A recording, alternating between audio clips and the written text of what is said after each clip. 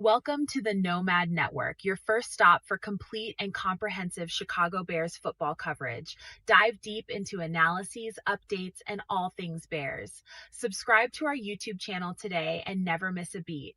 Thank you in advance for your support. We promise to bring you the best because together we're unstoppable. Go Bears!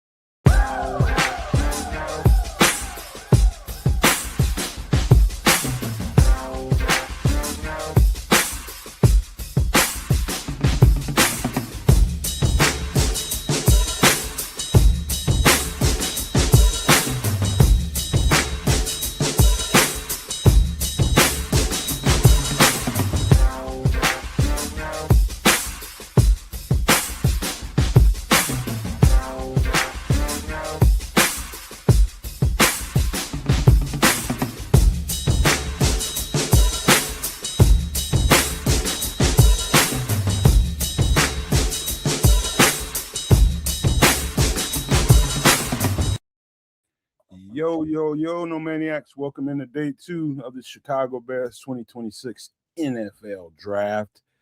I'm still kind of, a little drunk hangover from how happy I was with yesterday's pick. Simply because we was talking about it all season, and at the very top of our draft coverage, I know I probably wore trips and kids out about this cat because I was just so excited looking at his tape, knowing that it's a possibility we wasn't going to be able to re-sign Kevin Byard. It's always an outside chance that we wouldn't, but we didn't. And I knew that we had to go be in the market for a young safety, man. So I'm extremely thrilled about that pick. I know people felt different about it, yesterday. I want to see how people's minds are now, where they landed at now, because I know everybody went back and started looking at some more tape. And I just want to see what people think about it, man. But I thought this was a damn good pick. So almost about as a surefire pick as you can get at 25, man. I thought it was a bomb ass pick. What say you, Trip? Yeah, I think it was good, and I like the way he fell to us basically by other teams, making some questionable, reaches at picks. Shout out to the Vikings. I see you. Thank you. But also knowing that the position of safety on the Bears is one of need. There's, quote unquote, bodies at the other positions, defensive tackle, edge, left tackle, and so on, that having, this caliber of prospect of player to come in is a beautiful thing. And it seems as though the only pushback was, well, I liked a different safety better, like McNeil Warren. Well, did you hear Ryan Poles? If they don't fit, they don't fit. So you must have quit. Get them out of here. and to say, well, they need to adjust the system to accommodate these players. No, obviously you're not listening.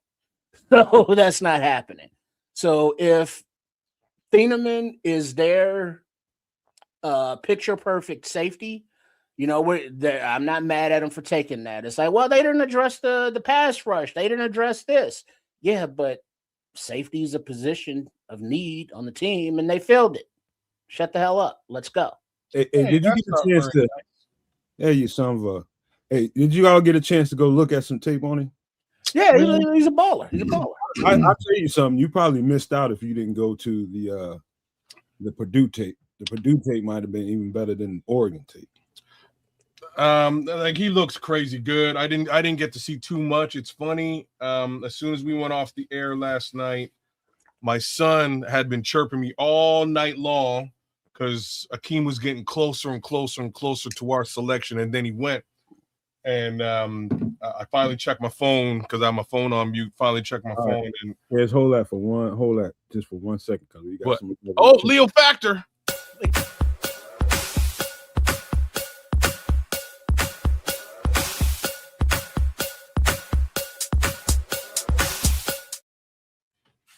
Shout out to you, Leo, man. We appreciate you. You did that for GP, man. We love you back, man. 110%. Thank you, Leo Factor. So long story short, my son just kind of got me into looking at some of the edge rushers late last night. I mean, whenever we went off the air, I spent about another hour Name drop. I wanted to really zero in on Danny Dennis Sutton. Yeah. Yeah, you know, like I wish I felt better after doing this exercise. I don't feel any better than I did before. I will say I'm a little bit less. So I'm kind of zeroed in now. What Styles watching the show last night? He watched for a little bit. He was also not watching because it turns out right. So it turns out that Akeem had a big party going on here in town that all of my son's friends are at. So they were kind of going back and forth with him during the better part of the show. Or at least after Akeem. I bet he heard us trying to encourage you about some of the picks, some of the edge rushers a little bit later. I bet that's what he heard, and that's why he did that. Well, no, he heard it, but at the same time, he kind of agreed with me, which was funny. He, you know what I'm saying? Like he kind of agreed with me. He did say Sutton. He brought Sutton to light very specifically, and I was like, man, okay. Between you and Sam's been talking about Sutton too. I know other folks have been talking about Sutton, but I also looked at Sutton earlier. He's all right. Like he can't really drop him in coverage, and he's not the greatest at setting the edge. But if we want a pass rusher, like he'll rush the passer. You know, I don't like I'm saying, man. I'm suggesting more along the lines of what you were trying to get me to agree with yesterday. Like I'm in full agreement with it for sure. If you can't win on the edge, win on the interior. I think there's a shit ton of interior talent left in this draft. And I mean an extreme amount, y'all. Like where some of the guys that we've scouted this season fall in the overall projection lists, you can get yourself a high caliber 3-tech super late in this draft. You can also get them right now if you want. As a matter of fact, Ed, I don't know that I can remember outside of Peter Woods any D tackle that got drafted yesterday. I might have forgot, but that's the one I remember. Let me look at the list. You know what? Let's run that. I'm gonna run both of these banners right now, and let's go through it. So, that's not the banner. That's there's banner number 1. Fernando Mendoza. David Bailey was next. Going to New York Jets. Arizona at number 3 selected Jeremiah Love. Tennessee Titans selected wide receiver Carnell Lake. Yeah, like all them guys, Leo Factor, those are guys to me that could really help that pass rush. New York Giants selected linebacker Arvell Reese. Kansas City Chiefs selected cornerback Mansour Delane. Washington Commanders at number 7, Sonny Styles, linebacker. New Orleans Saints, selection number 8, wide receiver Jordan Tyson. Cleveland Browns, number 9, offensive tackle Spencer Fano. New York Giants, number 10, offensive tackle Francis Maioga. What he said? Dallas Cowboys at 11, Caleb Downs, safety. Miami Dolphins at 12 selected offensive tackle Caden Proctor. Los Angeles Rams at number 13 select quarterback Ty Simpson. Baltimore Ravens at 14 select Oliaverge Ione. Oliavega. I mean, yeah, you got close enough. Sure. Tampa Bay Buccaneers at 15, Ruben Bain Jr. New York Jets at 16, tight end Kenyon Sadiq. Detroit Lions. Caleb Banks, there it was. That was the other one. Caleb Banks. Caleb Banks is the only other one. So Blake Miller, offensive tackle. Minnesota got Caleb Banks. Carolina Panthers got offensive tackle. You ran out of steam at 19, didn't you? Oh, continue. No, I didn't run out of steam, man. I had to do it. This is what I'm saying. This is like a job. Philadelphia Eagles at 20 selected Mekhi Lemon. Pittsburgh Steelers, number 21, offensive tackle Max Ironacre. Los Angeles Chargers at 22, my boy from Ottawa, defensive end Akeem Mesidor. Dallas Cowboys selected at 23, defensive end Malachi Lawrence. Cleveland Browns selected at 24, wide receiver Casey Concepcion. Chicago Bears, yours truly, at 25, select safety Dylan Thieneman. Houston Texans at 26, select Keelan Rutledge. Miami Dolphins at 27, select cornerback Chris Johnson. The Patriots from New England select offensive tackle Caleb Lomu at selection number 28. And the Kansas City Chiefs trade back in at 29 to select defensive tackle Peter Wood. So there's the two DTs. The Jets at number 30 select wide receiver Omar Cooper. Tennessee Titans at 31 select edge Keldrick Falk. Seattle Seahawks at 32 select running back Jadarian Price. And that's what it looks like. That was the first round of the NFL draft in a nutshell. But again, only 2 DTs came off the board. So Proctor, Halton,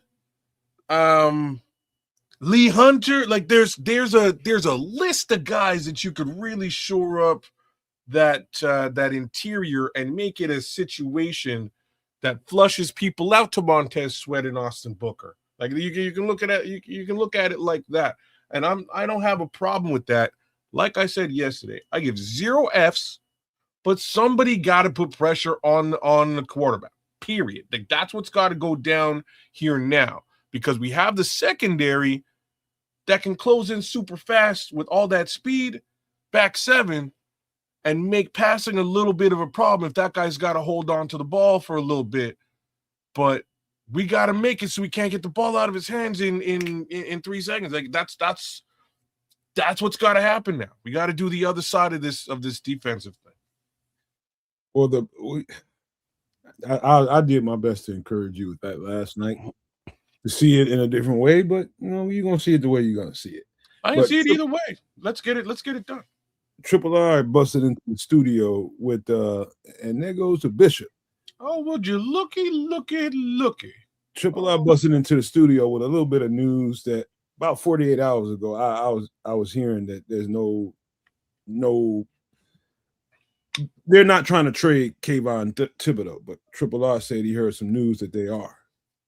All of a sudden, he said he's seen it on Twitter going, give me a thumbs up, Bishop, when you feel good about it. They didn't have Arvell Reese the day before yesterday, right? So now that they got Arvell Reese, maybe the conversations are actually happening. Even then, Nomad, like,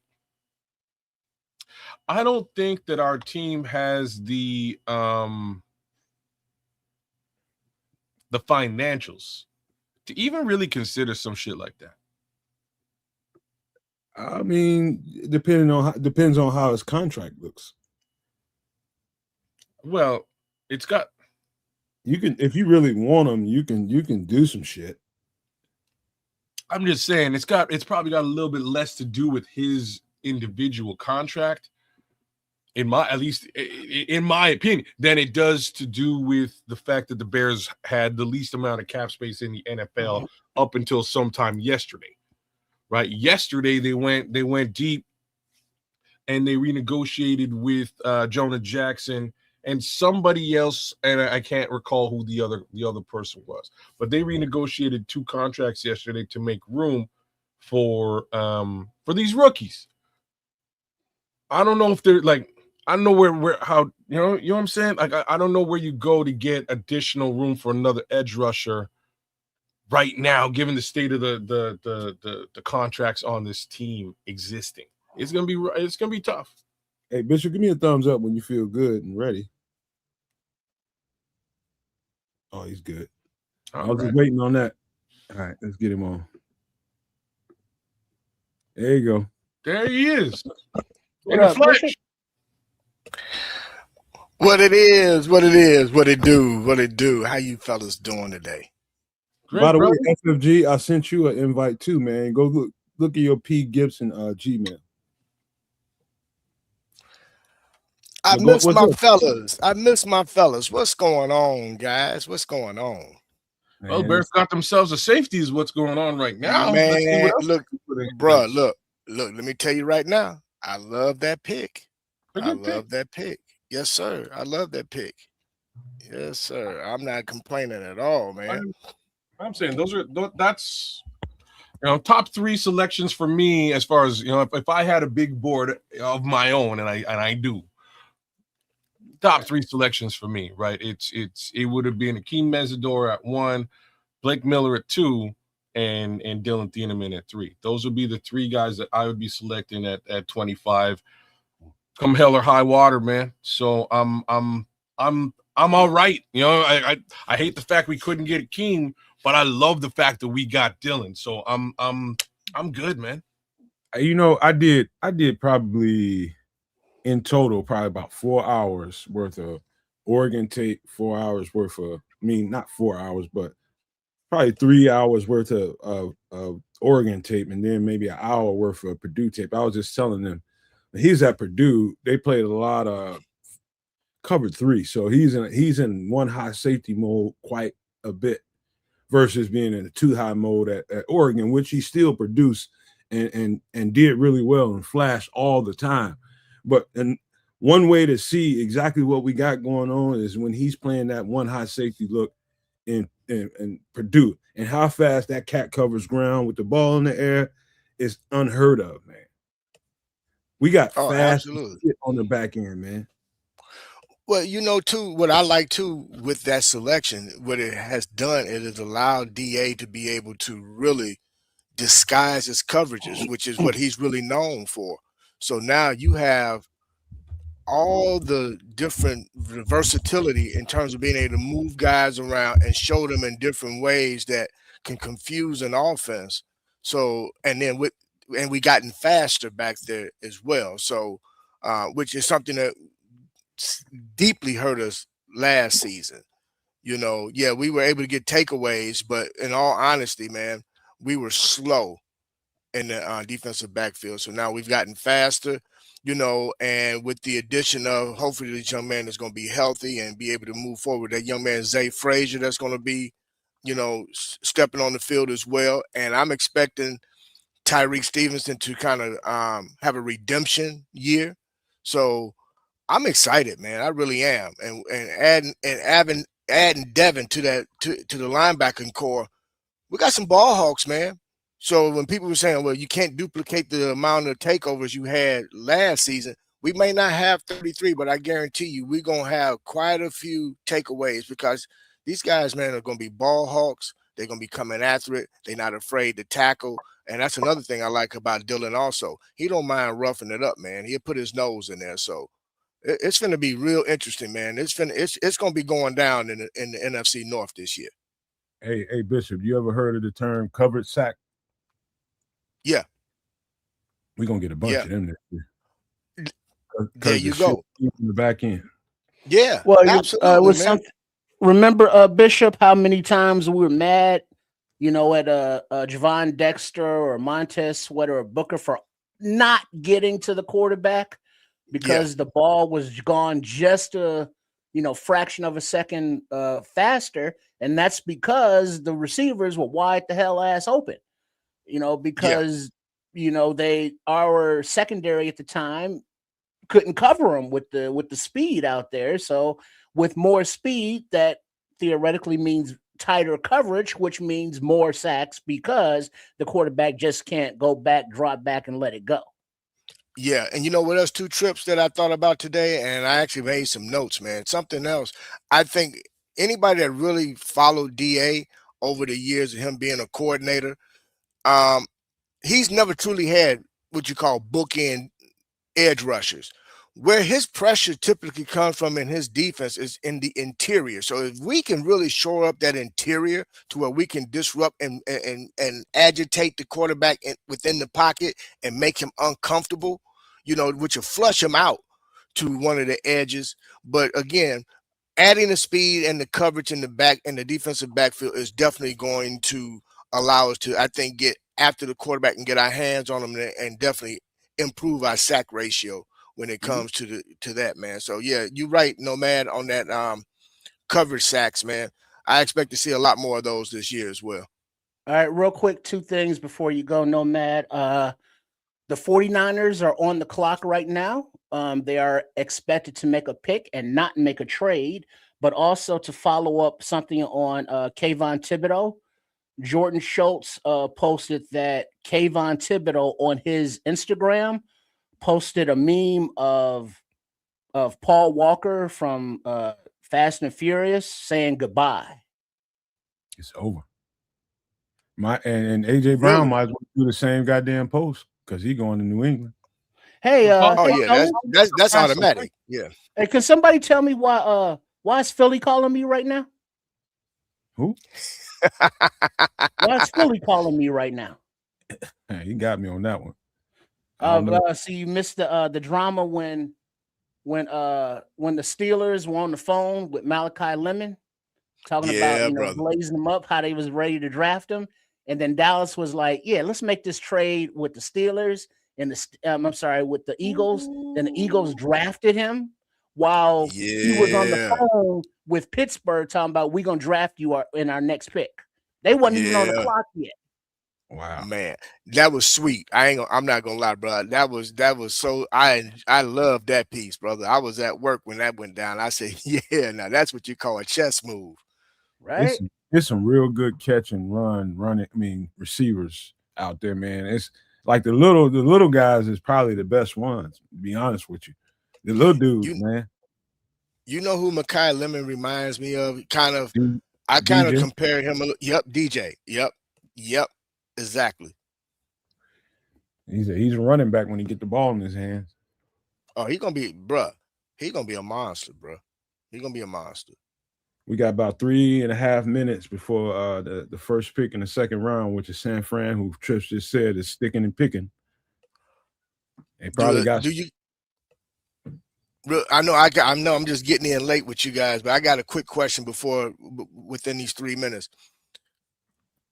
What do you guys think should be our focus this on day 2?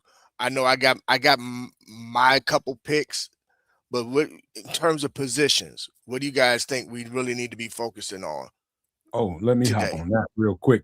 I would not be surprised if they got a receiver early to replace DJ, like Jeremy Bernard or somebody like that from Alabama. I real high on his tape. I think he's the most complete receiver in the draft.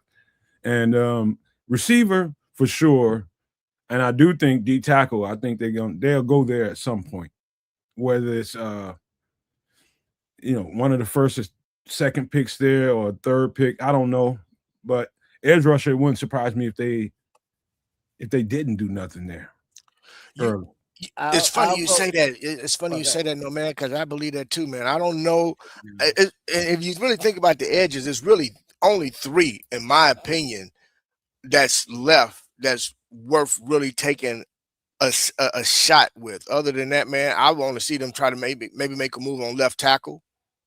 And I think too, I also think there's a possibility that a receiver might be in the mix too. But I'm really looking for them to make a move at left tackle and at center. I could see center a little bit later. I like that Parker Brailsford or whoever. But as Red Baron is saying, we don't need an edge. Defensive tackle, definitely. But other than linebacker, I would say cornerback is a slept-on position because I'm not exactly sure they are sold on Tyreek Stevenson. They lost Nashawn Wright to free agency. And, of course, Zy Frazier is coming up, but he's a total unknown, basically a rookie, coming in. So if they identify a cornerback that, Dennis Allen and Coach Harris want, I could see that being the pick. It wouldn't surprise me. It's pretty rich in that department. It's pretty rich. Like trading Stooks probably shouldn't even still be there, in my opinion. Not at all. I think he's probably one of the top 2 or 3 cornerbacks in the draft. And so is it a possibility that we pick up some draft picks, pick up an extra draft pick or 2 day 2, or you think that's going to primarily be going down on day 3? I was just talking to Trips about that right before the show. It might be a little shake and bake going on with one of them 2 picks. Might be. Don't be surprised if pick number 57 or 60 is traded for additional picks in rounds 4 and 5. That's I kind of agree with that as a general idea. As far as what selections I think they're aiming at, definitely a defensive tackle, whether a nose or 3-tech. Again, thoughts are kids, the pick is in. Yeah, I can see it, but I'm watching the NFL Draft Center.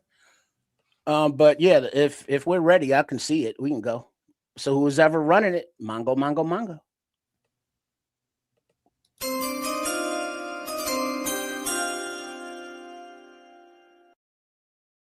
With the 33rd pick in the 2026 NFL Draft, the San Francisco 49ers select Dijon Stribling, Old Miss wide receiver. Smokes.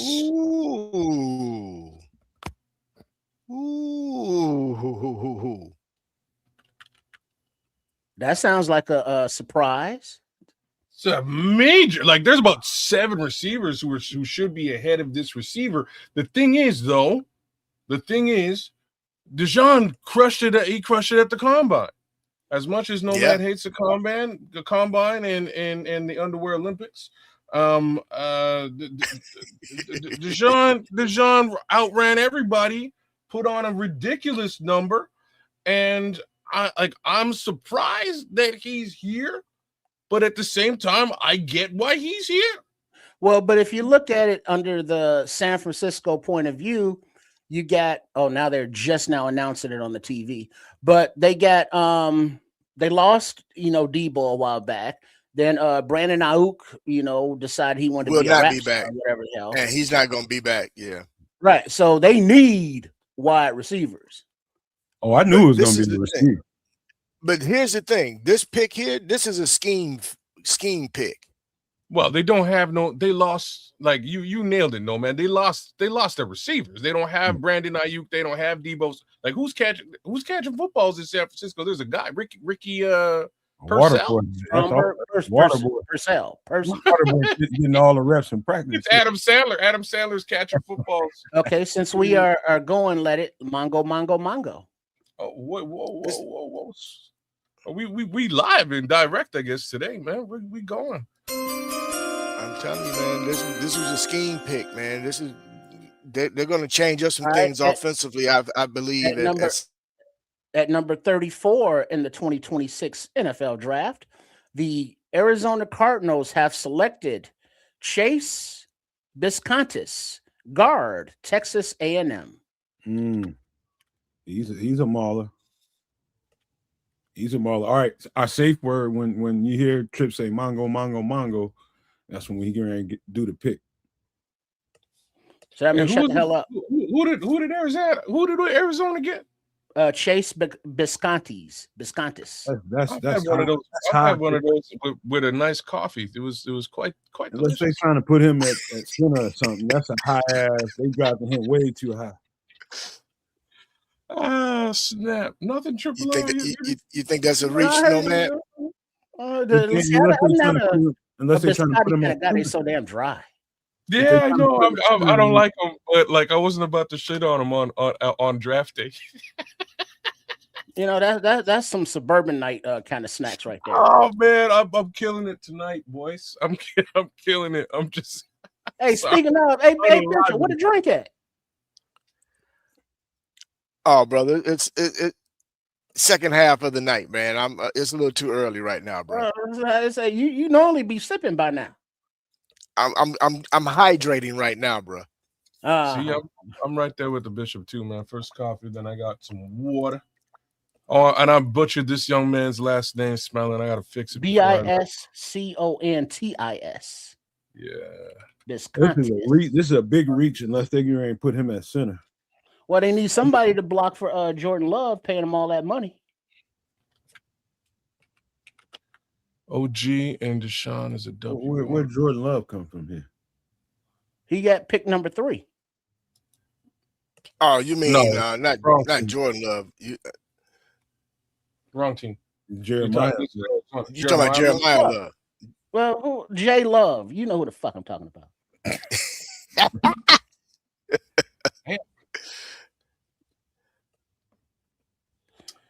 All right.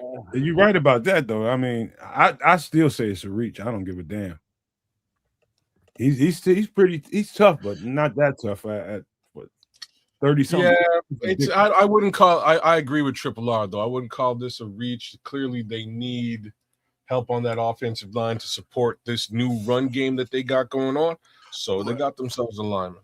You know, they're like all the questions at quarterback that AZ have. They like we gonna lean into this whole run thing. You might as well. Yeah, you know what?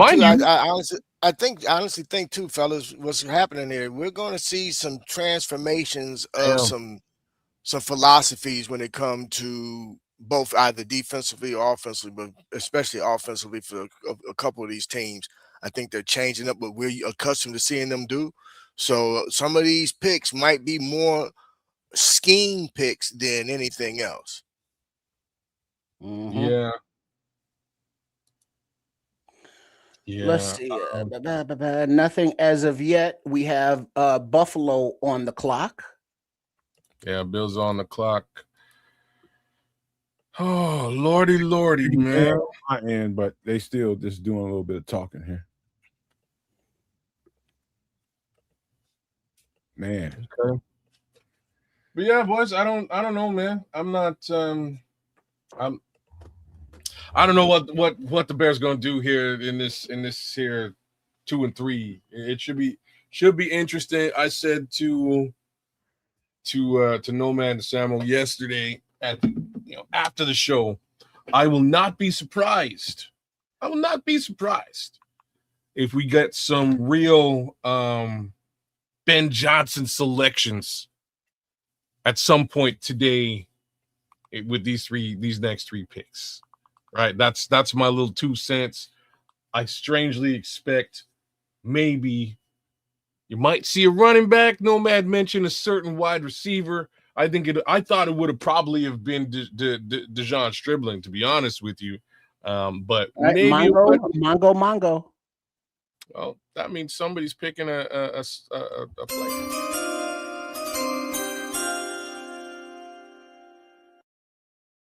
Somebody in Buffalo, New York. 35th pick in the 2026 NFL Draft. The Buffalo Bills have selected T.J. Parker, defensive end, Clemson. I knew he had to go pretty soon here. Hey, the Bills finna make a run at it for real. But that's what they're all about, right? They just got themselves DJ from us. They're trying to. They don't have much. This, between me and the guy above me here, we've been saying that window closed 2 years ago, and they keep putting they keep cracking that window open. So we'll see how things pan out over the course of the next 2 years. But I think that's about what they got with this whole Josh Allen thing and the defense that they have. They're on the whole new coaching tree now. I'm under the impression of. So we'll see how this all works out for Buffalo. Hey kids, we got Paul is Paul J. Fox tonight. He's me and Michael J. Fox. He's in the time machine. Oh snap! Then traded up. He said they on the clock. They got time machines in Puerto Rico. They definitely probably about to go. Probably yes, that is true. The Texans are trading up with the Raiders and will pick at number 36. So now, instead of the Raiders, the Texans are on the clock with 6:19 and ticking. Paul J. Fox. Gotta watch out for him. Corny, there's no patience to be had. Like I've been telling you, the remaining edge rushers are going to be gone. Who is that? Who they traded up for? Who are they trading up for? No, the Texans don't need an edge. They're doing D tackle, man, or receiver, one of the two.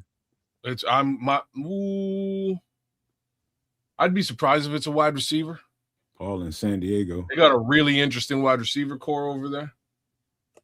They got Nico Collins and Nico Collins been getting busted up. And when Nico Collins went down, they struggle. I mean, the quarterback struggle real bad, man. So Immensely. in my opinion, they need to go receiver here. They also got Tank Dell, who's probably coming back from injury.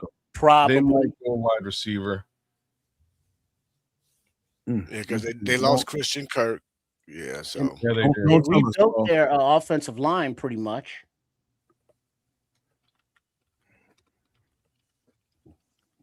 All right, Mongo.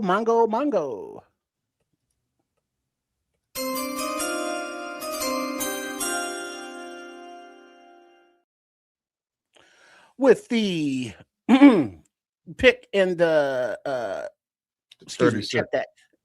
Thank you. With the 36th pick in the NFL 2026 draft, the Houston Texans are drafting Caden McDonald, defensive tackle, Ohio State. Man, I was dumb enough to be dreaming that McDonald would still be there when we draft again. That was dumb. Hey, y'all. Yeah, that was dumb. Well, like he was projected like 15 to 25. You know what I mean? That was his projection. So if he's still floating around here, reason why that got slipped. To me, he shouldn't still be there. He should have went day one. So for some reason he slipped this far. I don't know what it is. I can give you the reason. It's exactly what I felt, and I think Sean said this. I think Sean said it yesterday. He's kind of like he gives you exactly what you need if you need a nose and a run stopper. But that's about what he gives you. He's one-dimensional. Right? He's one-dimensional. That's what he does best, and he does it maybe better than anybody in the draft. Like I have to put that out there for the kid too. But that's it. Right? Well, there's information that now that at 37 the Giants are on the clock, but the Texans were concerned that the Giants, after trading Dexter Lawrence, would draft Caden McDonald, so they moved up to ensure they get their big nose tackle. Makes sense to me. I get it. The Giants probably sitting over there crying in a river right now. Man, like I said, bro, there's so many. It's deep. It's deep. It's deep on D tackles. So yeah, man. It's deep on D tackles. That ain't what some of the scout or the so-called experts having podcasts is saying. This week at D tackle, man. You don't know what the hell you talking about. It's not heavy on edge, but D tackle interior wise, it's enough interior D tackles to. Do you think Landon Robinson gets drafted, or is he going to be a UDFA? Who are you familiar with him? No, I'm familiar with him. I'm gonna take a stab and say he gets drafted. Okay, right on. Because just looking at the available defensive tackles, on the prospects, he's lower on that list. But obviously, a team will reach down and pick him if they want him. But if things play out, theoretically, he could, be a priority UDFA. I tell you, the question should be asked, and I think I said it last night because one of y'all asked me if we drafted D tackle, and I said, okay, what kind of D tackle? And to me, I think we got enough 3 technique shit going on, especially since Neville Gallimore, we got Javon, we got Big Grady. I think we need to replace some of the action that Big Bill brought to the table. So be somebody like Corleone, Big Dominique Orange, or Lee Hunter, or somebody like that. A guy that can really handle the tip. I see Dominique Orange possibly being available for us to be able to grab him. He should be in and around where we're selecting. I answered it with nose, just like just given what you said. You asked me the question last night. It makes sense there. My counter to what even I answered yesterday is that there's a lot of money on this team focused on the 3 technique position. A lot of money. Mongo. We may want to make a little move there still. Awesome.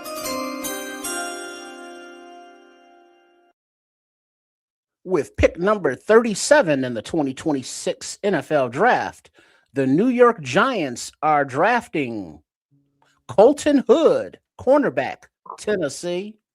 Remember that breakdown we did that night, fellas? Tennessee. Lord, I can't explain. What is Damn, that? Caden Like McDonald looked just like his mama. That's what is scary. that? Like the fourth or fifth corner coming off? What the is board? that saying? Yeah, it's about the fifth, I think. Probably fourth. Here we go. I'm happy for the young man. Hey, Trip, But you this is should- interesting. On night 2, it looks like the selections, instead of holding up jerseys with their name on it, they're just holding up a team helmet. I don't know what's going on because it's probably not enough time for them to actually print the jerseys. Like Yeah, to somebody silk screen them up. Sean was saying yesterday. I'm still watching Caden McDonald doing his thing. I don't know about the rest of y'all. My feed's so slow. Oh yeah, I'm they're still showing the McDonald highlights. The Giants pick is in, but Okay. yeah. Okay. I'm just checking because I'm like, damn, I swear I've been looking at Caden McDonald for like 15 minutes. Yeah, Yeah. we're just gonna go along to as they're announced and just watch the pomp and circumstance on TV. Hey, Smitty Q, what it do? What up, Q? Smitty, you ain't driving tonight, or you rolling? What you rolling? He at home rubbing the missus' feet, Nah, he watching the probably rolling. draft.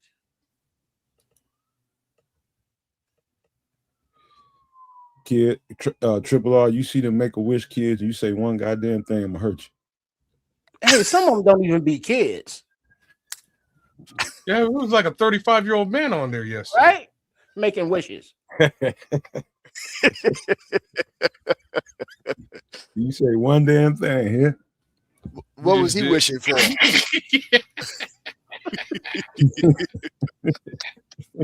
Oh man, Caden, man, I'm sorry, Caden, man. You dropped. He pissed off, man. He should be. Boy, yeah. No, I'm with it. I'm with it. Good for you, boy, man. You stuck in there. His You were numbers, good. kids, his He- numbers Hey. for a nose tackle are astronomical, man. Brother, he's amazing at what he does. Again, do you need what he does? I'm gonna say the Houston Texans straight up do. Right? Yeah, they do. They got do. ran down last season. They struggled, man. They struggled. Yeah, absolutely. They got ran down. So this is gonna help them quite a bit. He fell to a great place, really. No, Scrolls. It's because you know what I mean. Like he's crying because he sat there all day yesterday and was like thinking he was gonna go somewhere and went nowhere. So he's wondering where he's going. His future was uncertain, and I think everybody can relate to that. Yeah, now he knows he's going to play football and get paid for it. all that work, Paid more for it. Y'all, boy, y'all don't even know, boy. All that goddamn work, you gonna cry. I know. Yeah, I would have felt a certain kind of way. That's it. That shit turned into work after you get out of high school, bro. You just gotta love the work. That, as well as you realizing now that you can change your entire life, Change your stars. and change your entire life. You can change your family's life, man. You know, I'm happy for these young men. Hey, man, I'm very happy for him. Every time I see one on walk across the stage, man, I can't be nothing but joyful. I don't care where they get drafted, whatever I think about where they got drafted, it don't matter. They getting ready to get mama a house and secure their future, man. Yeah, as long as they make the right decisions, don't do nothing stupid off the field. I swear I'm like, there we go. Okay, I'm like 15 minutes behind, man. Me killing too. me. I'm right where you are, man. I had to refresh. Now I'm seeing Colton Hood on the screen. I might Yeah, have it to just popped stop up. this and go to ABC or something. I have Well, no ABC and NFL, they're all kind of on the same schedule. I have no choice, man. I got to kind of get it through the NFL channel because that's how the feed comes through to me. Shit, I'm just Jordan Schultz. That's the hookup. Mhm. Because I think he's actually on site. Let me see if one of them get it a little bit faster. I don't know. ABC might be a little faster. Just like I said, just seemed All a little. right, Mongo.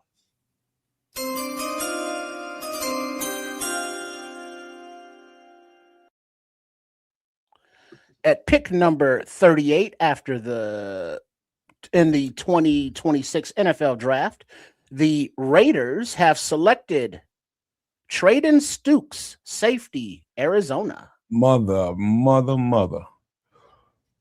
Man, what did you? I mean, he wasn't gonna sit down forever.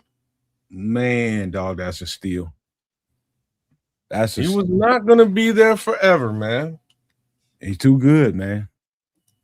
He's just too good. So who the hell selected him now? They Raiders. got him labeled as a safety, even though he plays slot corner most So of it the time. looks like the Raiders. Yeah, the Raiders. There's some good players coming off in this little thicket. Who the D coordinator at Las Vegas now? Oh God, that's a good question. Couldn't tell I you. have no idea.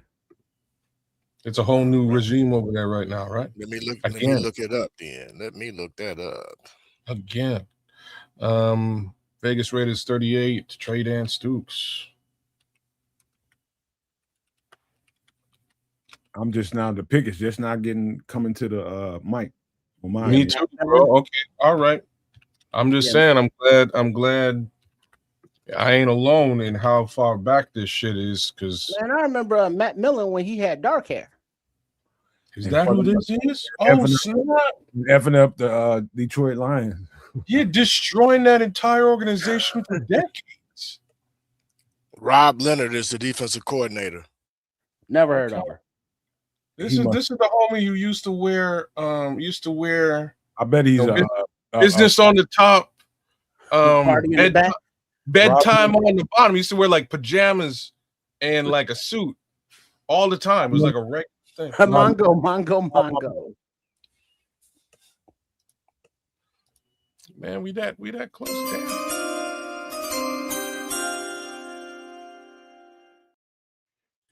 At pick number 39, the Cleveland Browns have selected Denzel Boston, wide receiver from Washington. What? Is that 2 wide receivers for Cleveland now? Yeah, brother. They trying to get some weapons, brother. They need somebody to throw to, man. Somebody believes in a certain Mr. Sanders. That's Browns, Barrelissimo, not Browns. You beat on Cleveland's ass for a reason. They ain't have no real receivers. No, I mean Judy is not really a number one. Whoa! Judy ain't all what you think he is, man. So just be. Whoa, he's the one. He's the one dude I like on that team. He's the one dude I have some kind of faith. I watched that dude quit on plays last season, brother. He's not a true one, quit. Man. He's not a one. You might quit too with what was going on in Cleveland. No, Cleveland does not rock. Ain't nobody quit, man. We don't got that in our blood, man. No, bro. I'm just saying, things ain't, Yeah, what Triple R said. Cleveland don't really rock.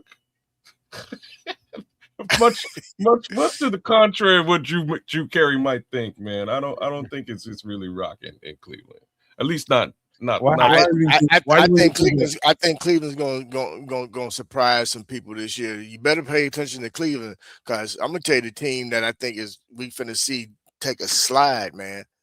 And I hate to say it, man, but I'm not believing in the Bengals, bro.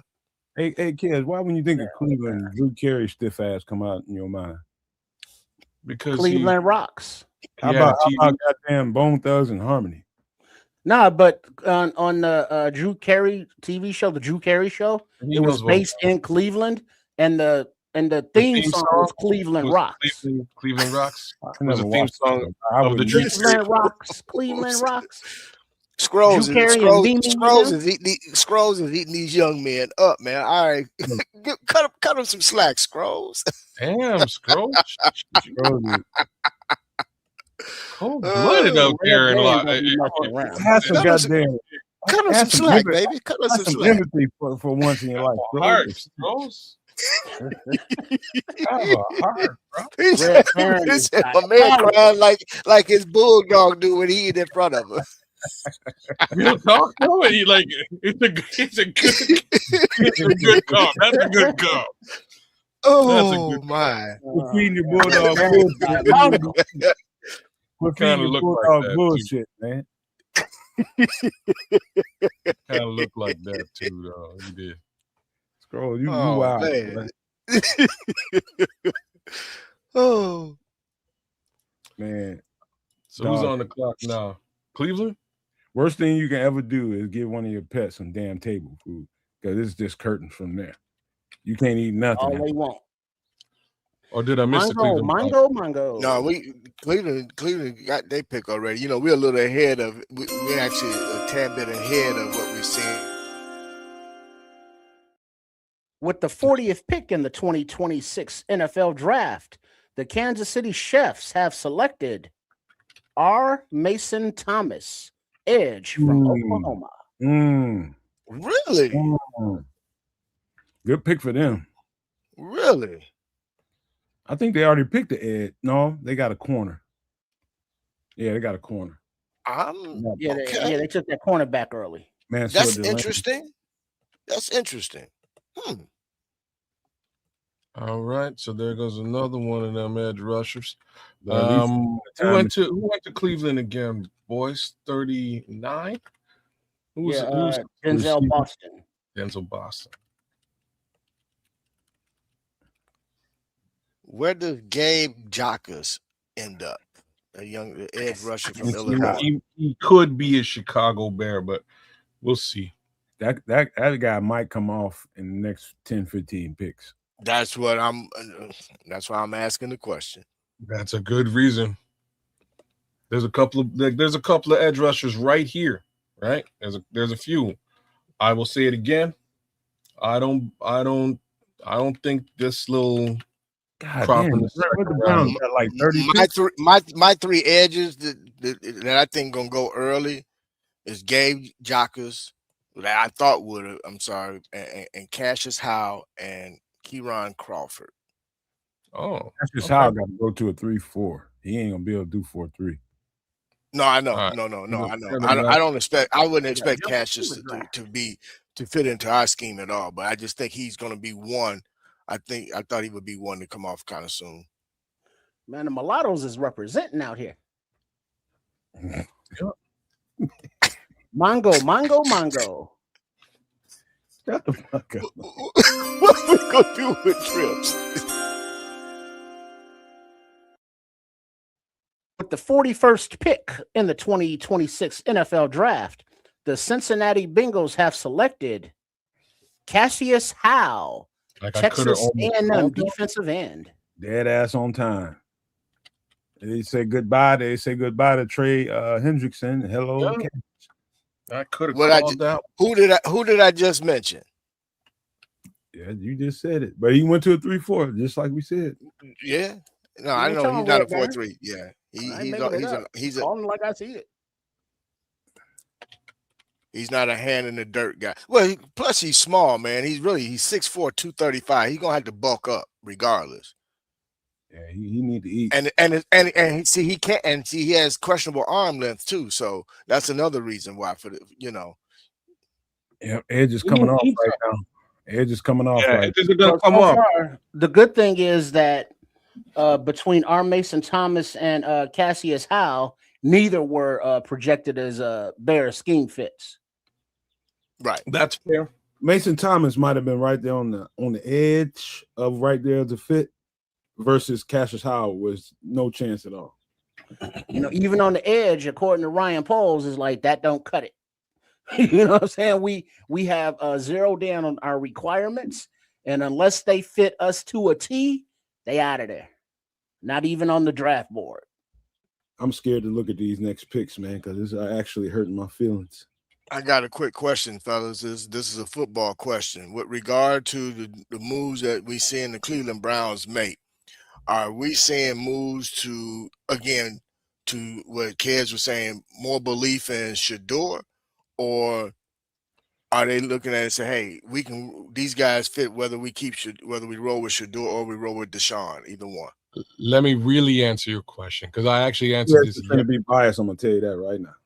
Oh, what do you mean? As far as You ain't giving Deshaun no chance whatsoever. no, screw him. I've got no. I don't. Deshaun is not the future. Like They there's a reason. got 200 some damn There's a million reason dollars. why I'm saying this. There's a and you have to feel it. I know you don't like the financials. You don't like the financial side of the game. The homie already has sucked up at least $80 million on a bench. There's no way they're going to continue that. They need to find a way to get out of that Why deal. in the hell wouldn't they put him on the field and get something out of him? Because that means they might have to continue. Check it out. They might have to continue paying this player upwards of something similar to the contract he's in. They don't want anything to do with this. Reason being, they have another player they're also paying $100 million to.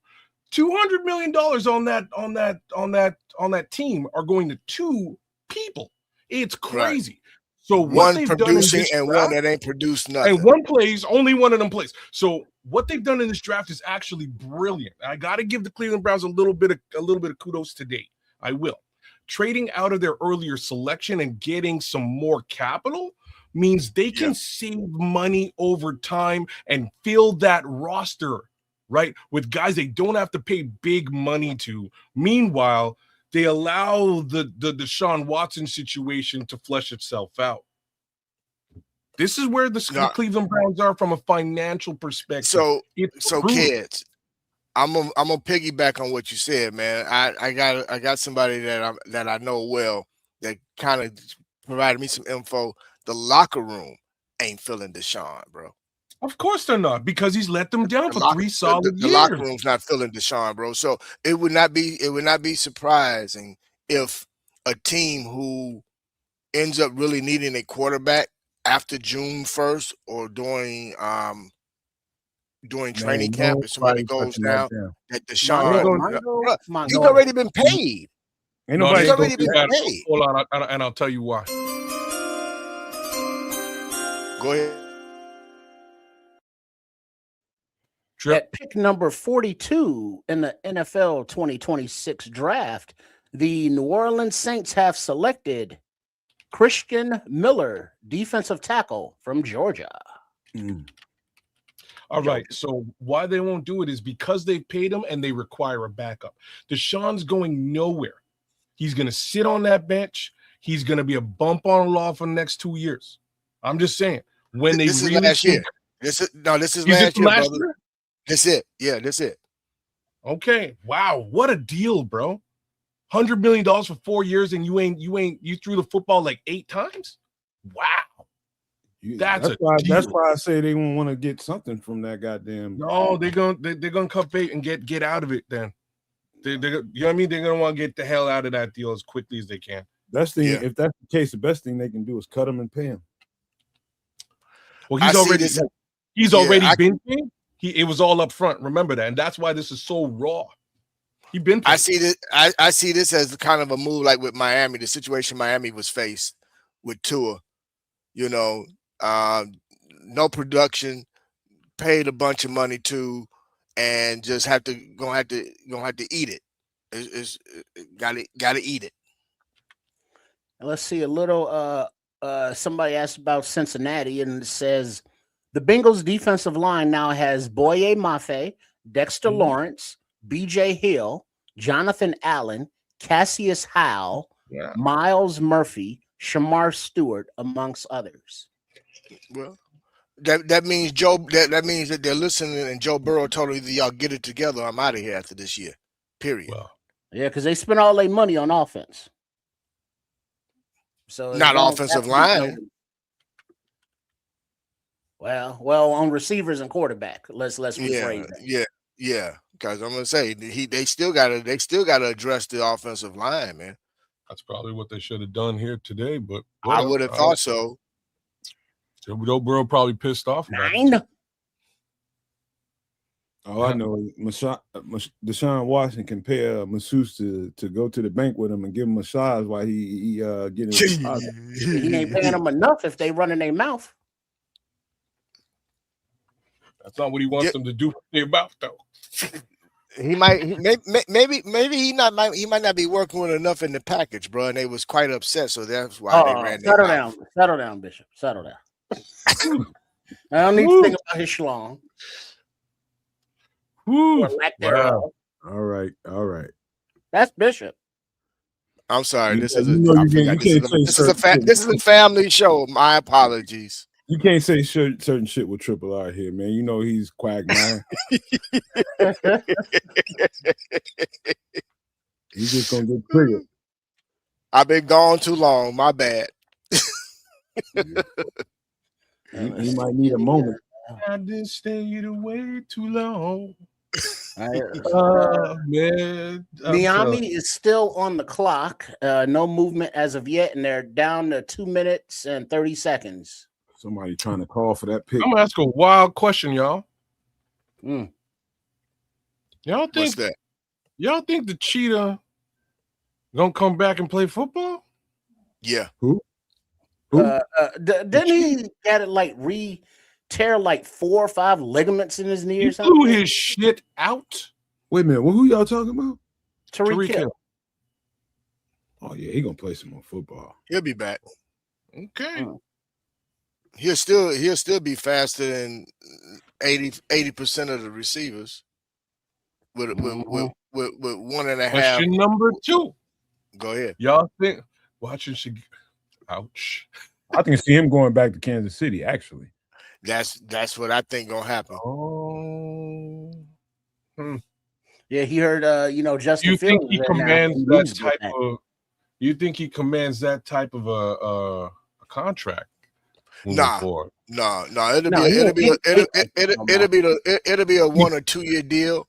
About $10 million.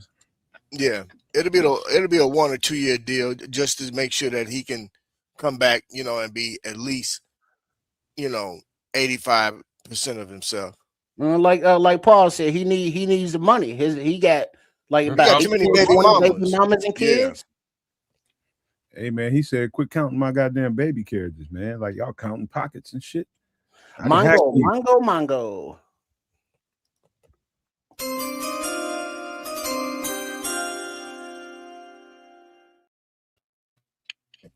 All right. It looks like the 49ers are trading linebacker D. Winters to the Cowboys. What? 49ers trading linebacker D. Winters to the Cowboys. What does that have to do with Miami's pick? You just mongoed. Well, my bad. I saw the activity and it's like, okay. Oh man, quit calling Wolf and how shit. about take it out my check? How about that? You ain't getting nothing. Exactly. So Dallas is really trying to handle it. So Dallas is really focusing on the defensive side of the football, huh? They need to be. Yeah, they got beat up after and when I say they, more Jerry and Steven Jones than the actual football team got beat up after that Michael Parsons trade. They just got clowned after that, so they need to make up for their mistake, and that's been the focus. And the loss of Diggs also. So yeah, that don't help. Secondary got beat up too. You're right. Right. Let's see, Kaz Patrick wants to know: are you secretly hoping for Jacob Rodriguez? Look, I'm not, but I won't be mad at that at all. I won't be mad at that one bit. It was fun. It's funny you bring that up, Patrick, because I brought it up last night after the show as well when I was just chopping it up with Nomad and Samo, and I had to say, like, I was like, Nomad, what do you think of that linebacker core? Are we good? Mongo.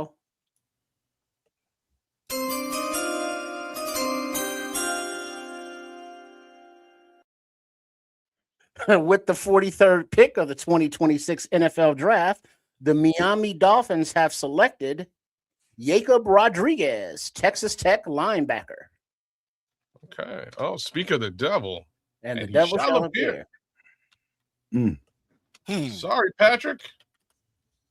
There's a couple of guys here, there's a couple of linebackers here in this area that I would be pleased with. Jake is the tippy top, but damn. All I know is they got to chill with these food commercials. I ain't ate shit since breakfast. Bro, I got a sandwich here that'll blow your mind. Bro, me either. I got to get some grub in me. Damn, Dwight Stevenson look like he got a new hip, new knees, new ankles. Jesus. Jacob Rodriguez. Look at that. Who's next? Football ain't a nice sport when you start getting a little older, bro. You're gonna feel them.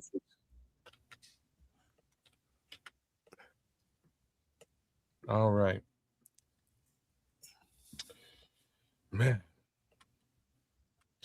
Patrick, like I was saying, man, I had to ask if they're pleased with that linebacker core. I think we might need one more. That's my thoughts on it. I don't mind them, but I kind of think one more wouldn't be so. Like, and the reason is it really has everything to do with Ruben Hippolyte, in my opinion. All right, there it's not a Mongo situation, but there has been a trade. The Lions, the Detroit Kitties, have traded up to number 44. Oh. And they are giving up the 50 and number 28 to the Jets. And so now that puts the let's see, the Dolphins pick is in. We just announced that. The Lions traded up the Jets. So now the Lions are on the clock at 44. They gave up what again, Trips? They 50 and 128. They're going edge rusher.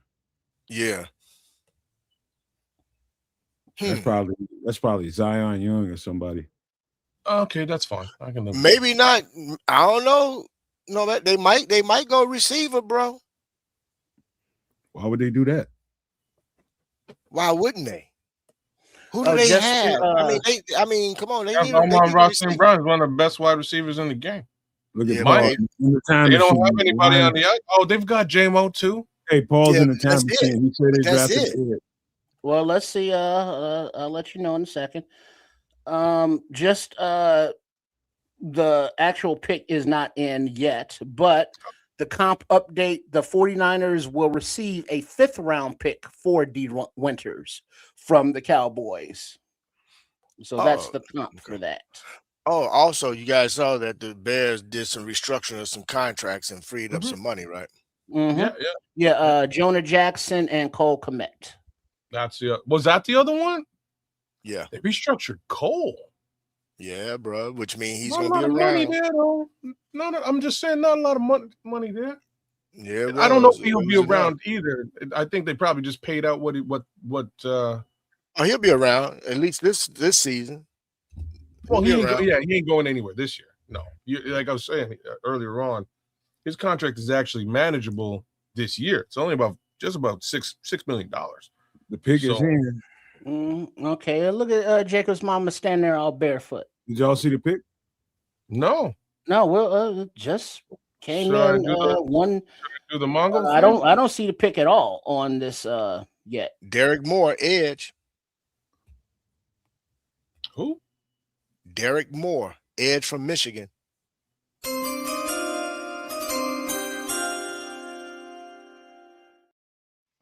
Yeah, okay. I don't have that information, so you're slipping, Trip.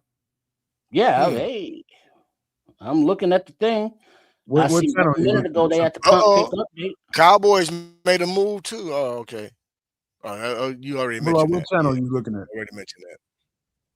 Trip, what channel are you looking at? ABC. Go to NFL Network if you can. It'll speed you up. Well, that's what I was on first, and then switched to ABC because it was the same shit. But I'm looking at Jordan Schultz, and now it's come in 16 seconds ago. And since we already hit the Mongos, the Detroit Lions are drafting Michigan defensive end Derek Moore. Yeah, what he said. That's crazy because me and Nomad's feed been slow this whole time. I had Derek Moore on the screen for quite some time. I didn't even realize it was their actual selection. So there's. Well, I went to another channel. That's the Ravens pick is in. Yeah, but they went to commercial as soon as it popped up. Yeah. So we'll give it a minute or two before we and then it's not on the feed yet for Schultz. It's just Ravens are going to go linebacker. Think so? No. Yeah. Why not? They need to. Really? Yeah, bro. They need to. They got 8 up. Man. last year. That- They need linebackers, man. They need a D tackle, man, because they don't know how good Matabike gonna come back. Yeah, he got that neck surgery. I forgot about that. Yeah, you're right. All right, Mongo.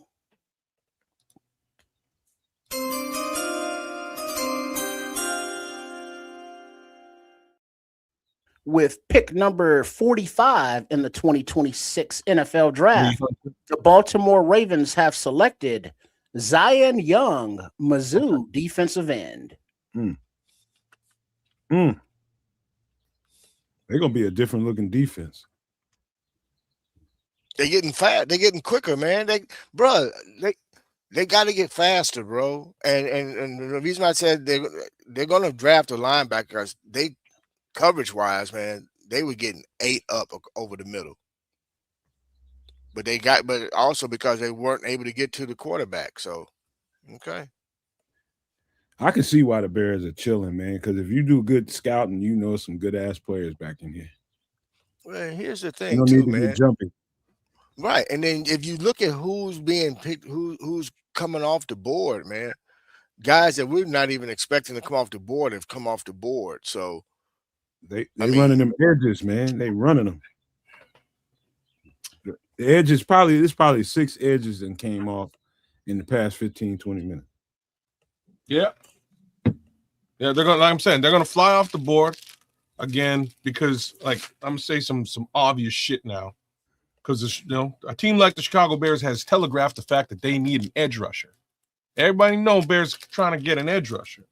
So nobody's going to sit around and wait for the Bears to do that. They're going to grab themselves an edge rusher quickly while the getting is good. Might have to trade up for that, and we've seen that a couple of times now. So, a sleeper out there is Najee Kelly, the other guy out on the other side of Malachi Lawrence out of Central Florida.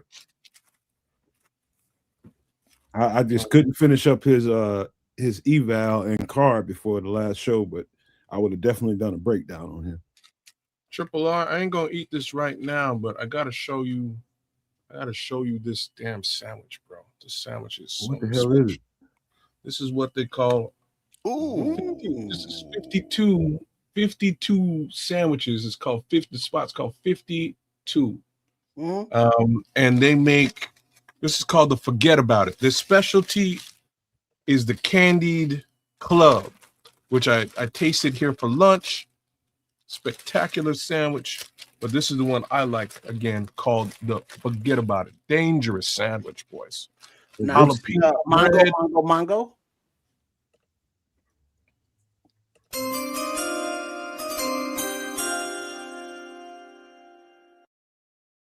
With pick number 46 in the 2026 NFL Draft, the Tampa Bay Buccaneers have selected Josiah Trotter, Mizzou linebacker.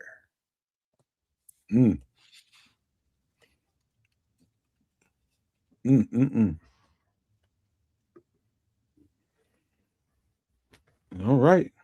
Yeah, that looks like a delicious sandwich. It's a sandwich and a half, man.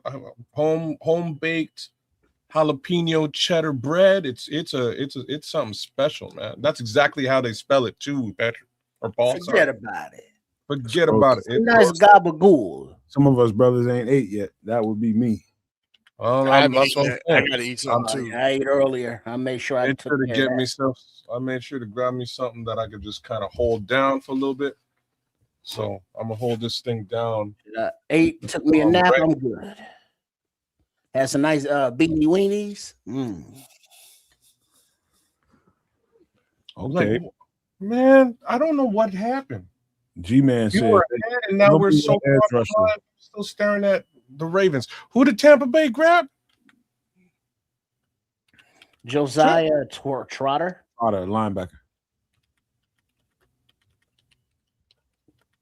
That's Jeremiah's son. Oh,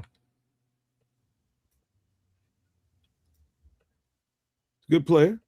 I think he's a little slow, but that's just me. Okay. Zion Young's a big kid, boy. I ain't lying to you. Kids, that sandwich look good, brother. I'm gonna have to, when I get to Chicago, I'm gonna have to go get me one. I'm gonna have to go down in Little Italy and get me a good old Italian sub. Mm-hmm. Zion Young, he's gonna be a premier pass rusher in this league, and I'm not surprised he's gone to Baltimore. It's a great place for him to go. End of the day, just gonna take a little. He's gonna need a little bit of development and a little bit of. He's got to put a little bit of weight on. Yeah, he got to bulk up. Yeah, we'll see how he does. That's funny y'all say that because he wins off just brute strength. That's all. He ain't got no kind of no moves. BCP yapping about me. So be it. Fuck him. Hope it's good.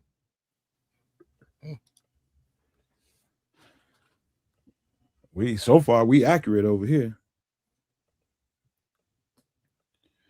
Oh, the Lions fans out here talking smack, bringing trouble in the Bears world. That's new. That's new. All right. Glad they think it's not good. Okay, all right. Well, you know how it is, man. When you step on a little kitty cat's tail, man, you know they can't help themselves. You know they got to squeal and whine and cry. You know what it is. That's all right. That's why we take the big paw of a bear and smack the shit out of him. Got no time for that. Too busy. Oh, look, it's Tampa Bay. What's this homie's name? He's Tiki Barber, one of the Barber boys. This is how far back my shit is. That's Monday. That's Rondé Barber. That's his name, Rondé. Tiki was New York Giant. I'm looking at the NFL Network. I don't see none of that. This is how far back I am, man. I got to refresh. So who do you think the Bears are going to have come out for them as one of their? Isn't Devin Hester? He's supposed to wear that ketchup jacket. He's there at 57. Pick number 57, and he's wearing the ketchup. You're right. Heinz 57 ketchup. Yeah. Promotion. Okay.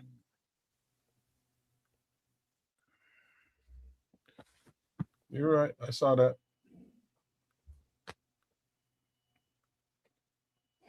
There's information. The Colts have traded back with the Steelers, who will now pick at 47. They might go D tackle. Yeah, Cam Hayward can't play forever. Jimbo Covert. You're right. I saw that somewhere on social media.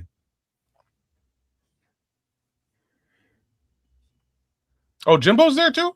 No, he's supposed to do the next pick. Not at 57. Well, unless he's got a jacket too. I don't know. No, I know Hester was at 57 because of the jacket. Because of Heinz 57, you know what I mean? That's like now I'm just seeing Rondé on the NFL. So now you're seeing Rondé. Damn. Okay. Yeah, because before I was on ABC and it was ahead of this.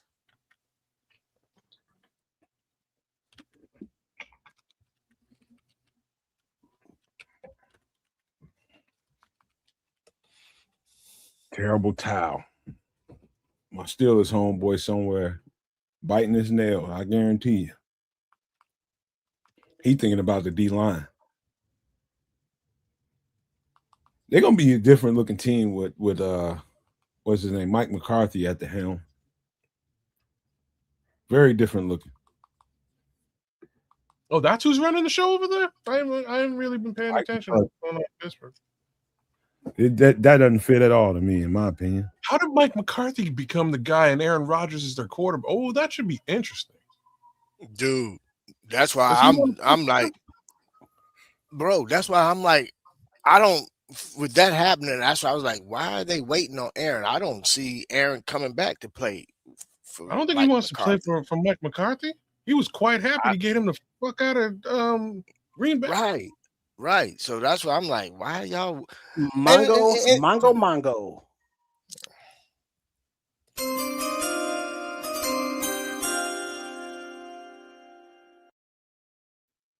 With the 47th pick of the NFL 2026 draft, the Pittsburgh Steelers select Jeremy Bernard, Alabama wide receiver. Yeah, that makes sense, man. That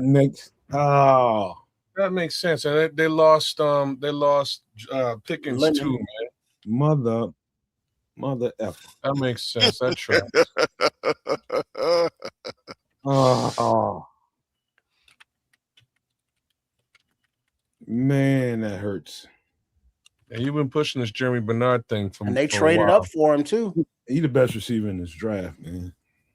I don't know They about lost that. Lemon. They had said we can't mess this up. Yo, man, I'm I telling don't know. you, It depends what you're looking for. Like he's an all-round wide receiver, though. I'll give you. he's complete. He's a complete Yeah. receiver.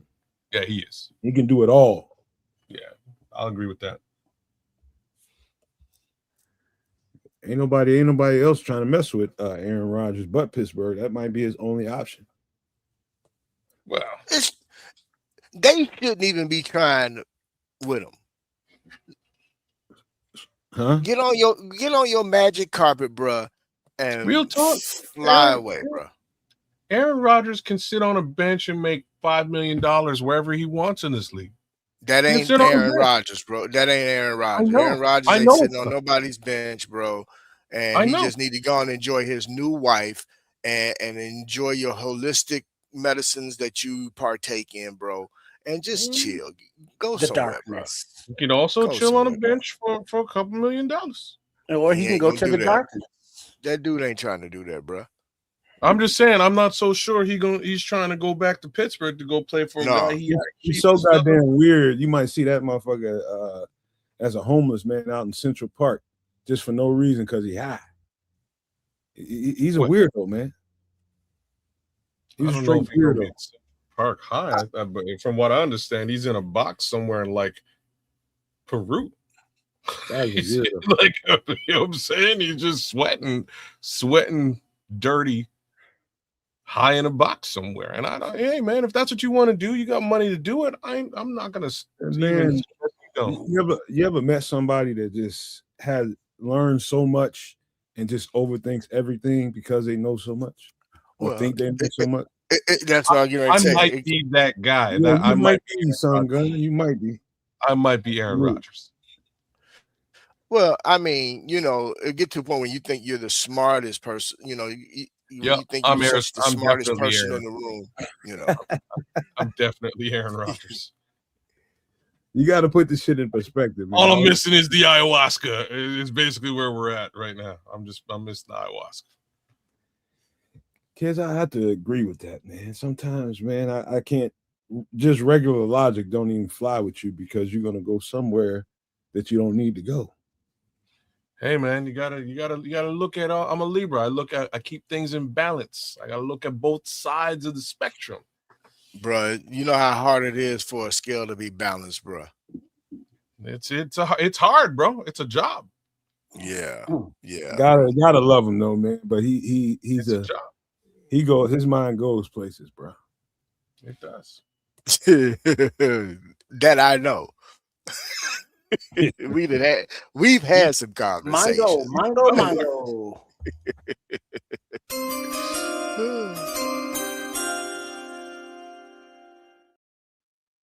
With pick number 48 in the 2026 NFL Draft, the ATL Falcons select Avion Terrell, Clemson cornerback.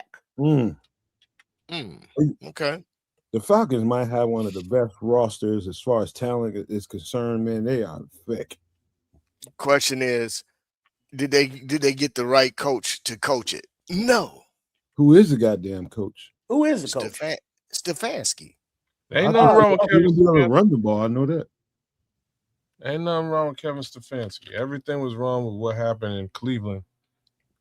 I can't blame the coach. I can't blame the coach. Hold on, let me finish. I can blame the coach for his particular stance on the existing quarterback situation that happened last year. There's no reason for any of that to happen. You need to, He created it, bro. That's what I'm saying. There's no reason for that to happen. It was all on him, so that's fine. He deserved to get ushered out. But as a general coach, Stefanski's not a bad. Like that team was actually doing good without Deshaun Watson the year prior, right? Like they were not a bad football team.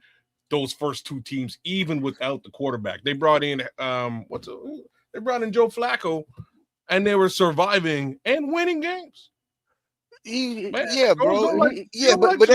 But they survived with Joe Flacco not because of Stefanski. It was primarily because Joe just knew the game of football with his IQ and was able to help get them out of certain situations.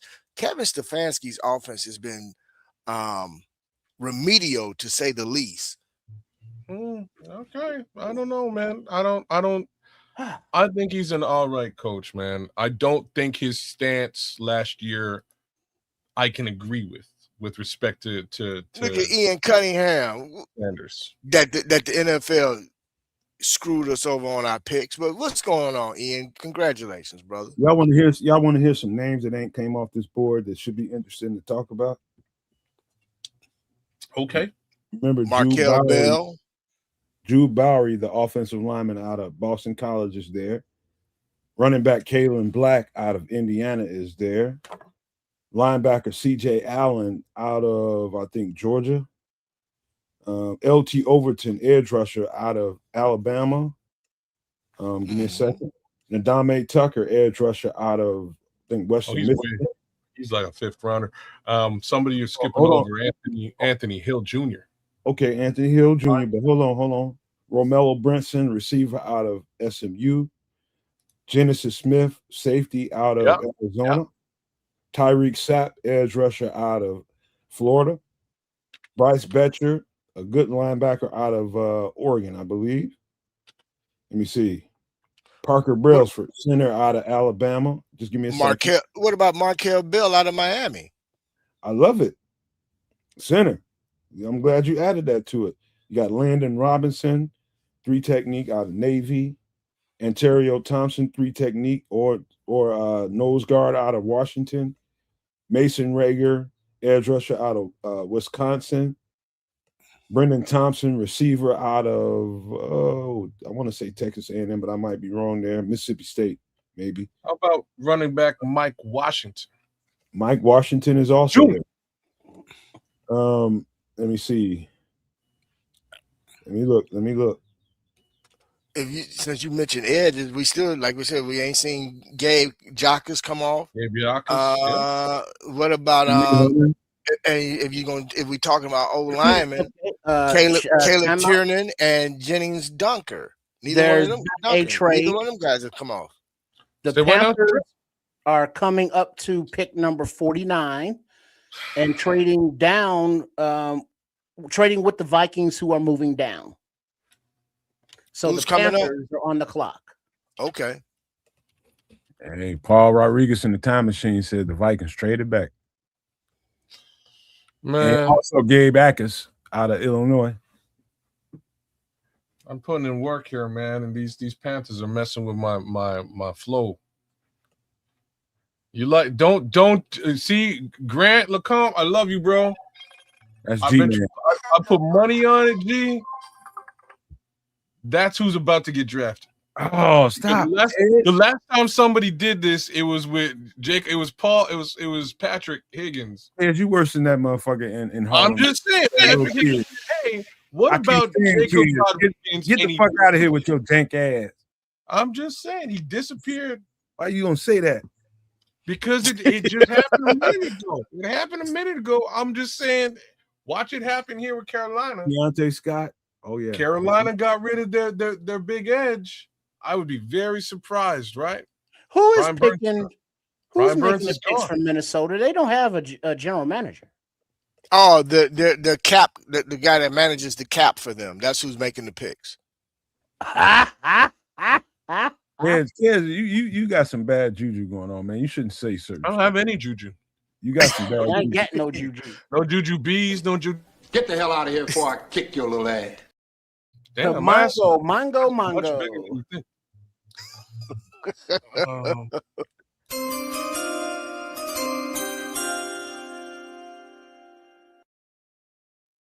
Watch it. Watch it now. 49th pick in the 2026 NFL Draft. The Carolina Panthers have selected Lee Hunter, Texas A&M defensive tackle. That's probably because kid running his goddamn mouth. I didn't say anything about Lee Hunter. It's just be quiet, man. No, ain't telling me to be quiet. Fuck you. That don't work on a podcast. I'm on a fucking podcast.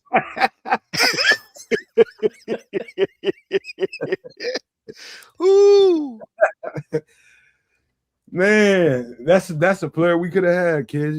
Till you I started. didn't say nothing about no Lee Hunter. I was talking about who was I talking about? You said just our luck. They're gonna do this. They're gonna do that. I said The because Jets somebody on brought the his clock at name up. pick number 50. So the Bears pick will be coming up directly. You got Unless there's a selections trade to that go. happens. 7 selections to go. So we're getting real close. I'm gonna fire up the cooking. The White Owl. Ooh, that'd be a great idea, actually, right now. You know what I mean? Guys in here jinxing us, man. I didn't change. What are you talking about? That's not who I said at all. I didn't say nothing. Paul said Nomad trying to put kids in timeout.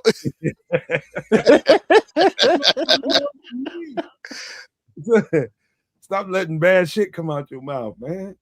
I didn't say nothing about Lee Hunter. Did I say anything about Lee Hunter? He's gone. Just don't say just our luck. Somebody gonna take this play. Don't say that no more. Well, that's another end off the board or tackle off the board. So that leaves more for us. That's fine. Like he was not gonna make it to 57. That's the first nose tackle off. Mm-hmm. I'd say Caleb Banks is a nose well tackle. behind Caden. Yeah, McDaniel. Second. Yeah. Third, maybe because I think Caleb Banks is a nose tackle. All right, man. Y'all got to stop all this hugging, fellas. That y'all doing a little bit too much. Y'all looking suspect, dog. Y'all looking suspect, dog. Who's hugging? Yeah. What you looking at? What you watching, man? I'm on ESPN. So. Oh, the hell? Yeah, no, it was TJ gone white goes. Yeah, TJ's already gone. Bro, does it appear that maybe the Jets might be potentially getting it right for a change? Oh, settle down. I think so. They're on the clock right now. 2 minutes. We'll see with this pick. remaining. We'll see with The this Jets. pick. I mean, but they need so much. Everything. Another team that's been drafting well, they ain't put it all together.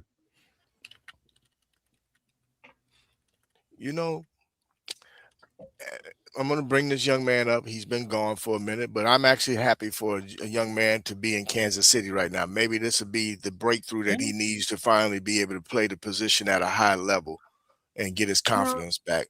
But we'll see. You mean his last chance in the NFL? This is definitely his last chance, bro. This is definitely his last chance. I think we might need to come to terms with something though. I have in any event. He's not a quarterback. Well, right? Like he's not like the NFL definition of a quarterback is you can't put that on that player. He's a special player. He's a special athlete. Great athlete. He's not a quarterback. He's not an NFL quarterback, and that's the problem. People want him to fit him into that mold, and unfortunately, it hasn't worked yet. Well, and that's what I say. We'll see on this go round here. Mongo. All right.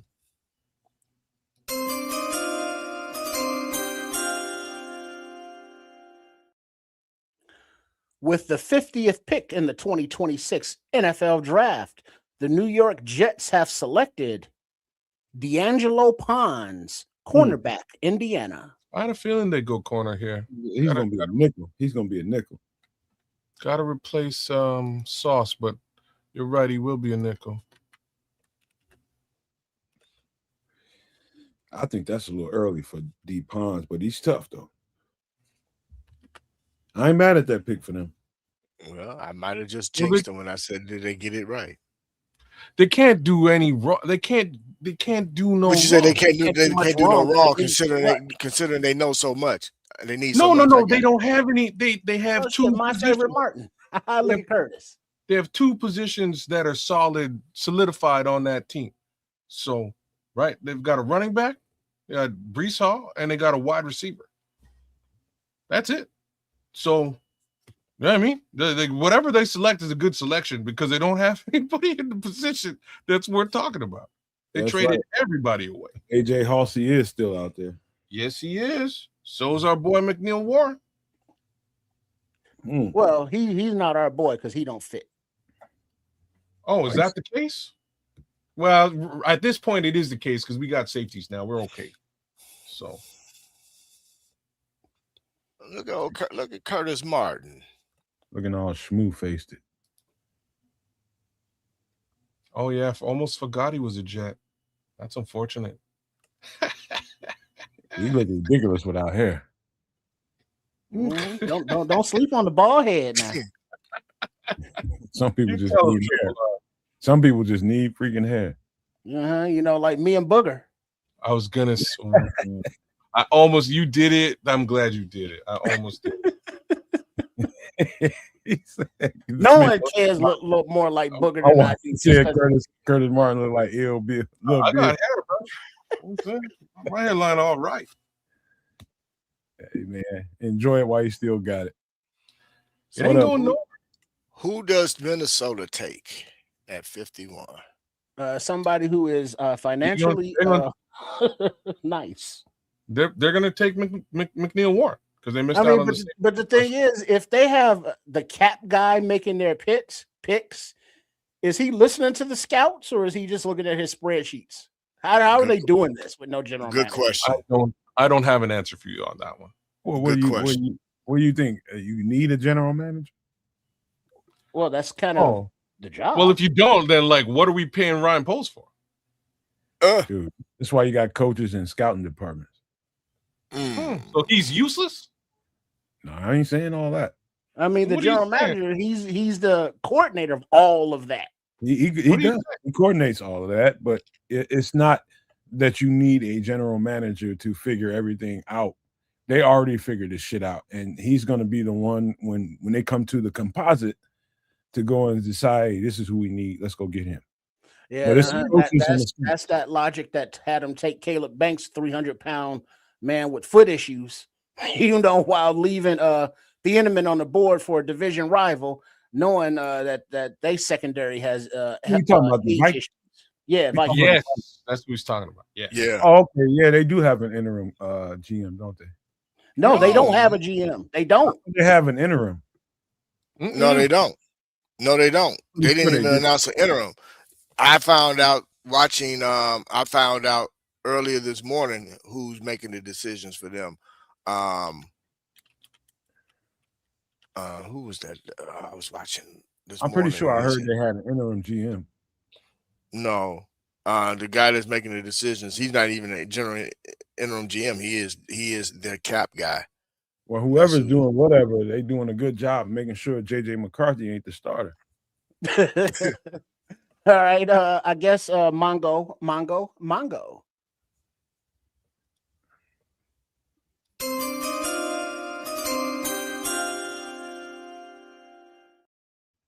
With the 51st pick in the 2026 NFL Draft, the Minnesota Vikings select Jake Golday, linebacker, Cincinnati. Great pickup. This is a great pickup for them. He can fly and he can hit. And that's what they need, somebody that can run and hit. I'd say he's top 5 in the linebacker class. I guess Jordan must have went to the bathroom on this one. Jordan who? Schultz? Yeah, Schultz. Because there's nothing about the Vikings pick up there yet. You know, not Jordan Silvera. You know, he's still in pain about JJ, his boy. What? What you talking about, man? Yeah, he's the biggest. He's shooting. He was biggest McCarthy stand there is. Yeah. Oh man, I got his damn phone number. I could have told him. I didn't know he must be on Twitter having a goddamn fit about that, ain't he? Man, he was complaining. It's like, how the hell do we take Banks and leave Thieneman for for the Bears. You know, as a former Bears fan that he was just a season 2 ago. That man, It's like, love it. Love it. Hey man, I made amends with Jordan. I'm not gonna say nothing against him, but holy shit, man. Man, you picked a hell of a time to switch teams, didn't you? Oh, the Packers pick is in. The perfect time to switch teams. Ain't nobody trying to listen to him anyway. Yeah, we hear you chewing, kid. Stop Hey, trying man, to I said I made amends with him, man. Shut your ass up. I don't want to have no shit on Twitter. You're gonna be arguing with him, not me. So kids want to screen so he can take a bite of that sandwich. We know what the hell you doing, kids. Hey man, he wasn't gonna eat it tonight. He wasn't gonna eat it right now. You eating the shit out of it. Shit. Bro, As long as it was in arm's reach, it was getting eaten. I've had this sandwich for 8 hours, man. I'm just trying to hold off until we make our picks, and then I'm gonna have to the sandwich over there teasing him. Yeah, no, he can't take it. He can't go no further. You're not gonna eat me, I swear. Can't go At least half of it gotta go right now. But the thing is, with a sandwich like that, you got to have some crunch, either some pickles or some chips or something. No, he just gotta eat that motherfucker. It's gotta go. Half of it gotta go right now. Chase it down with a nice cerveza. That would be. All right. So what you got cooked up over there? I know you got some bullshit going on. Who, me? Yeah, I know you got some snacks or No, I something. ate earlier.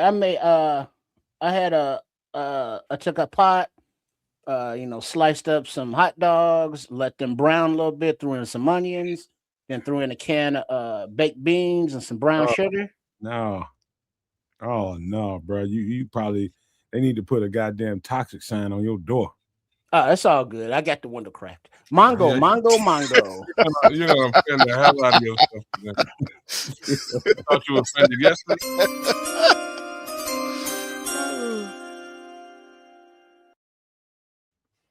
With the 52nd pick in the 2026 NFL Draft, the Packers have selected Brandon Cece, cornerback, South Carolina. Cece, I think that's a safety. No, I take that back. That's a corner. It's a corner. He's a good selection. Oh shit. Hey kids, did Trade and Stoops go off the board? Yeah, brother. You know we did. Yeah, he went off earlier. Yeah. Yep. Damn it, man. We getting close, y'all. Mm-hmm. Warm them up. Warm them up, Chris. I'm about to. Warm it up, Chris. That's what I was born to do. Interior D-line, receiver, or corner. One of them two. Maybe edge. Watch it be running back Mike Washington. Like I'm telling you, I'm gonna throw some crazy shit out there. I think Ben Johnson needs to get a pick in this draft. Keontae Scott's there, but I don't know. Ooh, at this point, man, he be a backup. Yeah. No, they just sit down. They just sit down.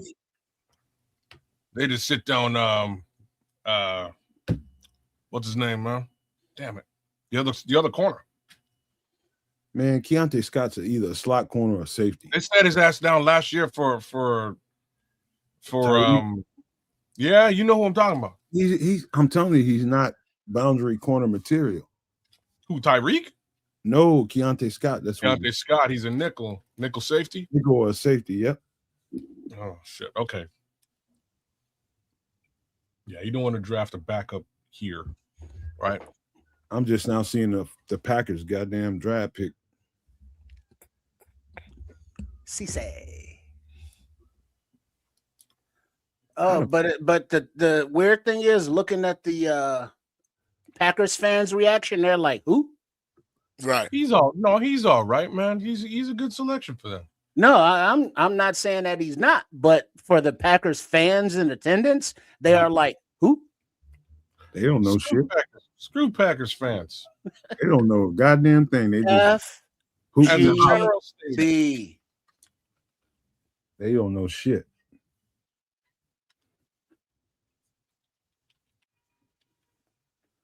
Can't be drafting thinking about no fan base because most of them are just show up with pom-poms. Well, they only know the designer names, the big names. They don't know nothing else. So That's all. They don't know none of the intimate details about these cats. Now let me ask you this: Cisse versus a Darth Burton, or Cisse versus a Roma Dunze. Who's winning those matchups? we are. Yeah, he still got a lot to learn. Route combinations and shit like that. He can. South Carolina, they just rely on pure athleticism. And that ain't gonna get you, but so far in the NFL, man. And he's a little handsy, so he gonna learn. He gonna learn early on that you can't. NFL don't allow all that holding and grabbing. So look He at got a lot you. to learn. He got a hill to climb, but he can be all right. He gonna be nice though. He got some size to him. He gonna be okay. He gonna Oh be shit, all right. Pat McAfee, All Indianapolis. right, Mongo.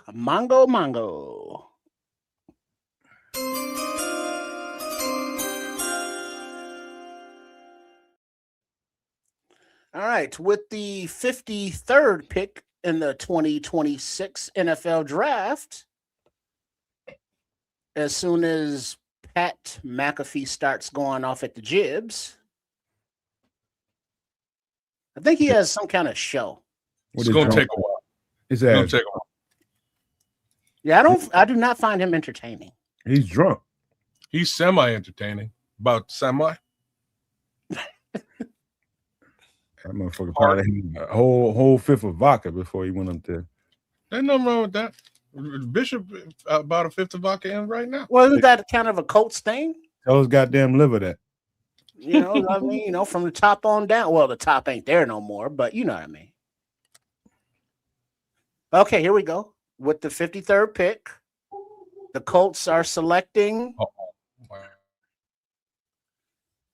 Oh, for fuck's sake. C.J. Allen, linebacker, Georgia. Really? They needed that.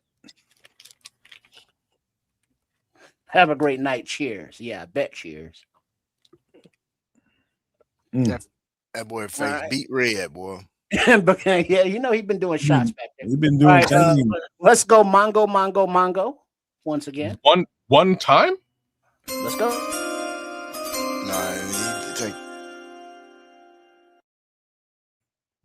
With the 54th pick in the 2026 NFL Draft, the Philadelphia Eagles have selected Eli Stowers, Vanderbilt tight end. He's a nice one. That's a team that knows they draft. They don't be caring about nobody, no names or nothing. They draft according to their schemes and needs and everything. They have a system and they stick to their system, bro. They've been scouting tight ends very well traditionally they scout tight ends very well. Who was this? Who was this tight end again? Eli Stowers. Be right back, fellas. Mm-hmm. So the more names that come off the board that aren't on the Bears' radar, the better. Yeah. All right. So Brother, don't say that. Don't say that now. You know what I mean? Like there's still. Would you think the next two or three will be the ones that we want, right? You know what I'm saying? I said that shit yesterday. I was like, "Ooh, we get real close. There's a king. There's a king. Oh shit!" And he's gone. There goes the king. All right, we shall see. C.J. Allen. All right, boy. All right, so it looks like the Los Angeles Clippers Chargers are on the clock at 55, then 56 Jacksonville, then the Hines 57 pick, the red jacket wearing Devin Hester and possibly Jimbo Covert will be out representing the Bears, barring any kind of a trade back. And big up to everybody who is tuning in with us live on day 2 of the 2026 NFL Draft, whether you are on the Nomad Network or at Kids a Canuck, or at Triple R SCS, also known as Sports Chicago Style. Big up to all y'all. And if you are not, please make sure you do subscribe to all three. Hit those noties so you know when we are on. And just a FYI, not only last night for the draft, tonight for the draft, but all day Saturday for the draft. Late morning to the wee hours of the evening, whenever that may be. And then don't forget that this Bears team will also be needing about 15, 20 UDFAs. So join us Sunday night for Nomad at Night, and I'm sure we'll be able to review a lot of those as well for this 2026 Chicago Bears draft weekend. Anything happened while I was gone? Mongo. Oh.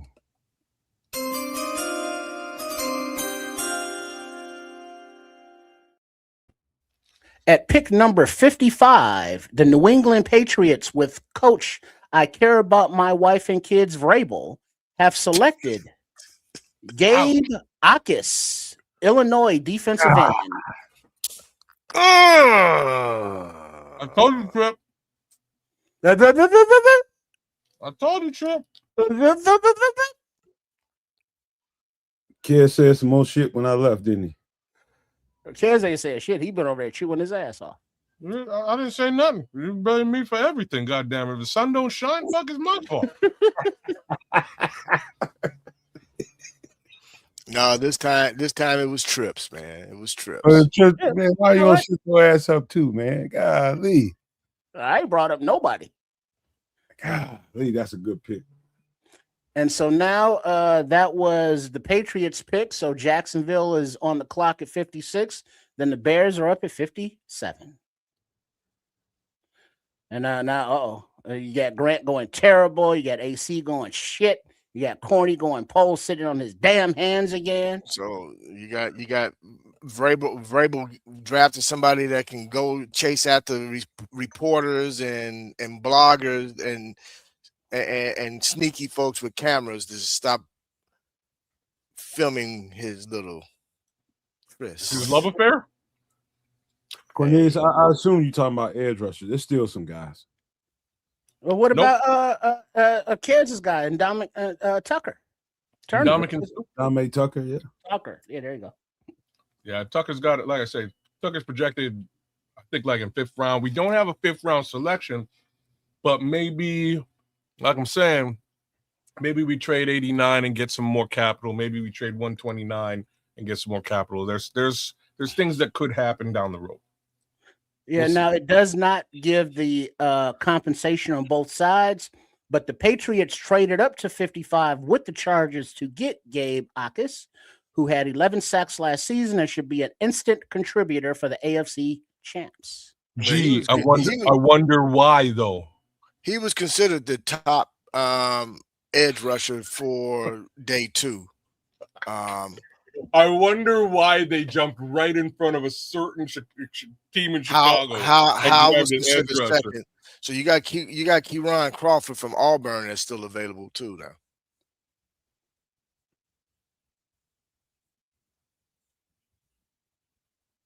I've seen so many players in this draft, man. It's like my mind is swimming with dudes.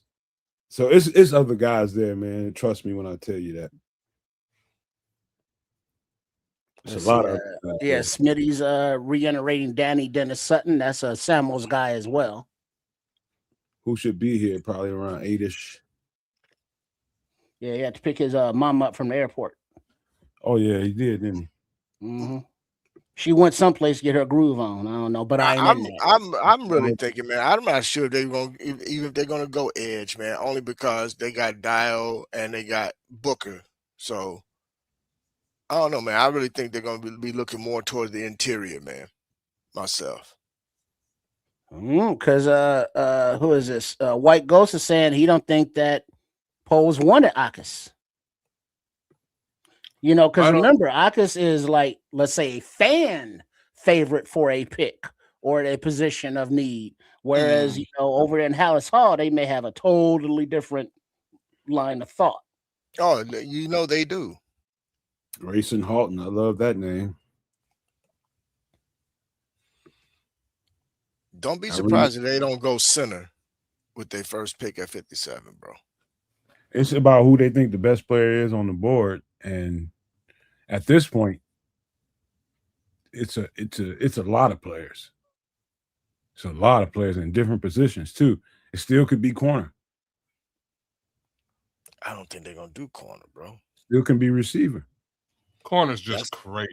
Like, why we just, always select secondary every time we out here. I think Ben Steele's a weapon here.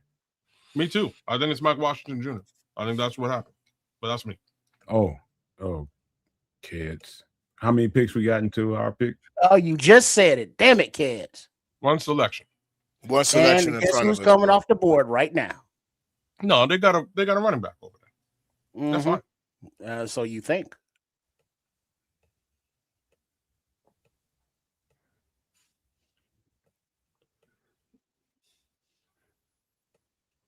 He gonna steal a weapon and then give the next pick. News here. Hold on. The Vikings are trading Pro Bowl pass rusher Jonathan Grenard to the Eagles in exchange for 2 third-round picks, one this year and one in 2027. What? Mm-hmm. Damn, they're letting the money guy get fleeced out there. It's fleece. Yeah, he's looking at his spreadsheet, kids. Well, he's looking at the spreadsheet, bro. But the Eagles are getting Grenard, who has 38 career sacks, including 15 in just 2 seasons with Minnesota. If they don't Eagles do nothing Eagles are doing what Eagles gonna do, bro. They're gonna get after that quarterback. Yep. They also gonna find somebody to fleece the hell out of him. Welcome to Minnesota. Thank you.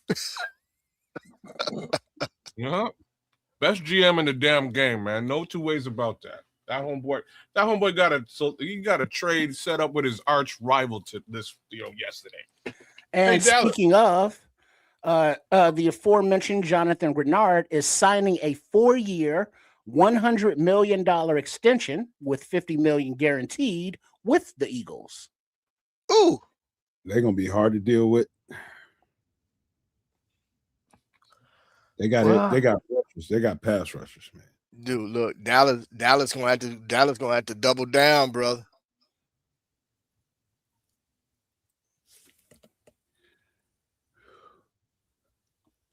And it looks like, who is this? The Jacksonville Jaguars. Plosnowski. Yeah, never heard of her. All right, the Jaguars or Jaguars, if you prefer, are picking. So let's go, Mongo. With that sandwich.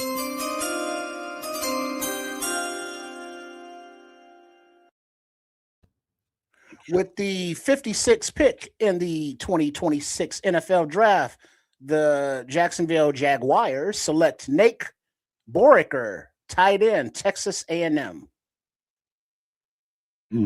Borkature. Yo, that was my boss's last name. That's from he's from the Netherlands. That's Dutch. Borkature. Mm-hmm. They need to get that quarterback a sure thing in the middle of the field. Dutch ovens. This is a good pick for them.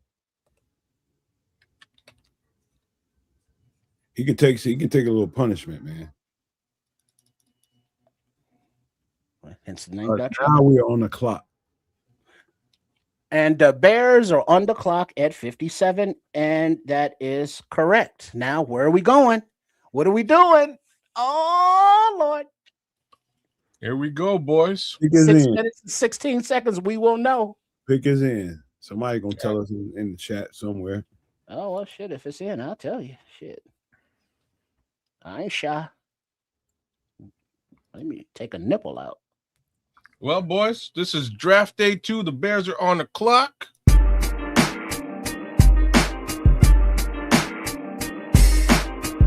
Thank y'all for joining us. Pick number 57 coming live from direct at you. 5:57, that is. What does Ben Johnson and the boys do now? I don't know. I'm damn interested to find out. They knew exactly what ready. they wanted. They pick came in fast. So they knew who they wanted. Yeah, they got somebody. It was like no trades. We're gonna take this dude, send that card in, we good. And now let's sit back. And then there's San Fran and Houston. Then the Bears will be back on the clock at 60. Could be an offensive lineman too. Let's just take what up, Liberty's Outlook. Welcome in, everybody that's just popping in here, y'all. That Vikings making that trade, they freeing up cap space, which means they're gonna probably be extending after you ain't gonna be after about 8 games. Corny said, "I know I'm gonna be pissed. Damn it! No, you ain't. You ain't gonna be pissed." See that's how Corny be when we be in the doctor's office, knowing we about to get a shot, and it's like, damn it, that's gonna hurt. Let me give you guys some names here. So, Anthony Hill Jr., linebacker. Sam Hecht, offensive line center. Sam Hecht. That's what I think is going. No, I don't think Sam Hecht gonna be the 57 pick, but he'll be the second pick. Maybe at 60. Keontae Scott, Caleb Tiernan, Mike Washington Jr., who I expect. Another name that I expect, Grayson Halton. That's kind of where we are in this draft. The other potential. I'll go with Grayson Halton. Let's do it. That works for me too. I don't really care what they do here, but I'll be happy regardless. Oh, there's also I guess we already got our safety. Emmanuel McNeil-Warren is still available at this selection. Let's see, right Smitty now. Keith and Kyle Lewis. Kyle Lewis, linebacker. Yeah, he's available. He's a little bit further back though. Just in thought.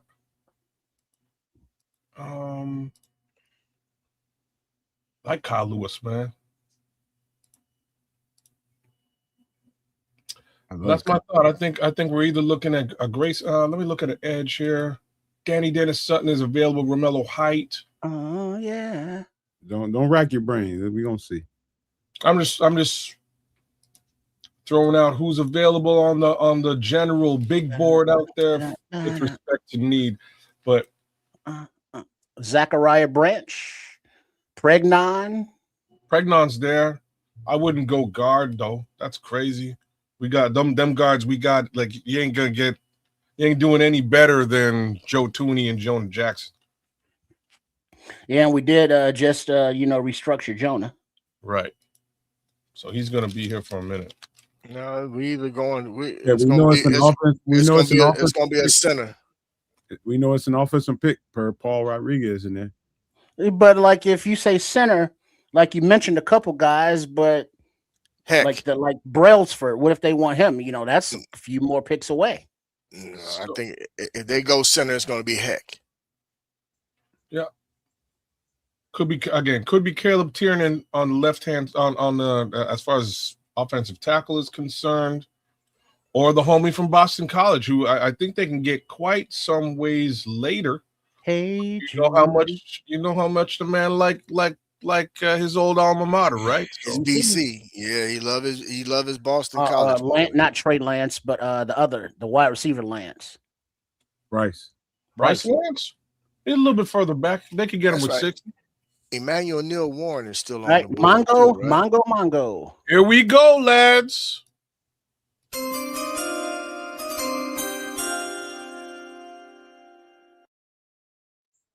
With the 57th pick in the 2026 NFL Draft, the Chicago Bears have selected Logan Jones, Iowa center. Y'all remember that breakdown? Mm-hmm. Y'all remember that? Yeah, because he was compared to a dude that just signed for all that money, Linderbaum. Hey, that Bishop, Iowa center. I think Bishop said they're gonna take a center. All right, okay. You know what? That breakdown was really good when we did that. I might as well pull that up. Look at This is- Jimbo. Yeah, Jimbo's not wearing the red jacket though. He's wearing his Hall of Nobody is Fame that jacket, 57. his They gold screwed blazer. they screwed this whole little Heinz thing up. Let's see. We got White Ghost. That's a good pick. Ralphie likes it. Yes. Paul Rodriguez, former defensive lineman turned offensive center. He won the state discus titles and shot put in 2019. He married a former Iowa distance runner, Amber Asaf, in July 2025. He's 6'2" and 7/8, 299 pounds. Y'all give me a second. I'm gonna pull it up on the channel. 2025 Remington Trophy winner, nation's top center. I'm really interested in what the heck they do next now. Because they kind of Two-time reach. first team All Big Ten 2024 and 2025. We've been doing Nomad Network shit over here. Oh, wait, there's a trade alert.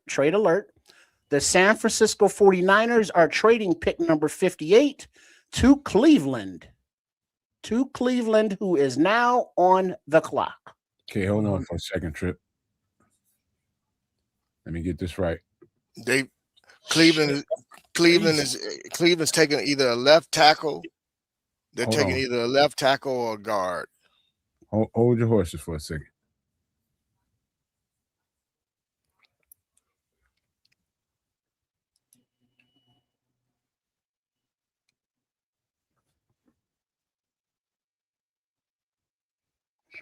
All right, the pick is in for the Browns.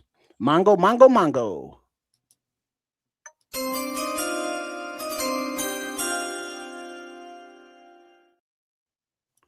With the 58th pick in the 2026 NFL Draft, the Cleveland Browns have selected Emmanuel McNeil Warren, Toledo safety. Good pick for them. Definitely a good pick for them. I don't know if I'm doing them any justice. Good pick for the Browns. They need some help on that secondary.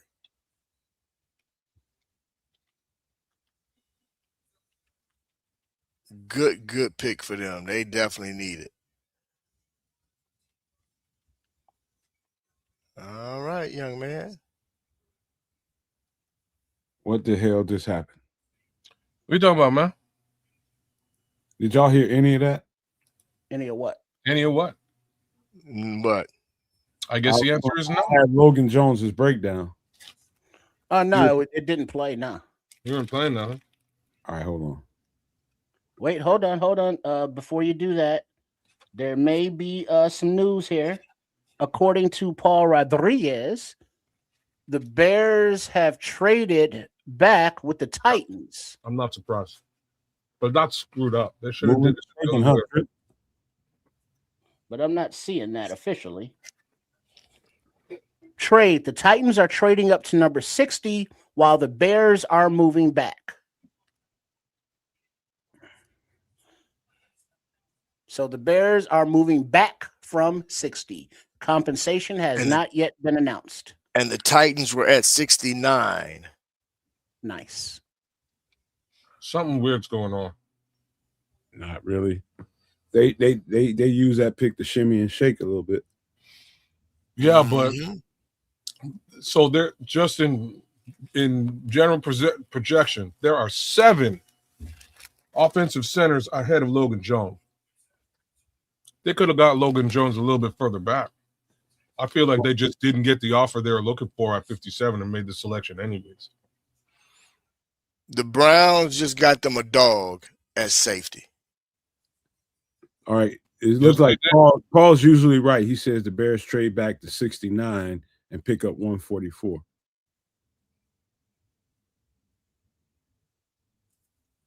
No, I mean, okay. You get an extra pick out of that. Right. We needed it. I like that. We needed some kind of movement. Right, because they took the center, and some may consider that a luxury pick.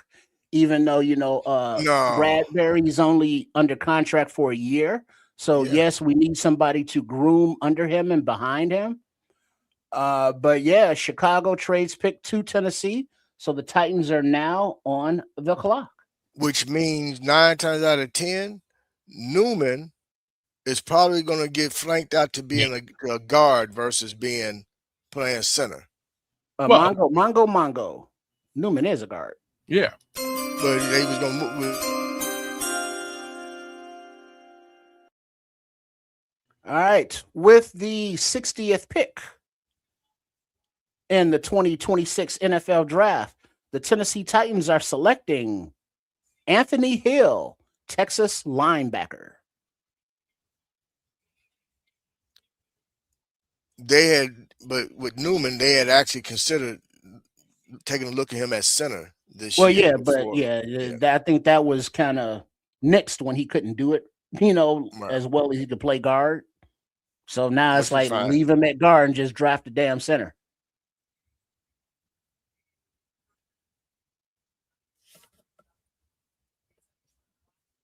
What? No comments, kids. No mads for Anthony Hill. Oh, Anthony Hill Jr. just went off the board. Were you not listening?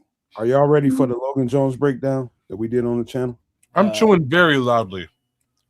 Do it. Yeah, do it. Hurry up. Run it. Give me a second.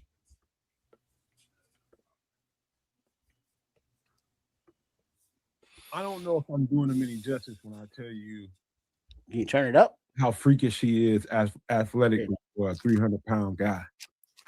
Like his movement ability is as high as it goes. Trips, I'm telling you, it's special to watch.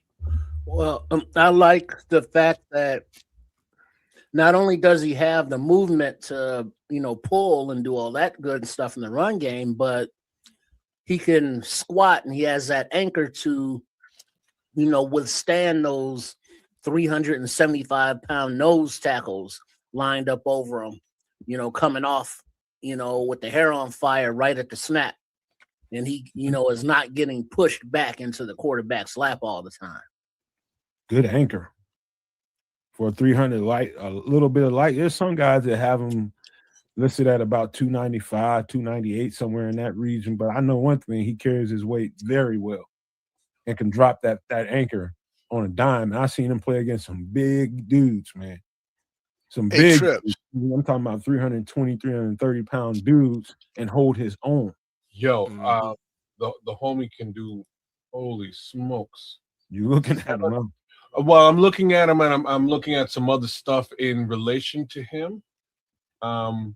Apparently he can squat 705 pounds. So there's your anchor, bro. Oh, he's a physical specimen, dude. It all. You know what I mean? Yeah. Like that's a serious squat. Hey, Trips, You can with that trade buckle back, down, your knees don't what buckle to pick up? 700 pounds. You can handle a defensive tackle. Mongo.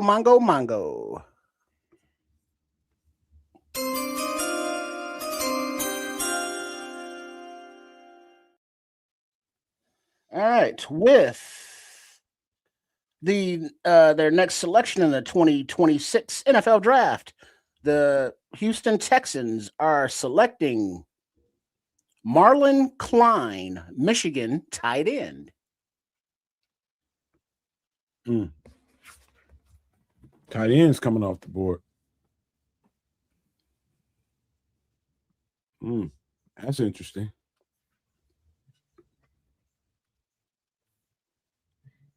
So we got two Nomad Network proteges so far. It's great. Who was that 59, Trip? Do you recall? Say that again. Pick number 59. I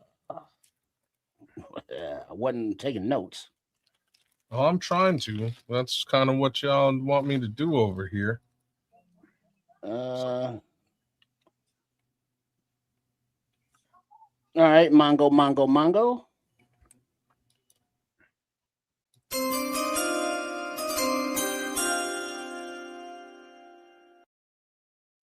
the official announcement that the Titans have selected Anthony Hill Jr., linebacker, Texas, at 60. And at 59, that was a question, kids, at 59? Mm-hmm. 58 was McNeil Warren. McNeil Warren. 57 was Logan Jones.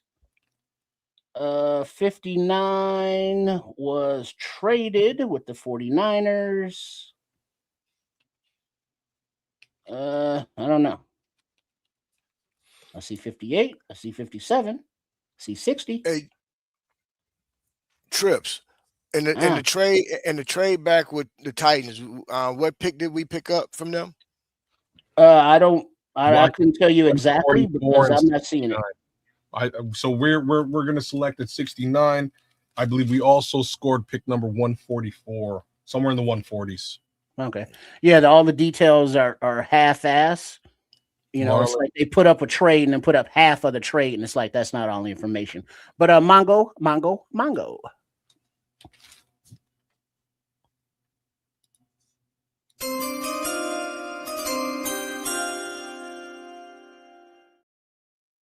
All right, at pick number 61 in the 2026 NFL Draft, the Los Angeles Rams have selected Max Clare, Ohio State tight end. So Marlon Klein was 59 somehow. Tight end. Max Clare. Yeah, we're going to run on tight ends now. I thought. Okay.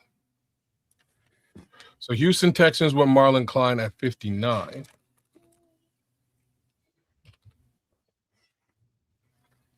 Yeah, Paul Rodriguez has two starters. I don't think the center I don't think he's a starter this year. I think Bradbury's going to start this year, and he's going to, develop behind him and then come out in 2027 as the starter. Good competition though, and good opportunity to learn behind Bradbury. So, because they traded for him, from the Patriots, and that was kind of the role he played with the Patriots last season, because they selected Jared Verse in last year's draft and had him develop behind Bradbury, and then trade away Bradbury to us, and now we're going to do the same thing. Yeah, I'm with you. I didn't expect tight ends to come off this early. I thought that was going to be like next round. All right, there has been another trade. The Bills are coming up to number 62 and grabbing extra in a trade with the Broncos, of which the Broncos still have yet to pick in the draft this year. So that's Buffalo here? Yeah, so now the Bills are on the clock. Man, we did some good breakdowns this year, and so far we batting 1,000, y'all.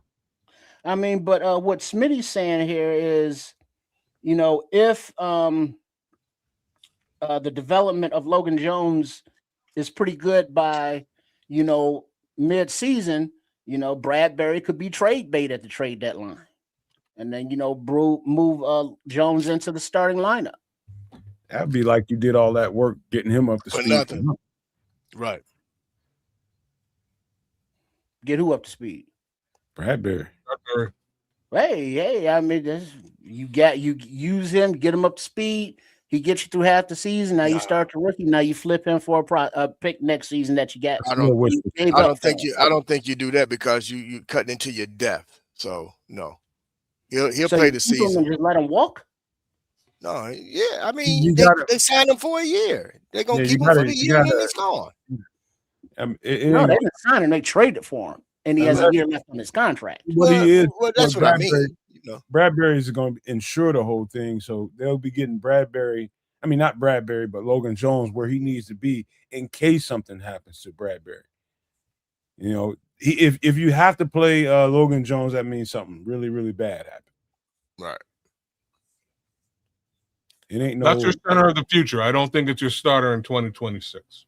Well, Corny's saying, this center might beat out Bradbury, just straight head up. Nah, it ain't gonna happen. I doubt possible, but very doubtful. Hey, doubtful, but not impossible. This is true. Yeah, we batting 1,000 right now. Patrick. We've been batting 1,000. Good breakdowns we did this year. Hey, I'll be right back, fellas. Okay. When we pull you down. Damn it. What is this?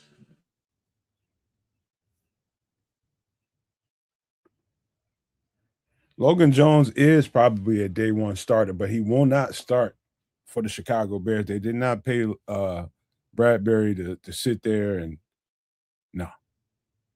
He is a day one starter, though, Ralph. You're right. You need somebody that can get in there and that has the bandwidth to know what the aptitude is all about, man. It's about being able to get in there and be effective right away. Logan Jones is he's a heady kid. No doubt that he can get in there and learn the offense as well as Bradbury can, but they did not sign Bradbury because they want him to train Logan Jones. He's just going to learn. Logan Jones is going to learn, but he ain't going to be the starter unless they have to put him in there.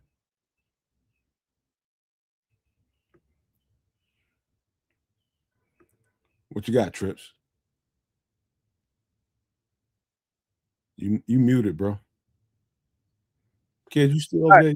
I had to do some stuff there. Battery had to be recharged, so made some adjustments. So let's go with Mongo.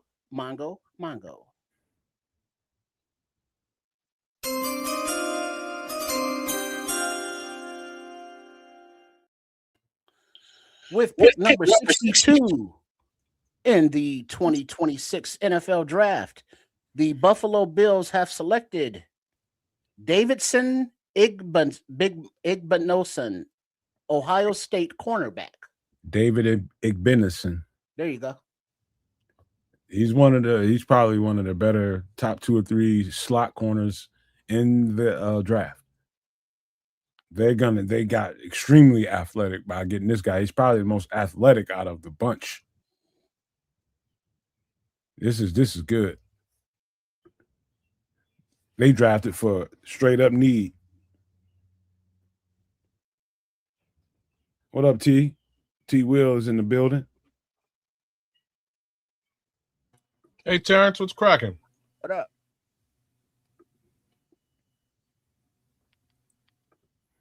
This is a good draft for the Bears, man. Got stalwarts that's going to be there for you for the next 5 to 7 years at least. Really good. You see, right, so that was Coach Johnson's foray into the draft pool. Does it go back to offense, or I'm sorry, does it go back to defense or stay with offense? They're going defense. They're going defense. This might be your DT coming up next. But just remember, they kind of went deep on DT in free agency. So we'll have to see. It'll be defense. I told y'all Ben Johnson might steal one because they had picked so close. I definitely said there would be a Ben Johnson pick in this round as well. So we'll see. We'll see if there's another one. I think we're in for another one. Terrence, I'll send you an invite. Let's just say for either tomorrow or Sunday. I'll get you one. I'll send you one.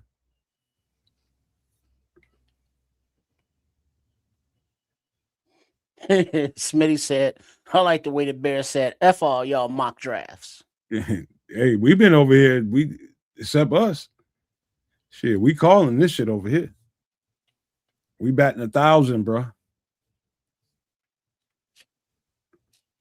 We batting 1,000. Dylan Thieneman, Logan Jones, guys were very high on over here on this channel. And I ain't claiming it just for myself. I'm talking about all of us. We all got a chance to look at it. So we batting 1,000 over here. All right. You got the Los Angeles Chargers on the board, whose pick is in, but not announced yet. Then Seattle, Arizona at 65. As we are moving right along. The pictures start coming pretty quick now. How many more picks we got in this round? One more? Yeah, we got 69, then we got 89 coming in the third. Yeah, I still haven't seen the official trade package. For the Bears? Yeah.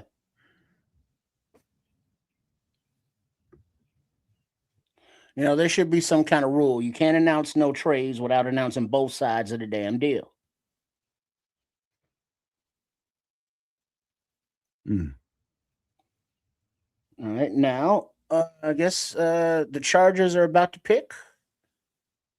Well, that's obviously not Junior Seau, rest in peace, but Seau looking dude. That's Merriman, Steve Merriman. Thank Sean you, Smith. Merriman. Thank you, Smith. It ain't just my work; it's all of our work. But I appreciate you. I appreciate you. All right, Mongo.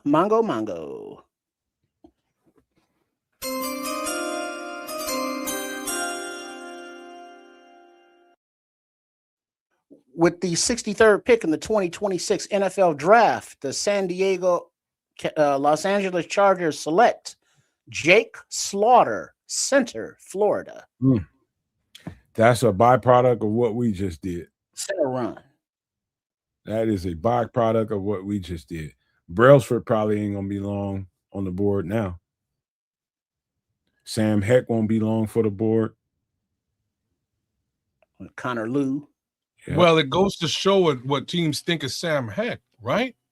That's the first thing that I have to say. Not as much as they think of the first two. Everybody was telling you Sam Heck was the best center on the board. And that's according to the draft. Yeah. Well, when we looked at Logan, he jumped out. He looked great on film. So I can understand why that was the first selection with respect to offensive center. Because again, from a projection perspective, they might have been able to get him much further back. But if there seems to be a collective understanding that Sam Heck might not be the best center in this draft, let's see who the next couple of centers are. Hey, did we just take the best center in the draft? I think we might have. Which is why I told y'all, man, quit paying attention to these motherfuckers. We got this on lock over here. We do our shit over here. Trust what we do. Wait, so we got one of the, let's say, one of the possible blue chippers at safety, one of the top possible blue chippers at center, and we are only in the second round. He was a top one or two. I say him and Parker Brailsford to me is neck and neck. Well, let's keep cooking as the power polls compels you. You know, I'm as Smitty said, this isn't a flashy, you know, eat your candy and all this treats kind of draft. This is a meat and potatoes kind of draft. Or sandwiches. Foundational piece. You still eat? How many sandwiches did you get? Man, kids got like about 3 sandwiches. No, I'm just getting into the second half of this sandwich. It's you guys, man. It is delicious, y'all. 2 in his front pocket. I'm over there making love to the sandwich. You got 2 in his front pocket. You got 2 in his pocket. All nice and gentle like.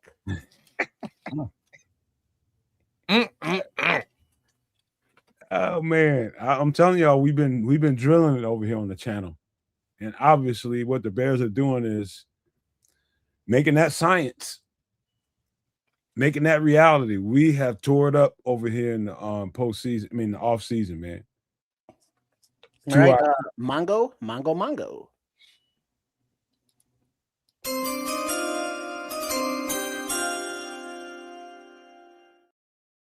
With the 63rd pick in the 2026 NFL Draft, the Seattle Seahawks have selected Bud Clark, TCU safety. Great pick for them, letting go Kobe Bryant. Man, I know, man. Kids is wild tonight, ain't he? Well, you know, they got those union mandatory lunch breaks. It's Canada. Damn straight.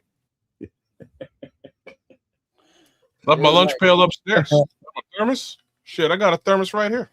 Uh-huh. He can get him a brisket sandwich. Scrolls is. Brisket sandwich. Oh, okay. I don't know what Lazy Acres is, but sure. Man, stop talking about food. I'm hungry as fuck. But we got to get through this. We are tearing it up over here. I know it, Ralph. I know. They crying. They probably crying, but hey, we was accurate. We was accurate as hell. I know for a fact that these two guys remember they remember these breakdowns. Mhm. Whether it was Dylan Thieneman, they remember the Logan Jones breakdowns. They remember them. We've been doing our shit over here.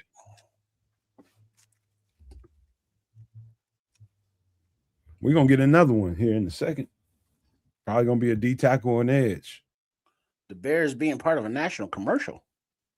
I'll say it again, man. I hope it ain't the edge. I hope it's not the edge. I hope pick number 144 is the edge, and it's Nadame Tucker. That's what I hope. So what are you looking at here? Cornerback, linebacker, running back? Likely DT, though. Likely DT. If a certain somebody is on the board and I'm a Ben Johnson, I might do a little something special here. Wait, if you're Ben Johnson or Dennis Allen? If I'm you heard what I said, man? Oh, okay, my bad. You heard what I said. If a certain somebody, I'm in non-jinx mode now. You dig it? Clarification. That's all. I'll be right back, guys. Mm-hmm. All right, now I don't know how the hell is Paul ahead of us now? Damn it! What oh, for fuck's sake! I'm keeping up with the dude that's tweeting from the spot. Oh, okay, corny. Okay, corny. There's another one. I'm thinking, Don't be saying no names because that's the jinx. Those two homies could come in clutch right here at 69. Chat. Nice. Both of those guys. All right. The Cardinals pick is in. Mongo.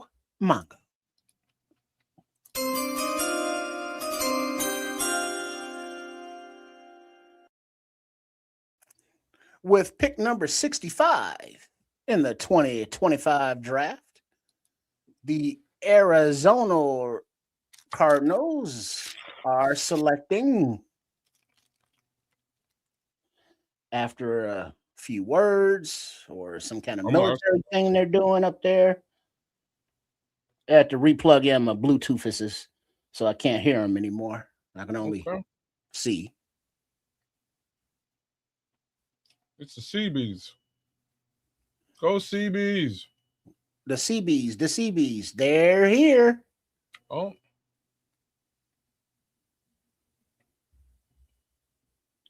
Like, we're just staring at these people? What's going on? I don't know. They're not Make-A-Wish. They're military. They're different. Who did Arizona get? Well, we're about to tell you now.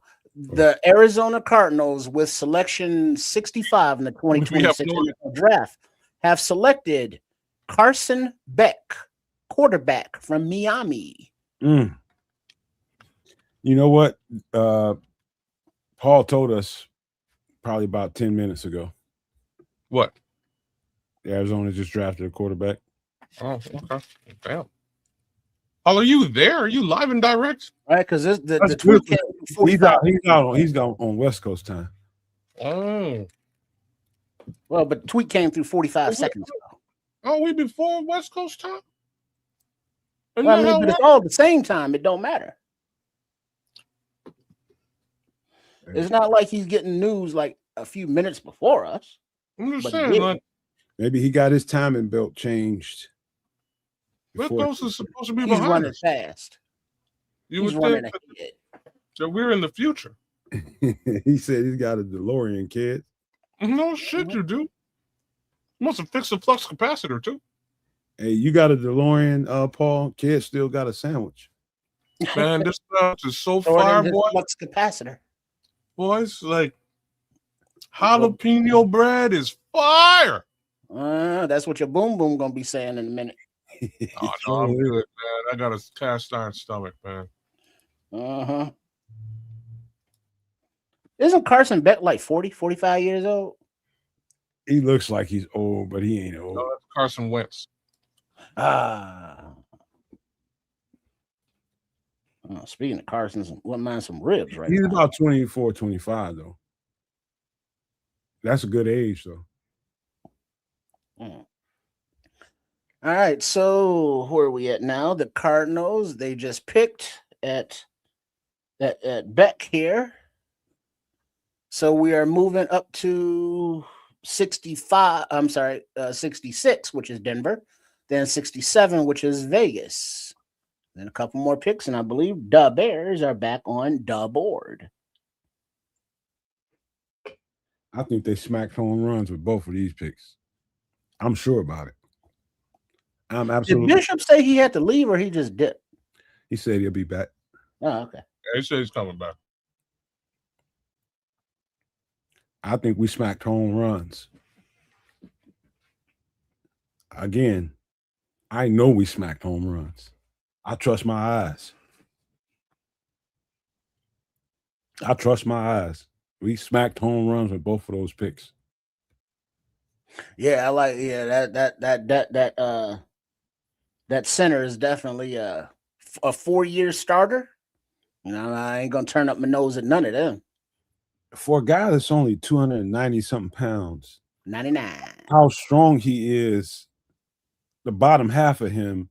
I mean, I seen him deal with some big, greasy, big 340-pound dudes. Like, he handled them. Well, you squatting 700. I mean, you just kind of, lean back into it and sit down. Hey. And he can move. And he plays low at that 6'3". That's kind of what they wanted. They don't want, you know what I mean? Like, he's 6'3", so he's not 6'6". That helps with Caleb. Being of shorter stature. Yeah. I'm just trying to remember that game I watched where it was 2 big D tackles that he had to deal with regularly, man. He regularly handled his business. I want to say Tennessee, but I'm not sure. It was I'm telling you, it's impressive to see a guy be that strong at that lightweight. He ain't gonna be people ain't gonna be just running him over. And that is a lovely thing to not see again here. Since centers for the last several years have just been getting their shit pushed in. He pound for pound, he might be one of the more powerful centers that's in the draft. Well, guess what? He's not in the draft. He's on the Bears, baby. Let's go. Man. Yeah. I'm gonna put out the rest of the takes that we have. We got that little short that I put out there because sometimes I like to hear everybody's voice on a take, just because kids is looking at stuff, you're looking at stuff, trips, and get everybody's take on what they're looking at. I like that. But then there's some other takes that didn't get put out there. I'll put some of those out there just so people can hear them. We were high on this cat, extremely high. Yeah, we were. I actually really love the tape for him. He was quite impressive. But again, I thought we'd pick him a little bit later on. That goes to show you what the Bears thought of that tape too. Man, they batting 1,000 in my opinion. All right, Mongo. As I adjust myself.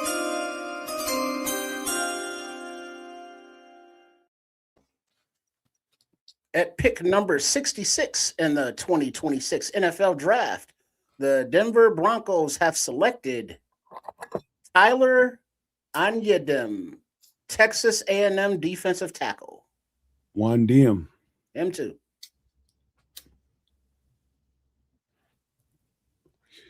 He's a guy. I did him last year. I thought he was coming out last year. Tyler Wandiam, I did him last year. Anybody wants to know who this guy is, just go to the channel and type in Tyler Wandiam. You'll find it. Yeah, we went in the draft. Hell yeah, we went in the draft.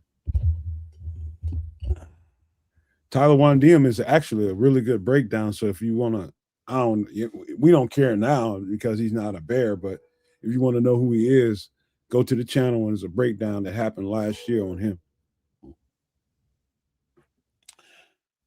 All right. Now, with that, Las Vegas is back on the clock at 67, then Philly at 68, then the Bears. I think this is a good player though. Title I DM is good. All right. Yeah, that's a good Mongo.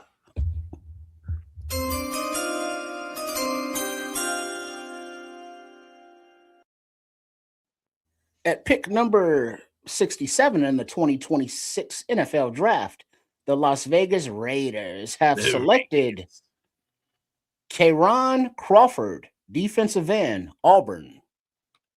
Ooh, on the other side of Keldrick Falk. It's a good pick. A lot of teams got some solid bookends. So it's a lot of teams that there's one edge rusher that everybody's paying attention to and talking about. And on the other side of them is another really good edge rusher. And I'll tell you another team that's got one is freaking Central Florida that had Malachi Lawrence. And I'm telling y'all, Nigel Lee Kelly is going to be a player. Nigel Lee Kelly, remember that name? Why they want, man, Matt Millen got 2 of their picks today? That's just crazy.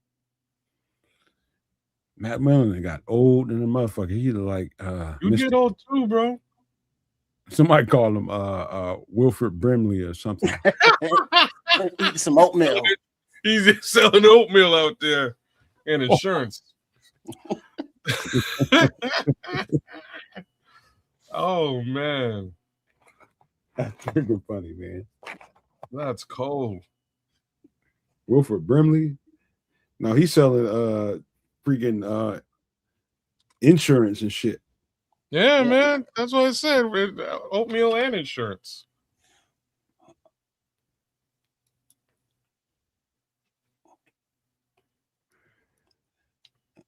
So that's Keyron. We got next up Philadelphia. We close, y'all. Yep, Philly is on the clock at 68, and then the Bears at 69, followed by San Fran. Watch them rob us. All right, and the Philly officially, I guess the pick is in. It's not announced yet. Check that. Mongo. Here we go.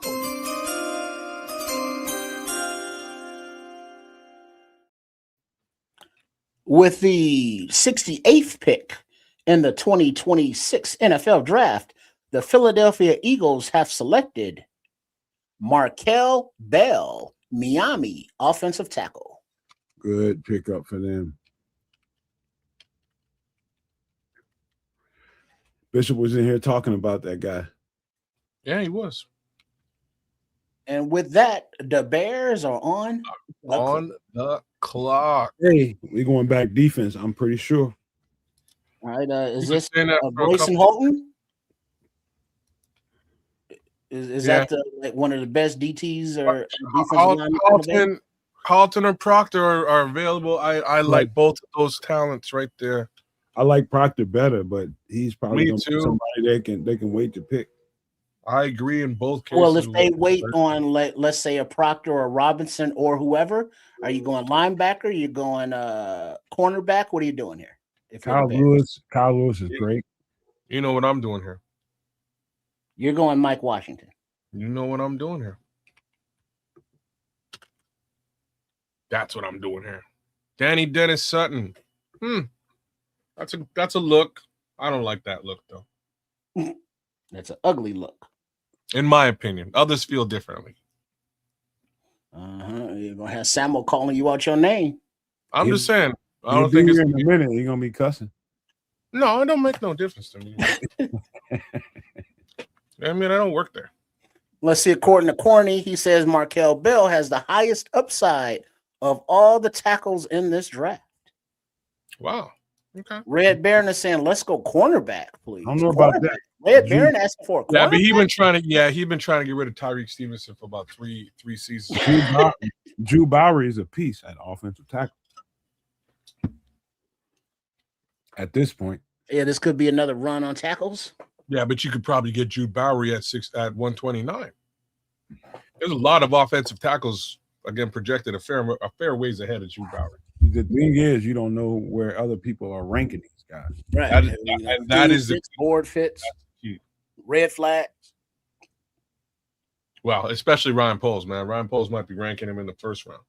Not our mock draft, Smitty. We've been dialed in, man. We other podcasts and other channels, other places are getting nixed. We did our diligence over here. I'm telling you, we ain't gonna be fooled over here. We did our shit. We did our shit, bro.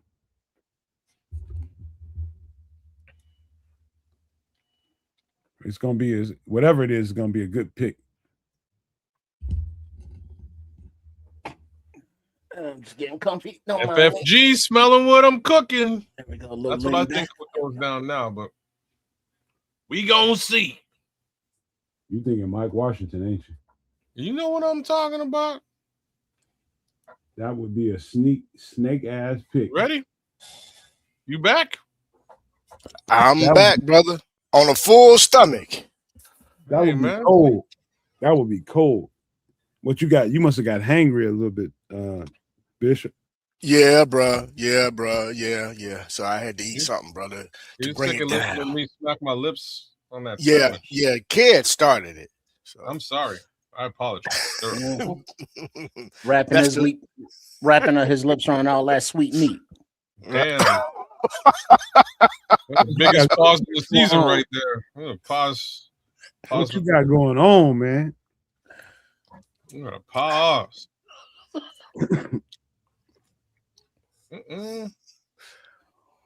See, two of my guys and came off the board. I see. Yeah, we were just telling you about Markel Bell, man. Markel Bell just came off. And then that boy Crawford, he off the board too. Yeah, Smitty is true because all the mock drafts that I've seen, all that we've hosted here, on Sunday nights on some extra Nomad at night or Wednesday on some extra sauce, I have yet to see any of the mocks go Dylan Thieneman in round 1 and Jones in round 2. I did. I did Dylan Thieneman in round 1. I don't know about that. I did. I don't know about that. Yeah, but I'm going to say that I didn't do it because a lot of the time Dylan Thieneman's going at 15. All right. The Bears pick is in. Wow. Here we go. Mongo. No time. No Mongos?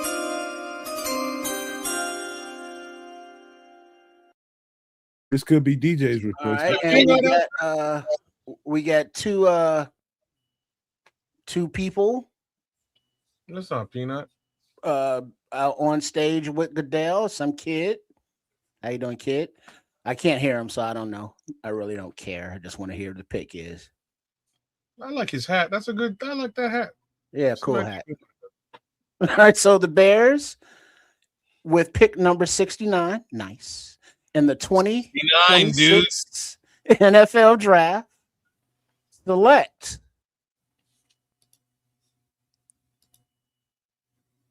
Do it, Ben. Sam Roush, tight end, Stanford. What? Yeah. Sam Roush, tight end, Stanford. Ben Johnson is going crazy right now. We need a blocking tight end. Yeah, we lost Carlson and I didn't do his breakdown. Carlson and the other dude. I didn't do his breakdown. Smythe. I admit that. That's a big dude. Who the hell thought they were gonna draft a tight end? That sure is fucking. That's a big dude. Yeah, bro. We need a blocking tight end, kids. Help with this run game. But I wouldn't be doing that. That's a very big dude. Komet is toast. Over. Well, Komet just got restructured. He can ready to get retraded. Nah. I'm telling you. Sam Roush he's going to be used more as an H-back. Oh, he's going to definitely be. That's what Cole Kmet was doing. They'll be able to use Cole more in the passing game, bro. I'm telling you, Cole's going to get traded. Moved to Indonesia growing up. His great uncle is a pro football player and actor Merlin Olsen, who's also related to Phil Olsen who's, I believe, also a football player, because those two guys look like they both played football in that picture. No, we did not mock this. We did not. We didn't even break Sam. I can't tell you shit about this, vidIQ, because I would not. I know him. have. I know what kind of player he is. It's Mongo. Oops. Sorry. Bears are The 70th pick in the 2026 NFL Draft, the 49ers select Romello Heights, edge, Texas Tech. That was one of the other edge rushers I thought was a dime piece, but he's underweight too. But the 49ers don't care. They don't care. He's fast as shit. He is fast as shit. Ben Johnson is going three tight ends and about to pound the shit out of people in the running game. That's all you can. Who's toting the rock, according to kids? You're muted, kids, by the way. 270-pound tight end, you about to smash people right in the goddamn mouth. Yeah, I would have smashed him with Mike Washington instead, but it's all good, man. Whatever. They got themselves a tight end again. I'm a little confused. I get why you did it, but still a little confused. Like I think they could have. I'm not. They could have got a DT here. You know what I mean? There's a bunch of DTs here they could have got. I wouldn't have done this at 69. 13 personnel. You're exactly right, Paul. Yeah, Hey, I got a lot. Kids, yeah, bro. Those same D tackles are going to be available at pick number 80. So, well, and then also the question is, I know I haven't watched any of Sam Roush's tape. Yeah, we didn't look at a single. I think we looked at a single. No, we looked at 4 tight ends. I did, but I didn't think it was worthy of a breakdown because you didn't think that they would be drafting that position. I did not. So I did not break them down. Did you not learn that lesson last year? Well, I expected them to actually select a tight end because we had lost the tight ends. So I expected it. Yeah, so I expected it. And I expected one to be more so that this way we could be a lot more effective in the run game with the opportunity of being able to pop out and catch in the middle of the field. Bears are finna really be attacking the middle of the field this year. They're finna really hit some of these defenses in the mouth in the middle of the field. Pay attention. All right. Let's see. Paul saying the next pick for the Bears right now is 89, barring any trade ups, and then 129 and 144. Yeah, that's what I thought. Hey, you know what? When you start thinking about it, remember when I told y'all how pivotal Durham Smythe was on the team this year?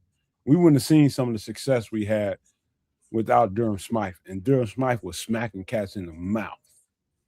It's that U tight end that Bishop is talking about, the guy that can line up in the backfield as a fullback, because we won't have a fullback on the roster. We'll use a tight end and play that role. He's 270 pounds. He'll bust you in your shit. I'm just telling you right now, he will bust you dead in your shit. And if you remember, Carlson and Smythe, they got a lot of reps. Yes, they either be lined up at fullback or they flex out, to the outside of the tight end or whatever. But they are utilized a lot in this Ben Johnson offense, and having, Loveland and Komet is cool, but they need that third and fourth tight end. Think about it this way. Think about it this way, fellas. Short yardage opportunity, third down, and short, third down, and 5 and 6. He's gonna use these big bodies. Hey, Bishop, listen to me. When the line goes up to the line of scrimmage, how many guys do you have? The regular line, just a regular offensive line. 5 guys, right? You got your 5 guys down, right? Got your 5 guys. Now all of a sudden you got 3 tight ends. You got 1 on one side. Now you got 6. Then you got 2 on the other side. And now when you start talking about a wide zone scheme that slants one way or the other, it's left, they're going either hard left or hard right. That's what wide zone does. And they make the defense travel with them. Let's just say they're going hard left. let's just say the second tight end on the strong side, that mean there's two tight ends over there. He decides that he's not going to go with the flow that's going to the left. He's going to go right. So he's gonna And now motion he's him. one-on-one. Now he's one-on-one with a linebacker. Right, Good luck to that fucking linebacker. right. Mongo. And here's the thing too. I'll wait till after this.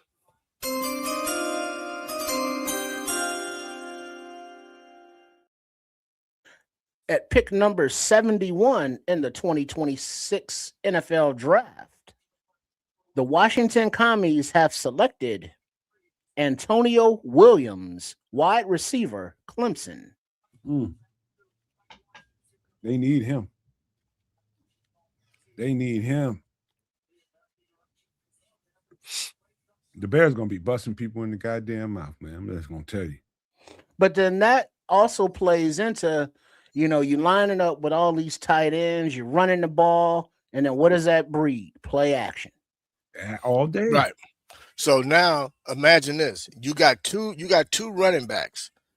You got Swift, you got Monangai, who both can catch out of the backfield, who can gut you up the middle or in between the tackles. There's so many different ways he can attack you with these guys now, man. Again, like I said, we've only saw the surface of Ben Johnson's playbook year one. Now we're getting ready to get into chapters 3 and 4.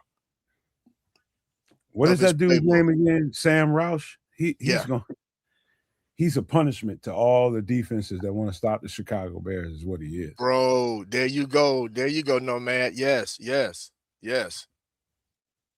Bust them dead in their shit. Bro, look. Hey, this is where remember I've always been preaching identity. Here it comes now. Now we finna really let you know where we coming from. When we said we was taking the North and not giving it back, we mean it. We finna straight thug it moving forward. We gonna straight bust you in your mouth, stand on your neck, kick you in your ass all in one breath. I understand why you're mad, JoJo. All I'm saying is hang around and stay tuned to the Nomad Network. We'll be able to break this shit down to you so you understand that we're gonna be kicking people's teeth out with that big motherfucker. Trust me. Think of him as the fullback that ain't here on the roster that can catch passes. Okay, here we go. I'm gonna tell you who to think about when you think of offenses that run this type of offense. Think about what happened to us against the 49ers. And how they use their tight end, as well as and then sometimes when they didn't use the tight end, they had a fullback that they actually used. Just think of the 49ers. It's gonna get nasty, brothers. And a lot of people are probably quasi upset because they just picked the tight end over an edge rusher and all that kind of stuff. And edge rusher is all people are talking about. But bro, Not we got understanding. Go ahead. No, I was gonna say I understand the fans wanting that edge rusher, but you all got to be mindful of something. Dio was out last season. They got money invested in edge already. They got to see what they got in that. So they're gonna ride with Dio, and I really think that I think he really likes Booker, and I think that they're expecting some other things, some bigger things out of Booker. So if you really think about it, if you ever followed DA, he's never had bookend DNs. He's always had one primary DN, and most of his pressure came from the interior of that D line. And then he does a lot of disguises with his linebackers and secondary. He's staying true to who he is. You have to catch up with him. Go back and watch when he really was getting down in New Orleans, and then you'll kind of understand the method to his madness.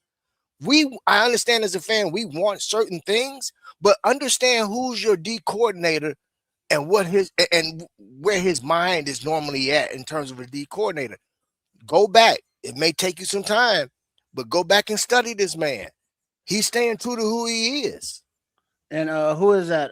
Saron Collins saying, was it? that these tight ends are also, helping to block all these defensive ends. Yeah. All these elite defensive ends. And All right, let's go Mongo. sorry, buddy. Gotcha.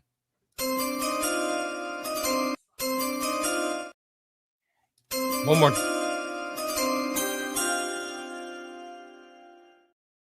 With pick number 72 in the 2026 NFL Draft, the Cincinnati Bengals have selected Takario Davis, Washington cornerback.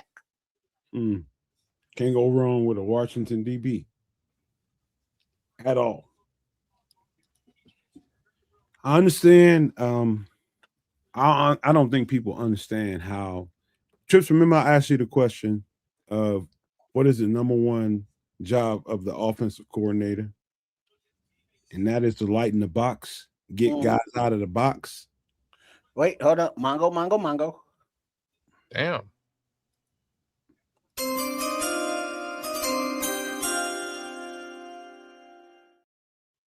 With the 73rd pick in the 2026 NFL Draft, the New Orleans Saints have selected Oscar Delp, tight end, Georgia. They go to tight end run and get still going. He's a straight athlete. He's a real athlete. Real athlete there.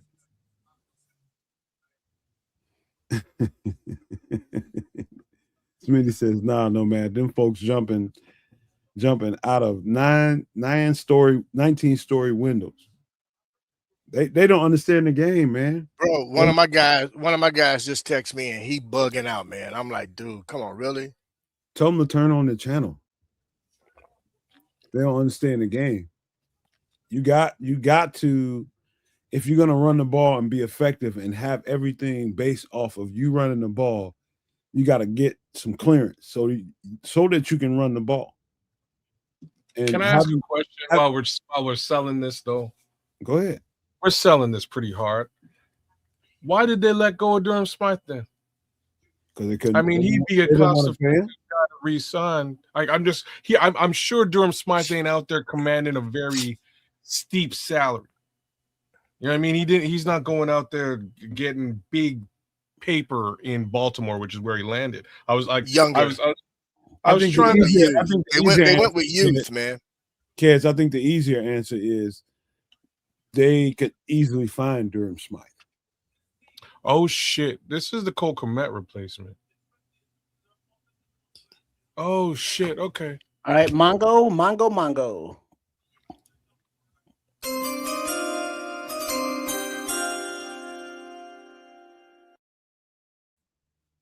At pick number 74 in the 2026 NFL Draft, the New York Giants have selected Malachi Fields, wide receiver, Notre Dame. Fell to the third round. I remember he was in the top 10.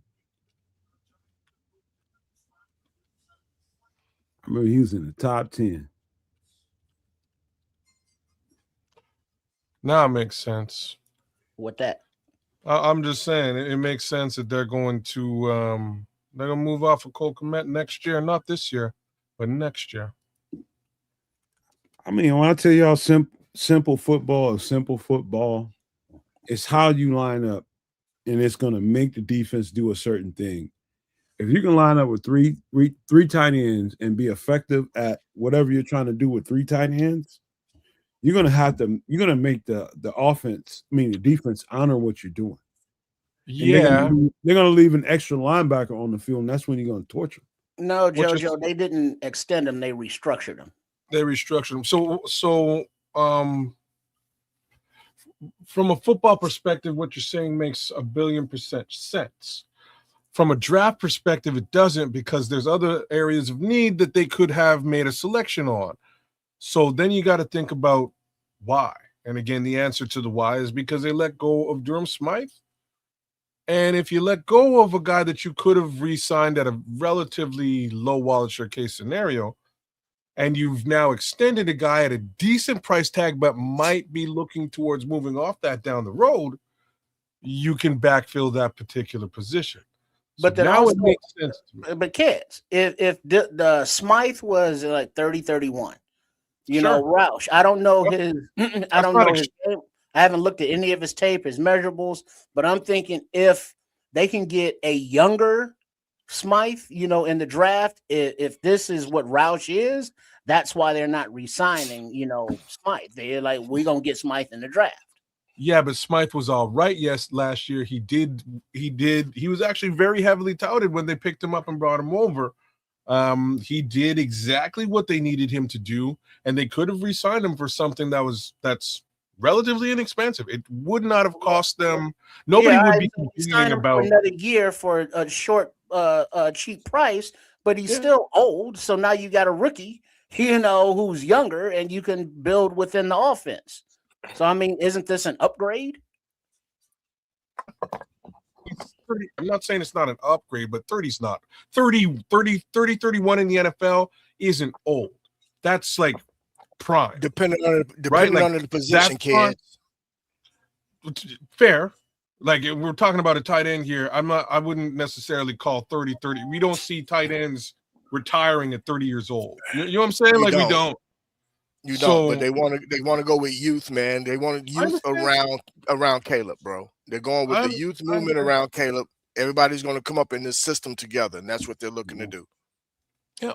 They got to give Dennis Allen some picks. You know, but that is the question. It's like, damn, but at 69, is that a little rich? This is what I'm trying to say. Why would you do that here? Mongo. Because you've seen other tight ends coming off the board, so that's why. So just like they. At pick number 75 in the 2026 NFL draft, the Miami Dolphins have selected Caleb Douglas, Texas Tech wide receiver. Nice. Texas Tech getting some run tonight, boy. They're getting some boys taking off. Who was this guy again? Who was the selection at 75? Caleb Douglas. So many Calebs out there, man. It's that age, you know, popular name for that. It is, man. I know about 3 or 4 of them myself. But y'all gonna see what that 3 tight end. Shout out Caleb Kelly. I can't wait, though, man. 3 young ass tight ends that can really get down. Y'all gonna understand some shit differently after this. And here's the thing: they each put certain things. They're each going to be putting certain things on tape, but they're all so similar to where you, as a defense, you're going to be really confused about what's coming at you because you don't know who's going to get that ball. Well, I gotta ask this though. I know that we haven't really looked at the tight end position, but other than Roush, who behind him is a Ben Johnson fit? You know, that they would have wanted. What do you mean? That has the characteristics, the skill set that, you know, Ben Johnson wants from his tight end. All tight ends aren't going to have that. Who behind Roush do you think that they could have got that would fit that mold? And we're talking specifically about tight ends here? Yeah. Yeah. Unfortunately, I'm at a loss there because, again, I did not think that was really a position of need. Well, I didn't look at them at all. But that's the thing, though. As fans, you know, not just us or you kids, but we didn't think tight end was a position of need. Well, guess what? At 69, the Bears thought it was. So, we can't be mad at it when it's like they know what they need, what they want, whereas we're like, well, we need this. We need that. We want this. And it's like, well, we're going to welcome Sam Roush to this club, and we are going to love it. You know, and now unless he sucks, now that's a different story. But if he's good, then it's like, oh shit. Or unless he's 30 years old, because then he's 100. Well, here's the thing too, Trips, and I'm glad you said that because as fans, we're real quick to want to all of a sudden throw our hands and be like, oh, they're making a mistake. They're not, because it's not the flavor of the day for us.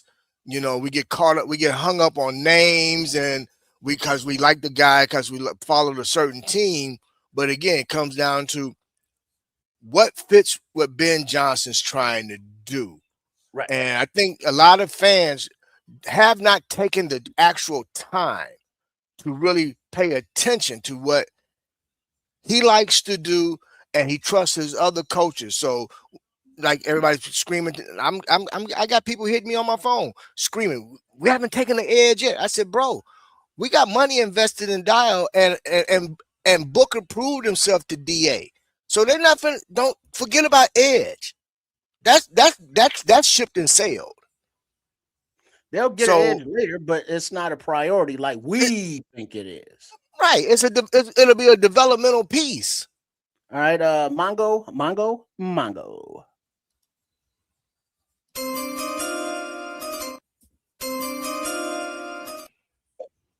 Come on.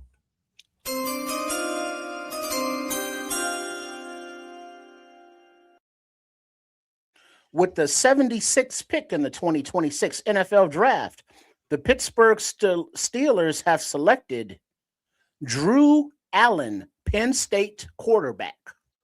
Huh? Aller. Drew Aller? Okay. Well, it says Allen, but sure, him too. Aller. It says Allen on the thing. I promise. Okay. So guess what that means? What that? They're gonna they have you know who Hey, for Ron. one more year. Yeah. He's coming Oh, back. come on. but- Don't count him out because No, I'm saying he'll Pittsburgh's be been here back.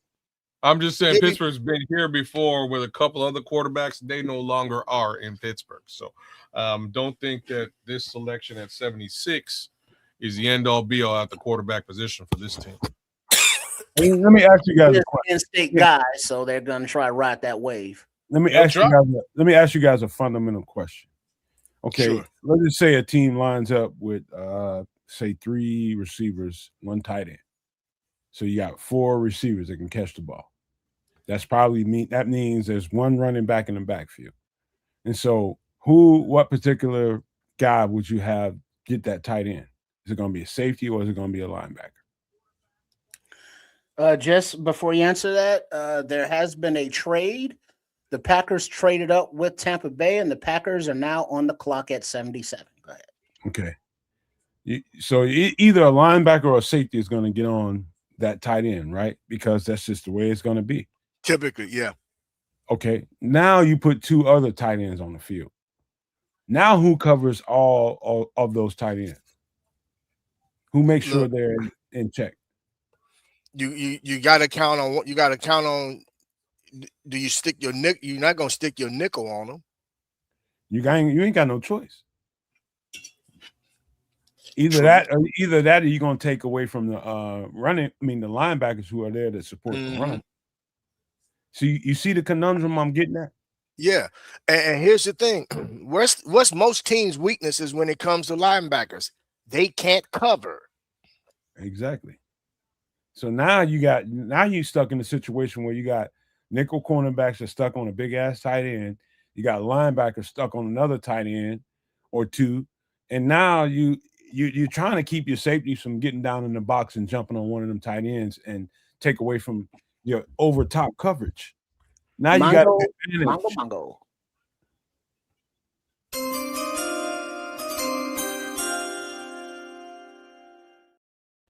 With the 77th pick in the 2026 NFL Draft, the Green Bay Packers, FGB, have selected Chris McKellen, Mizzou defensive tackle. Good pickup for them. Really good pickup. But back to the conversation. Now you're having to pick and choose. You gotta honor them because that play action is going to make you do that. If they dump it off to one of those dudes, he's running. So you got to kind of put a safety down in the box. Now you're stuck with kind of a 1 high safety situation, just because of strictly numbers. You got 1 safety playing everything. Now Caleb can drop back on a play action, pull that ball out, and somebody's one-on-one deep. You understand? I'm telling you, it's effective in the short area. It's effective in the deep ball. Too many tight ends. I hate playing offenses like that. I have a question. Go ahead. In this respect, would you consider this selection of Roush a starter? No. Okay. He's not going to start. All right. But he will be, as much as he'll be supplemented, you would think of him as one. Would you consider Smythe or Carlson starters? No. Many times this year, I would have looked how much they played. Many times this year, I would have looked at Smythe as one because he was supplemented so many different kind of ways. I'm asking the obvious question, right? At pick number 69, you might want to put a player on the field. Well, but he's gonna play. That's the point. You saw how much. Yeah, no, he will play. Yeah.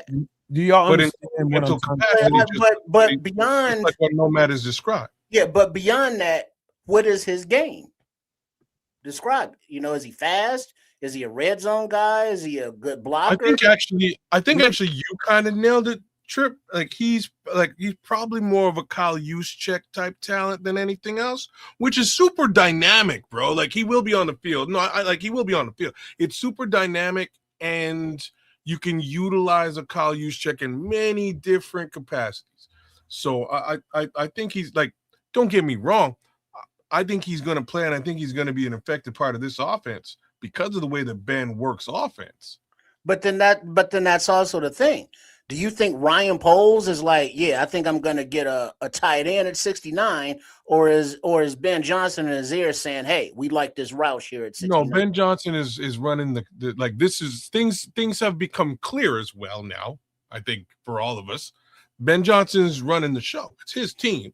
So if Ben Johnson wants Roush at 69, Ben Johnson's going to get Roush at 69. This is what just happened. He said he wanted his damn center, and he wanted another tight end. We lost a tight end. You did not get me a tight end. I'm getting a tight end. This is what we're doing right now. And that's what happened. All right, DA, you're going to chill for a minute because you can get some guys later. But for my offense, he made an executive decision. All right, we'll pause that real quick. Mongo.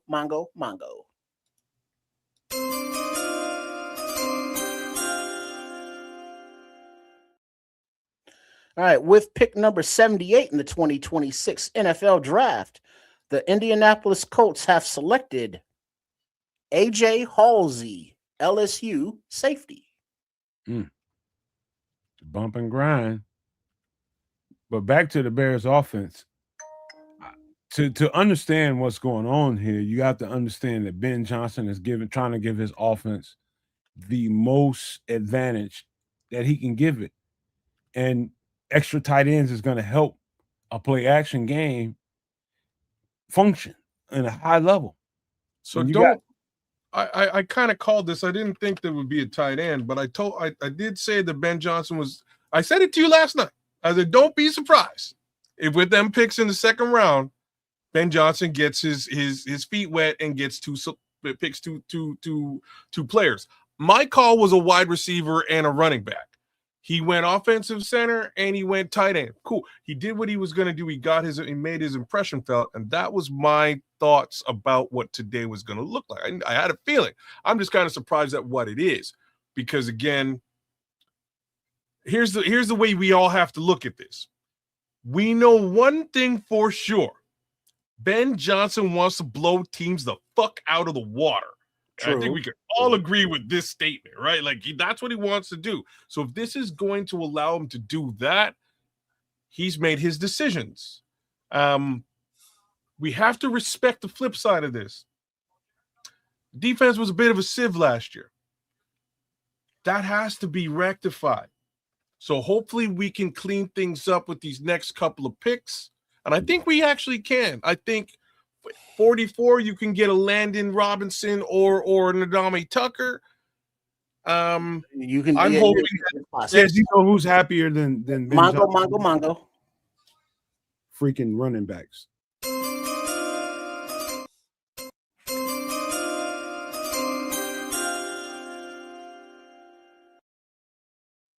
All right, with the next pick for the Atlanta Falcons at number 79 in the 2026 NFL Draft, they select Zachariah Branch, wide receiver, Georgia. Mm-hmm. Okay, did you hear the last thing I said? Outside of Ben Johnson, you know who's happier than everybody? The goddamn right. Clearing space for them to run. Yeah, and that's why I said you can kind of use them in a Kyle Juszczyk capacity, and that's cool. Right? That is cool. I have no reason to doubt what Ben Johnson is trying to do. My line of questioning is more on the other side of the ball, and knowing that we have to come by hook or by crook, stop the sieve, plug the run. Like it has to be done. So what's cool though, we still have 3 selections that can actually, like, if we get a maybe a Proctor at 89, if we then go back and get a Robinson and a Nadame Tucker, that cleans, in my opinion, up your defense. But hey, kids, to kind of jump on top of that real quick. Don't forget now, there's a couple guys that we didn't get a chance to put an eye on last season due to injury. Remember now, they were banking on Shamar Turner, so you got to remember we got Shamar Turner too.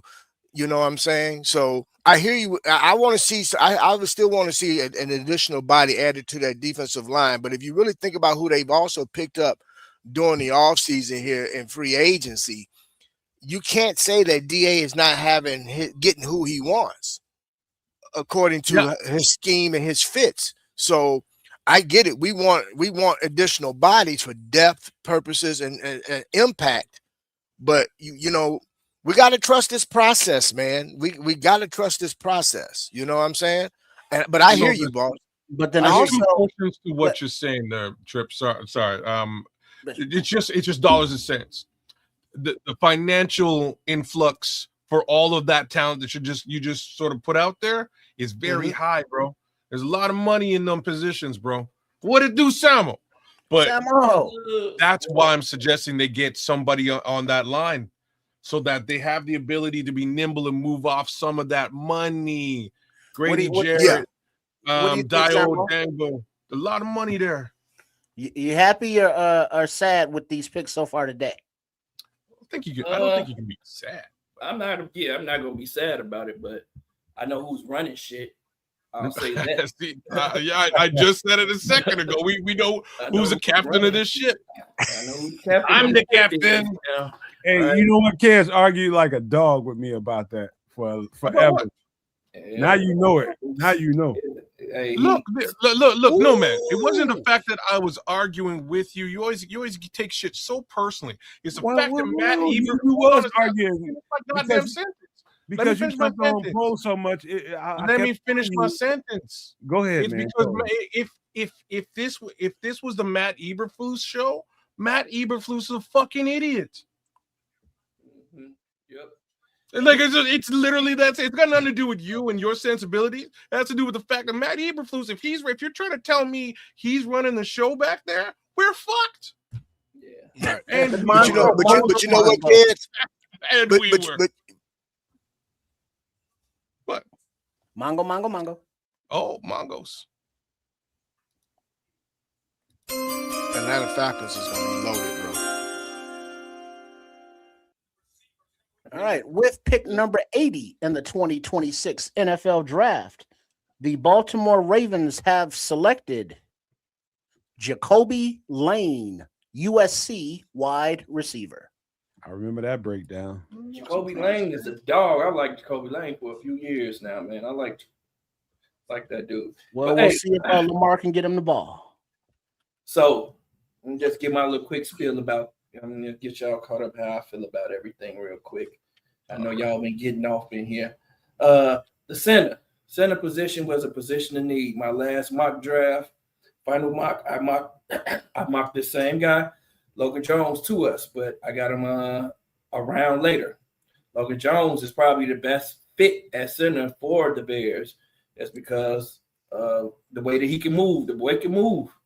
The boy is the best fit because he can move. He's not only a guy that's just going to stand there and be stout, but he can move. He can get out on the edge, and and that's what Ben Johnson likes to do in the running game. So he's a good fit there.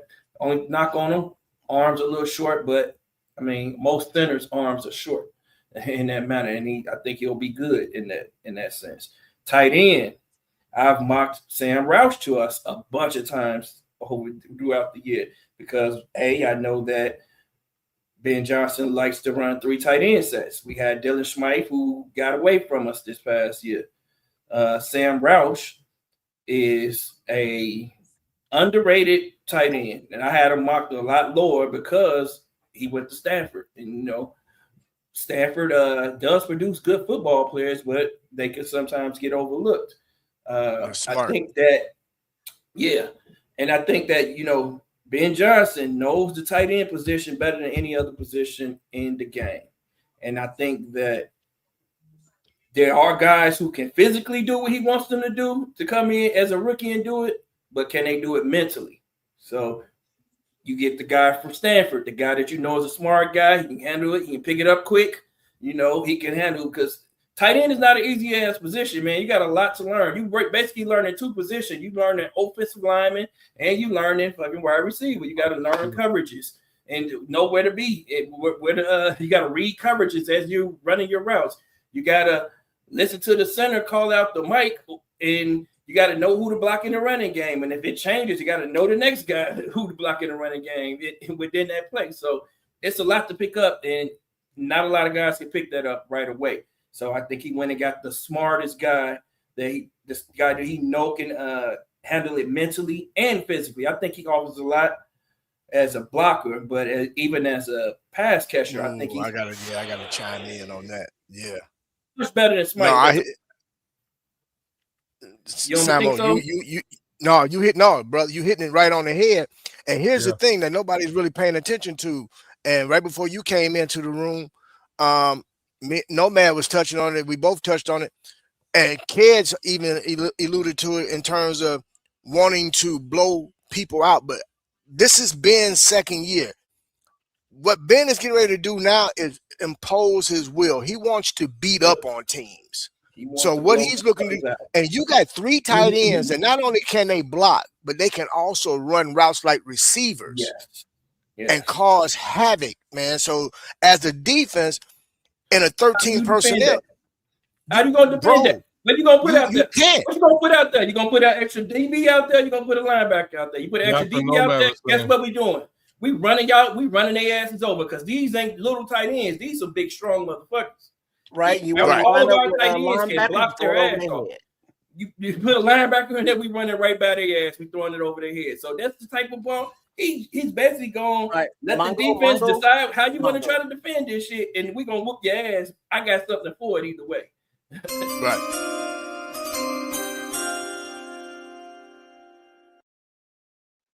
With pick number 81 in the 2026 NFL Draft, the Jacksonville Jaguars have selected Albert Regis, Texas A&M defensive tackle. He's nice. Man, there's a lot of good players still left on the board too, man. So I'm not. That's also why I'm not upset about it. I don't think you're gonna get a running back. I'm gonna tell y'all that right now. I think Ben Johnson has got enough to eat. If we get a running back, it's gonna be late in the draft. I don't think we're gonna get UDFA. It'll be a UDFA. Who's the captain, Samuel? You right? You absolutely fucking right, kids. You absolutely fucking right. Let me shut the fuck up. Remember, they need a wide receiver, possibly a left tackle, possibly a running back. Other than that, the offense is set, right? Yeah, we pretty good on offense. We pretty good on offense. Mike Washington's still available, right? Yeah, he's still on the board, but there's that ain't the only back in this draft. We looked that we really like. Nomad, you floating around there? Hold up, I gotta piggyback on what Samuel was saying. That was kind of piggybacking on what we were talking about, before he got in here was the matchup problem that the three tight end situation gives.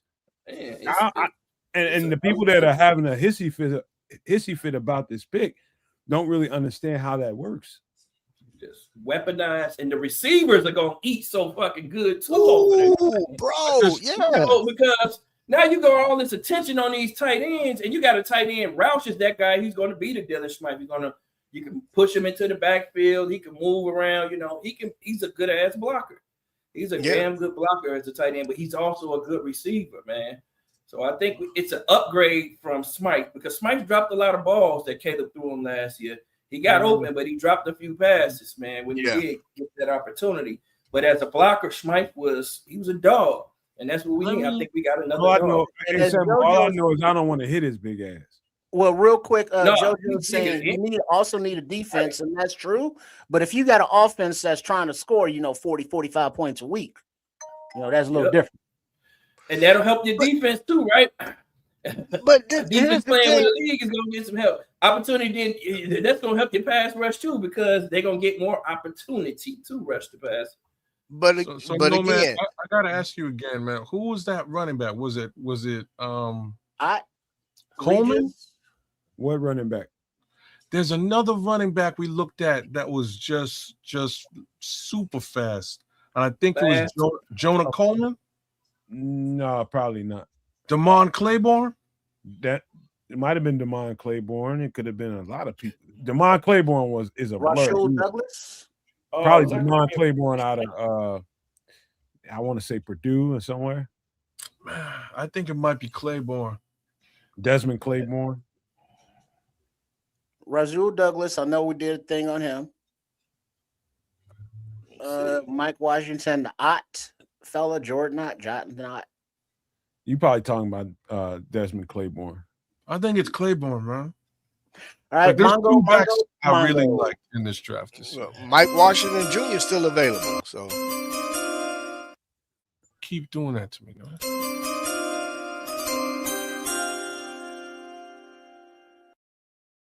With pick number 82 in the 2026 NFL Draft, the Minnesota Vikings select Dominique Orange, defensive tackle. Oh, Citrus.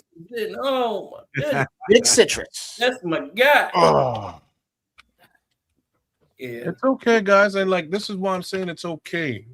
I'm all right with all of this stuff.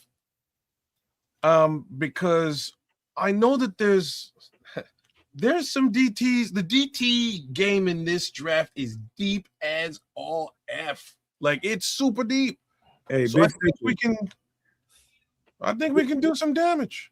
Big Citrus one of them big old dudes that when he fall, it don't even look like it hurt because he got so much flesh around his bones, and he just bounced. We bounced right up. Big fire hydrant in the running game, man. He'll plant himself, and you're not moving him in the double team. You just gonna plant himself. Man, that's a big old right there. Moving. And he can move, man. He can move well for his size, man. I don't think he's look at him in this sense. That's nice. Look at it in this sense. You're using him as the fullback. Yep. That's why I made the Kyle Juszczyk comparison, right?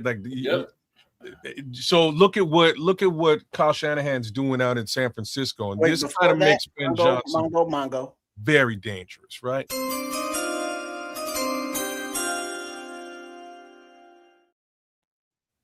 All right, with pick number 83 in the 2026 NFL Draft, the Carolina Panthers select Chris Brazzell II, wide receiver, Tennessee.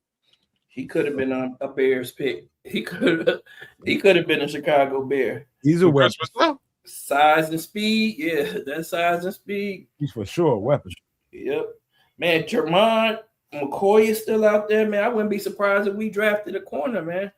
To be honest, that dude, he would have been the number one fucking cornerback if this were last year and he wasn't hurt. But then you know how everybody always talking about how we need to always stay in the trenches with the draft picks and we need to get better in the trenches. Mm-hmm. When you saw the name Sam Rouse tight end, you're not thinking trenches, and you should be. Yeah, you're right. Yeah. 270 pounds, you should be thinking trenches. He's 270? 270, bro. But here's something else to consider too, fellas. If the Bears really felt that they had a real dire need, don't you think they would have traded up or made a move to get that player? They're allowing the players to come to them based off of how things are going. They don't feel like they have a dying need. They're basically moving forward. It's all about best player available in terms of for depth. Yep. They got guys that was hurt that they're going to evaluate. During the leading up to training camp as well as training camp. Everything now is about identity and sending a statement across the league as to their decision on what they're going to do.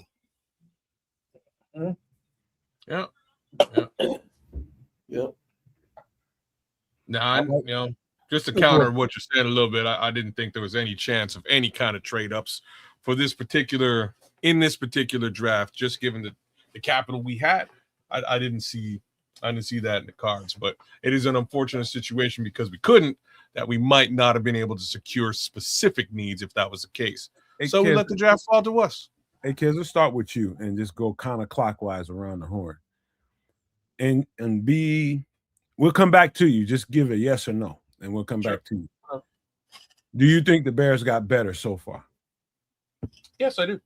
Okay. But what about you, Bishop? Okay. Bishop. He froze. His eyes are moving. His eyes Bishop, you with us? Mo, what about you, Sam? Yeah, we definitely got better. Yes. What about you, Trip? Yeah, we got better. Bishop, I'm gonna ask you again, man. You think the Bears got better so far? He got nothing for you, man. Yeah, you want $6 for what? He watching some bets or something, parlays, something going on. Hey, yeah, I do think we got better. I think we got better significantly.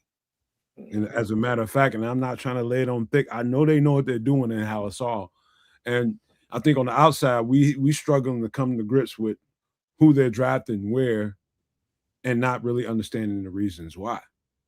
And I'm glad, Samo came in here at the time he came in here to explain. Like, I don't want to, as a defensive coordinator, have to have the choice of when I got 3 tight end formation out there and all of them are live. I don't want to have to make a choice whether I go with my nickel package, my dime package, or whether I leave a third linebacker out there. That's a conundrum we're dealing with. Also, that's also giving more space and opportunity for the running backs to run the ball because you have to pay specific attention to those tight ends. And then, Nomad, you don't know what formation we're coming out in when you see those 3 tight ends, right? Oh, the fuck don't. And we can start in one formation and then shift to another easily. You know what I mean? Like, it creates a real fucking problem for defensive coordinators. Would y'all imagine 3 legit tight ends? Keontae Scott is still available. He's still available, right? I wouldn't be surprised if the Bears traded down again, man. There's so many damn good players left, man, on the defensive line, DBs. Like, I wouldn't mind picking up another pick and getting another pick in this round. Oh, you mean trading back? Next round, yeah, trading back. Okay. I'm with you, bro. I'm with you for sure. Yeah. I'm gonna leave an extra linebacker out there and I'm gonna make you beat me with that extra linebacker. Once you show me you can beat me with the extra linebacker, now I gotta adjust. That would have been the right answer to that test. All right, Mongo. All right.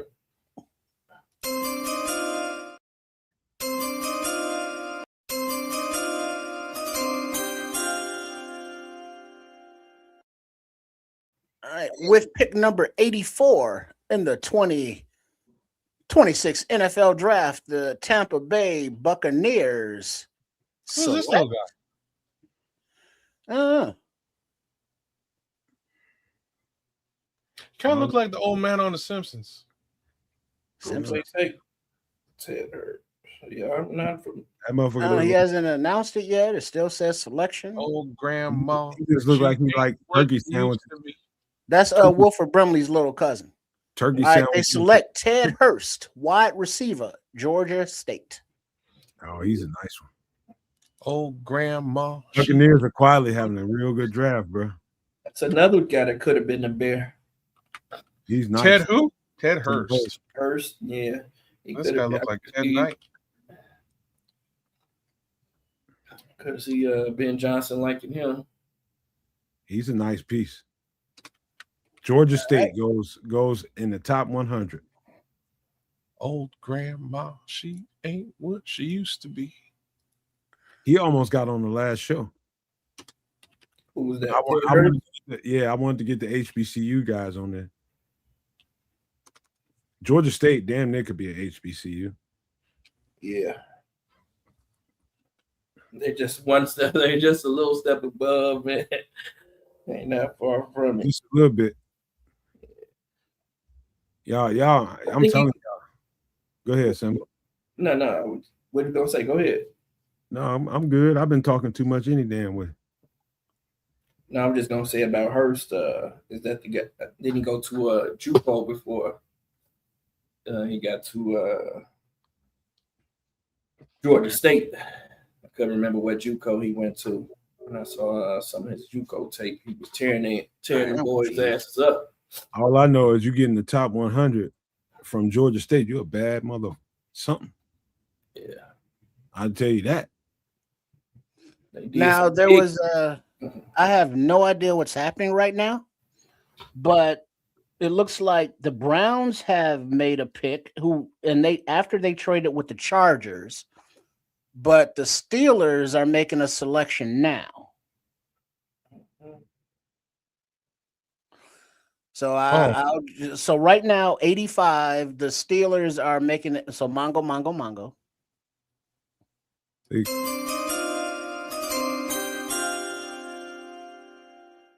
Hey, with his big water head. All right. So at number 85, the Pittsburgh Steelers in the 2026 NFL Draft are selecting Denied Dennis Sutton, I bet. Dalen Everett, cornerback, Georgia. Remember that breakdown, y'all? Everett tough, man. He a little too aggressive. That's an aggressive motherfucker, right? Yeah. He gonna have to tone it down just a little bit. He gonna get some holdings early on, but he gonna be a dog. Yeah, he ain't scared to take that chance, is he? Nope. He's physical. He gonna go 6 yards. He holding for 6 yards, not 5. 6.5, maybe 6.5. If the ref don't see. Okay, now we can do it, I guess. Mongo. Oh, slap.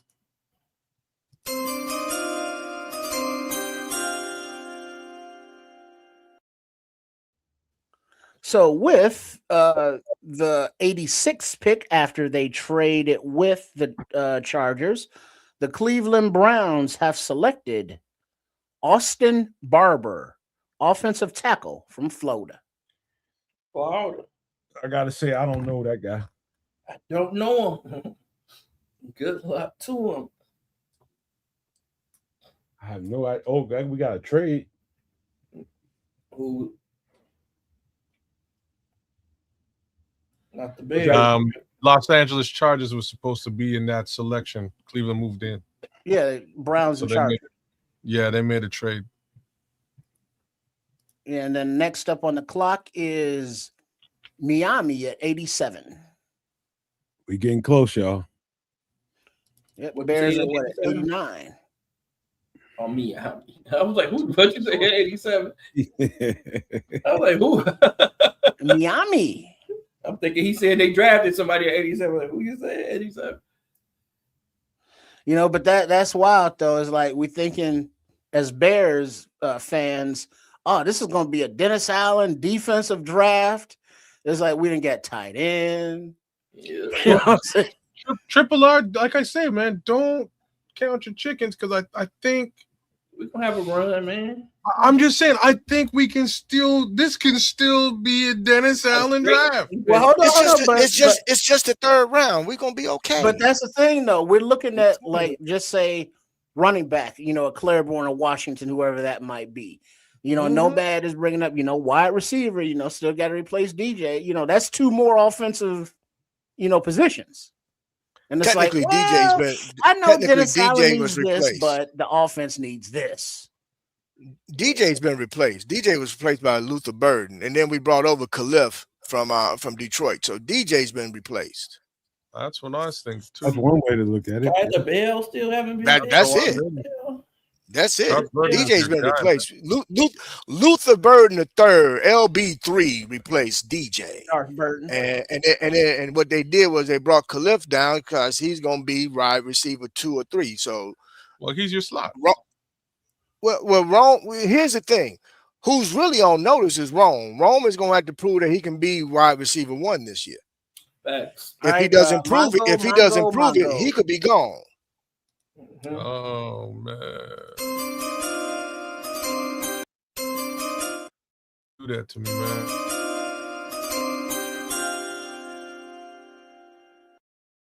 Hey, why is that happening? With the 87th pick of the 2026 NFL Draft, the Miami Dolphins select Will Kasmerick, tight end, Ohio State. They thinking like the Bears right now. So take a moment to take a look at this draft, guys. I want you all to consider previous drafts.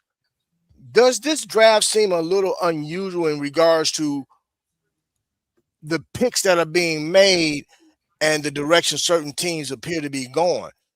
The so-called, I call them the designer name players, a lot of them still on the board, dog.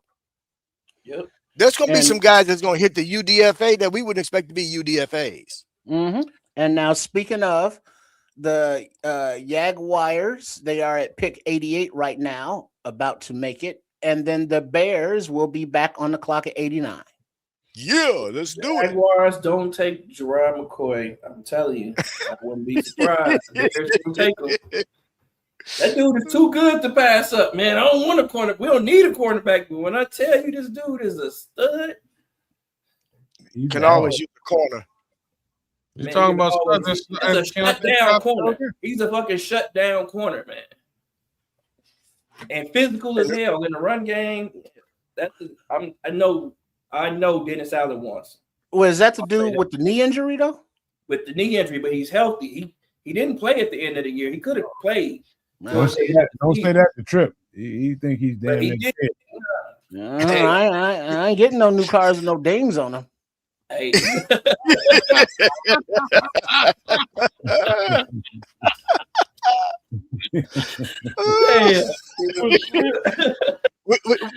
Hey, Trips, what you say? No hell damage, huh?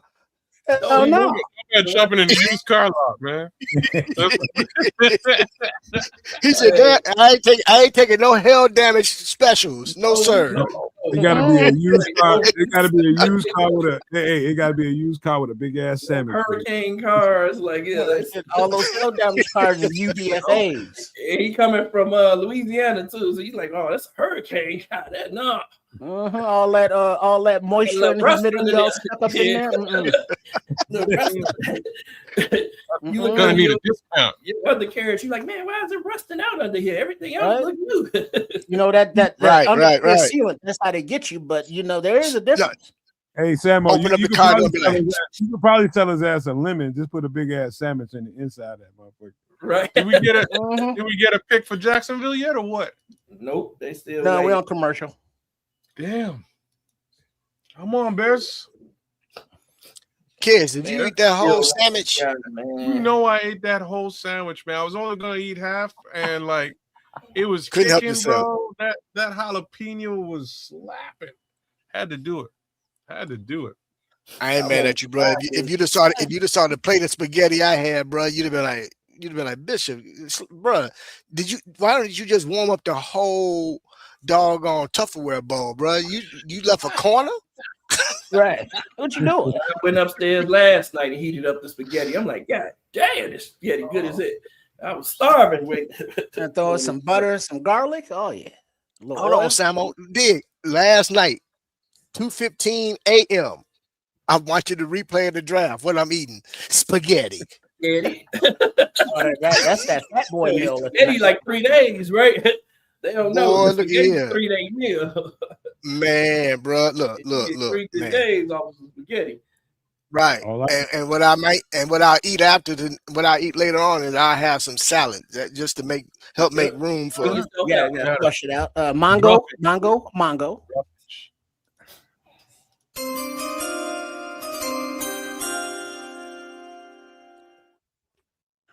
With pick number 88 in the 2026 NFL Draft, the Jacksonville Jaguars have selected Emmanuel Pregnon, guard, Oregon.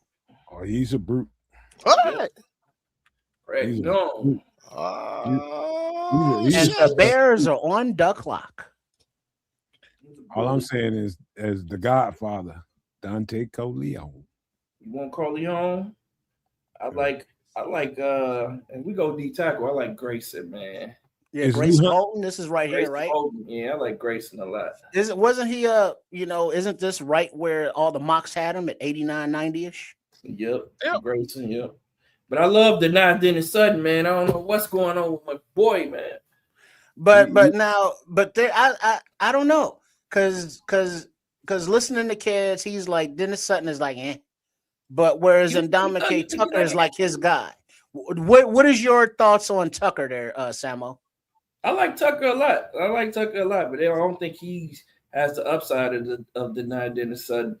I don't think he's as athletic as the Dennis Sutton. But Tucker, I wouldn't be mad if they draft one in the 4th, 5th round. Yeah, Tucker it is. Okay.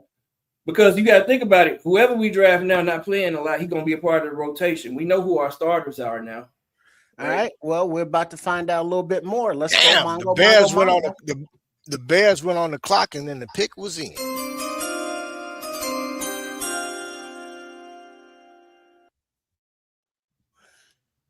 All right. With the 89th pick in the 2026 NFL Draft, the Chicago Bears select. What? We know who running shit. You know who running shit. Xavier Thomas, wide receiver, LSU. A burner. A fucking burner. Ripping. Who's the captain? On top of the tight end that's going to clear out the space underneath. Weapon. Hey, a demon. Weapon. Demon. That dude is. Weapon. Boy. Hell fucking no. They finna be. 428. Hey, Dennis, why don't you go sit in another room for a couple minutes? This about Dennis, one thing I don't like about this cat. Dennis got out of Pittsburgh. He's a body checker. That's the only thing I don't like about him. He is, but we got a damn good wide receiver coach, man. He's not a great wide receiver, but he's a great athlete, and we can turn him into a great wide receiver. We actually do need a burner, so there's your burner. And now Xavier, our special teams just got upgraded too, right? Yeah, because he's a returner as well. Yep. So you know who else is a returner? Who that? Our first round safety. He left Mississippi State because Mississippi State brought in that boy Anthony Evans III from Georgia. So that's why he left and went to LSU. And because Anthony Evans Jr., Anthony Evans III, he a burner. He a 4.240 boy out of Texas. So this boy here, yeah. So now Ben got his weapons. The rest of the draft is for DA. Unless it's for a running back. We still need one more. Yeah, we still need one more position. Let me get one more. He's like, hey Ryan, let me get one more, man. Let me get one more. He's out of this goddamn way, ain't he? I like that running back, man. One more. DA. Mongo. We gonna score 50, so don't worry about it. We scoring 50 anyway.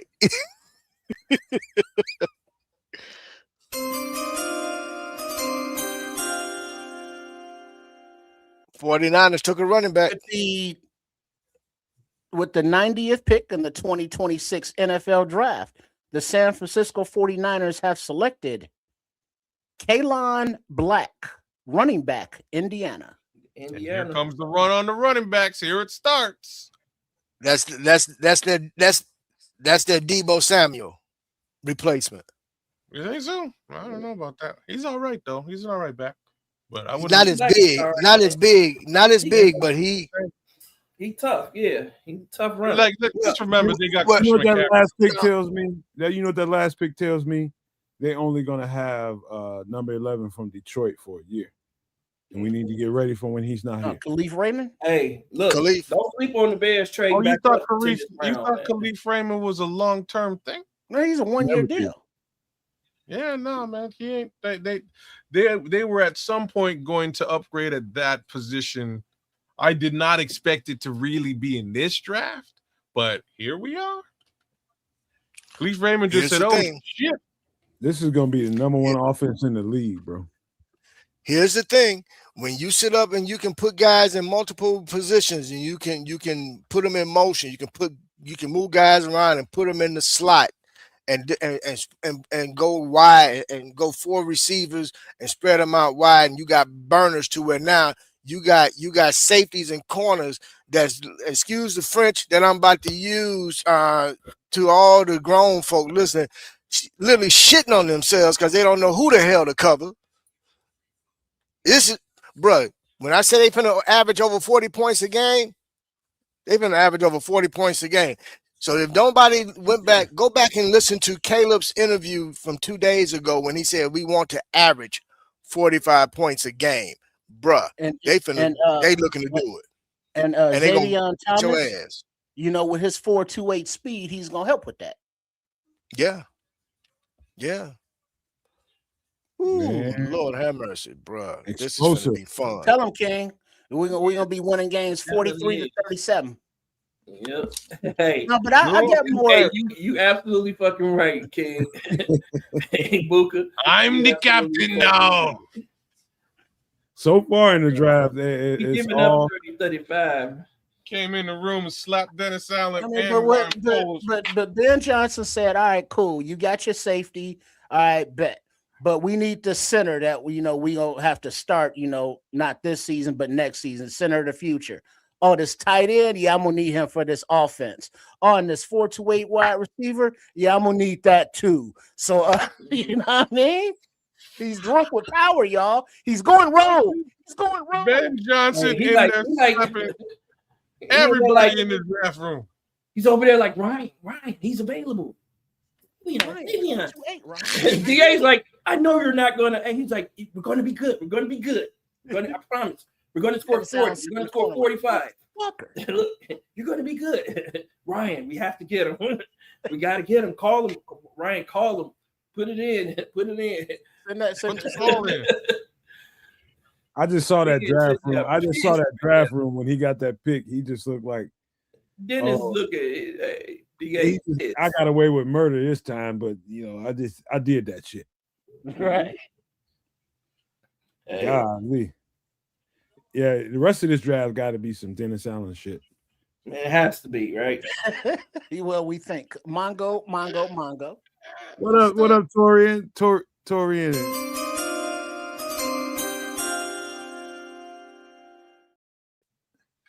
All right, with pick number 91 in the 2026 NFL Draft, the Las Vegas Raiders are selecting,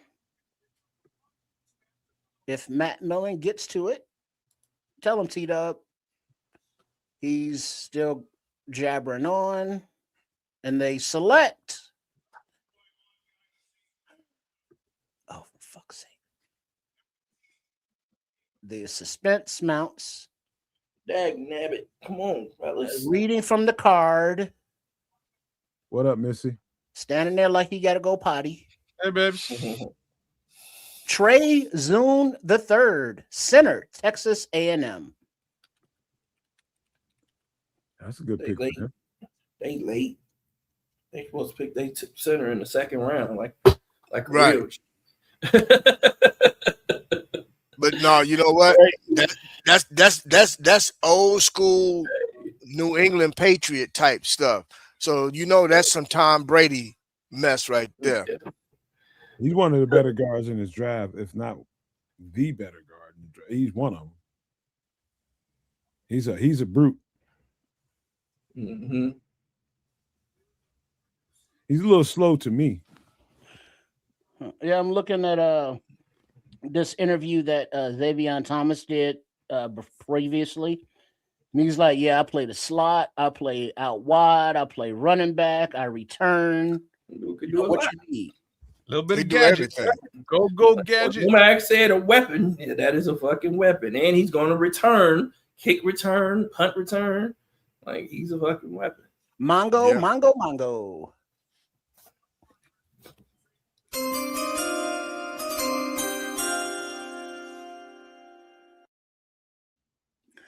With pick number 92 in the 2026 NFL Draft, the Dallas Cowboys have selected Jaysean Barnum, Michigan, defensive end. Linebacker / defensive end. Mm-hmm. He's tough now. I was looking at him and I wanted to put him in the linebacker category, but no, he's too much of an edge rusher. Edge. Yeah, he's an edge. Yeah. People are high on him too, man. Oh man, Who went high that I didn't think was gonna go that high? Derek Moore went high, man. Yeah. Derek Moore went really high. He went to Tony Dorsett. What's going on, baby? TD. he went to Detroit, Samuel. Detroit. Yeah, the Detroit. Yeah, Michigan. That Michigan connection. Now I was looking at some LSU. What was that? Barry Brown. Hey, I was you know looking what? at him. I was like, man, he looks like he can fly. But then while watching those highlights, it was like, damn, this Xavier Thomas dude. Hey, We ain't gonna get him. Trip, Don Burr finally brought his ass out the woodwork with your weak ass. What About do you- time, motherfucker. You've been hiding for like Oh, Deshaun John Burr, Barham, 25 edge. years and shit. Look at him. Weak ass. Weak Wait, ass. Where your ass been? Don't give me that. I've Blake been Miller working. and Derek No, Moore. he's been 3. Hey, and guess what, Don Burr? Y'all still lost the division. That's what I'm saying. He's 3 positions back in the division. That's where Don Burr's been. Look, you Weak still, That you still motherfucker, in third place in the division. You'll just roll up in this motherfucker like we ain't gonna say nothing. Bitch, your ass was in hiding. And APBs was out on your ass, your weak ass, man. Hiding shit. The game ain't won. Okay, it's won in the trenches, but then why y'all didn't win then? What happened to y'all winning the division and Oh, get to the I Super know. Bowl? Because we got their coach. That's why. That's But why. they ain't been right since. No, ain't nothing going good in Detroit since that happened. Shoot. Well, your ass weak for hiding and shit. Now they All got that people shit. out there stealing parts from the fire hydrants. You know, selling them. You're hawking that at the swap I shop. know a dude did that, man. Yeah, I mean, shit, $400 a pop. I know Or a dude. $600 And you know what, Don? I'm ashamed of you, That's man. $45,000. You know, the houses It might ten burn toes down. down for you when everybody was telling me to kick your ass out of here and don't fuck with Yep. you. And your ass did. Mongo. You've been in hiding for months. For Yeah. fucking months. Jesus.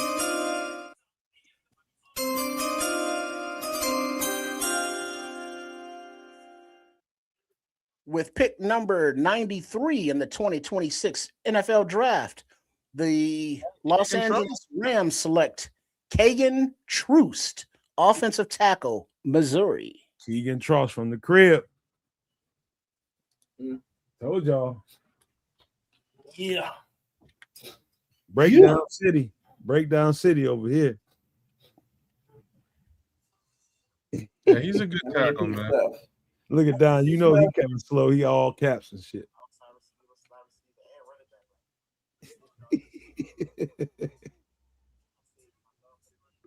Man, you shouldn't have hit it like that, Don. Man, That's funny. So he's here to talk shit in April. Right. And let the season get done. Oh snap! That's fair. Hey, enough. win the division. Make sure he can say, man, I don't care about the they won. Yeah, y'all won. Like, They won. serious question. Other than Jared Goff, who's Detroit's quarterbacks coming up? They got who did they Exactly. draft? They drafted They took somebody. Hendon else. Hooker, but they let him go. Yeah, that didn't work out. They got somebody else though. I forgot who they drafted. Who? Hendon Detroit? Hooker? Was that or was Yeah, that Hendon Minnesota? Hooker. Yeah, they don't Hooker have gone. anymore. Yeah, Hooker. somebody That's else what I'm did saying. that. It They didn't work didn't out. replace him with nobody. Can't remember who. Yeah, they did. If you can't remember who, Samuel, didn't mean they're insignificant. Well, none of us know. That's the thing, though. That's how Yeah. insignificant the person is. If none of us know, which That's means fact. we're not concerned with them. That's a fact. I bet you they know who our backup is, though. Oh, Bridgewater. That's who they got. Bridgewater. Teddy Bridgewater. Bridgewater ain't no. He gone. He Look if ain't they just no. signed somebody. Yeah, he can't. He not coaching the kids no more. Like, Oh man. Last thing I saw about Teddy Bridgewater, he was in some fight because he was paying for kids' food and Ubers. Yep. He won that case though. He won that, so he good nice. on that. At least we know Don be watching the show. That's all I gotta say. Even though he's quiet out there, he ain't texting, he ain't trolling. He out there watching the show. So shout out to you, Don. I give He you that. disrespecting the game. They shit went south, man, and his ass went in high. His ass went out too, man. You're damn right. He went out with him. Man, he Right, so as weak far for that as- shit, Don. I don't give a fuck what nobody. Corny, that there are no more official picks for the Bears in round 3 unless there is a trade up, which is always a possibility. So don't go nowhere. Yeah, you can trade one of the next. Four guy on here. And by the way, Don, everything I told you before the season is true now. They missed their window. It's over. It's over. Completely over. Don Burke, guess who's getting fired this year? No. Your head coach. Don't fucking tell him. Don't fucking tell him. Your head coach, he's getting fired this year. Oh. It might be during the season. DCMC. See you later. They're gonna get him on some Vrabel shit, I bet you. Nah, he ain't that type of dude, man. No, he ain't that type of dude. He too soft. He too sensitive for that, man. All right, let's go. He out there crying and shit. Mongo. In the locker room balling.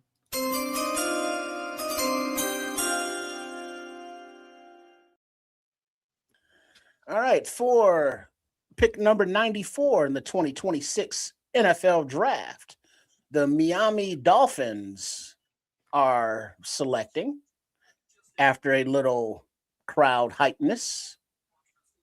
Looks like they've been selling some beverages out there. Security hanging out by the stage. Nice suit. Well, Don, don't worry. When they fire him, we'll hire him as our tight end coach. All right, and their selection. Damn, that's cold-blooded. That's cold. Yeah, that was, kids. You ain't have to do that one. I had you ain't even right, kid. All right, No, their selection for the Miami Dolphins at pick number 94, Chris Bell, wide receiver, Louisville. Chris Bell is a dog. But now I think didn't he fall because of injury as well? Yep, ACL. Oh, he's smooth. Yeah, was nice. Comes back healthy. He's gonna be one of them ones. One of them ones. All right, so now next on the clock we have New England with Coach I Care About My Wife and Children, Vrabel. My wife is my life. You know, unless I'm out of town. It don't All right, count. I guess we can go with Mongo. Mongo. You mean Rossini?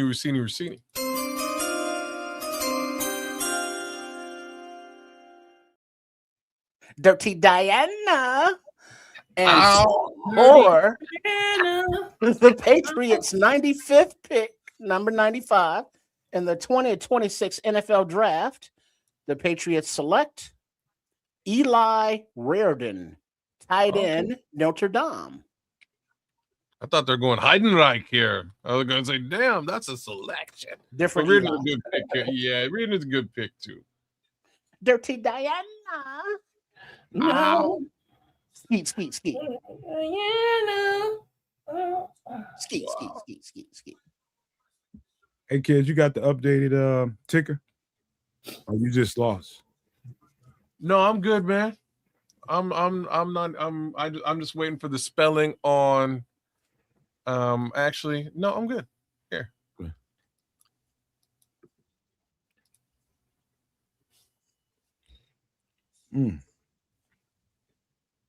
I just got a couple more of these to do, and we can call it a night, boys. We got Pittsburgh coming up next. And tomorrow's a marathon, so be sure you get your good night's sleeps in after you watch the film of our new center, our new tight end, and our new weapon at wide receiver. Then be up bright and early at 10:30 a.m. Central Time on Kids of Canuck at Nomad Network and Sports Chicago Style R SCS. Also, what time does it start, Trip? 11 a.m. Central. So that's why we got to have our asses, teeth brushed, all into place at 10:30 a.m. Central. Okay, gentlemen, I booked a 10:30 meeting. I got a 10:30 meeting tomorrow. I'm gonna be a little bit behind the 8 ball, but I will be here. So will I. I got a quick webinar to jump on, but I'll be in right after. Okay. How many picks we got tomorrow? 3. The rest of the draft, so who knows? 129. No, we got 4. I'm sorry, we have 4. We picked up an extra 1, so we have 4. 4 officially without any other trades. Officially without any moves, yeah. 4 officially, yes. For me, it's gonna be the best part of the draft. Yeah, because this is all depth. This is all depth moving forward. Well, the long snapper was the same long snapper we had last year as a UDFA. The kid from Iowa, right? Here's what's going to be. Yeah. Yeah, it begins with an E, not Elon. Oh, goddamn, Trip. If we drive the long snap, I'm going to hurt somebody. Mongo. Here's the thing. This is going to make for a very interesting day 3 because certain names have not come on. Hold that thought. All right, with pick number 96 in the 2026 NFL Draft, the host town of the Pittsburgh Steelers select Jennings Dunker, offensive tackle. Okay. That's that problem, child. 6'5", 319 pounds. Yeah, that's the big ginger with the mullet. He gonna mess around and be a psychopath and shit. He's projected to be a tackle guard hybrid. So, yeah. Well, that ginger mullet. Psychopath. Don't be scared of the gingers. Hey man, they crazy as fuck. Gingers are people too. I don't know. I think I get along more with gingers than I do albinos. Cause you crazy. And albinos, huh? How many albinos you out here knowing though? They scare me. I'm just saying. I've seen like 3 in my entire life. Oh, you right? I don't know them like personally. Number 4 would be just. I'm just saying. I'm sorry to all the albino fans out there, though. Like, I'm sorry. I mean, y'all cool. Y'all just scared of that's all. I'm just saying. A redhead woman is lovable until she. Until she piss her off or piss until off. she ain't. Oh, yeah. Yo, there's things you got to understand about them people, though. Yeah, hey, baby. Yeah. You refer to the gingers as them people? Oh, sometimes. I only know them. I refer to everybody as them people sometimes, but if somebody refer to me as them people, I'm pissed off. Because I only know them from college. It's not like my regular life today. I just know them from college, man.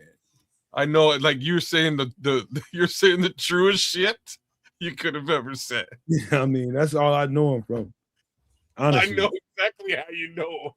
My man, he wearing that mullet though, man. You got to give it to him. Oh, you know he's more product than that. It's not the ginger that I don't trust. It's that mullet though. Hey, that man. That's what I'm saying. That man might be collecting puppy heads or something. But you okay? I'm agree with you. Yeah, I can see that. Let's the Vikings pick is in, but the Vikings is doubling up. Yeah, they going got 2 commercial.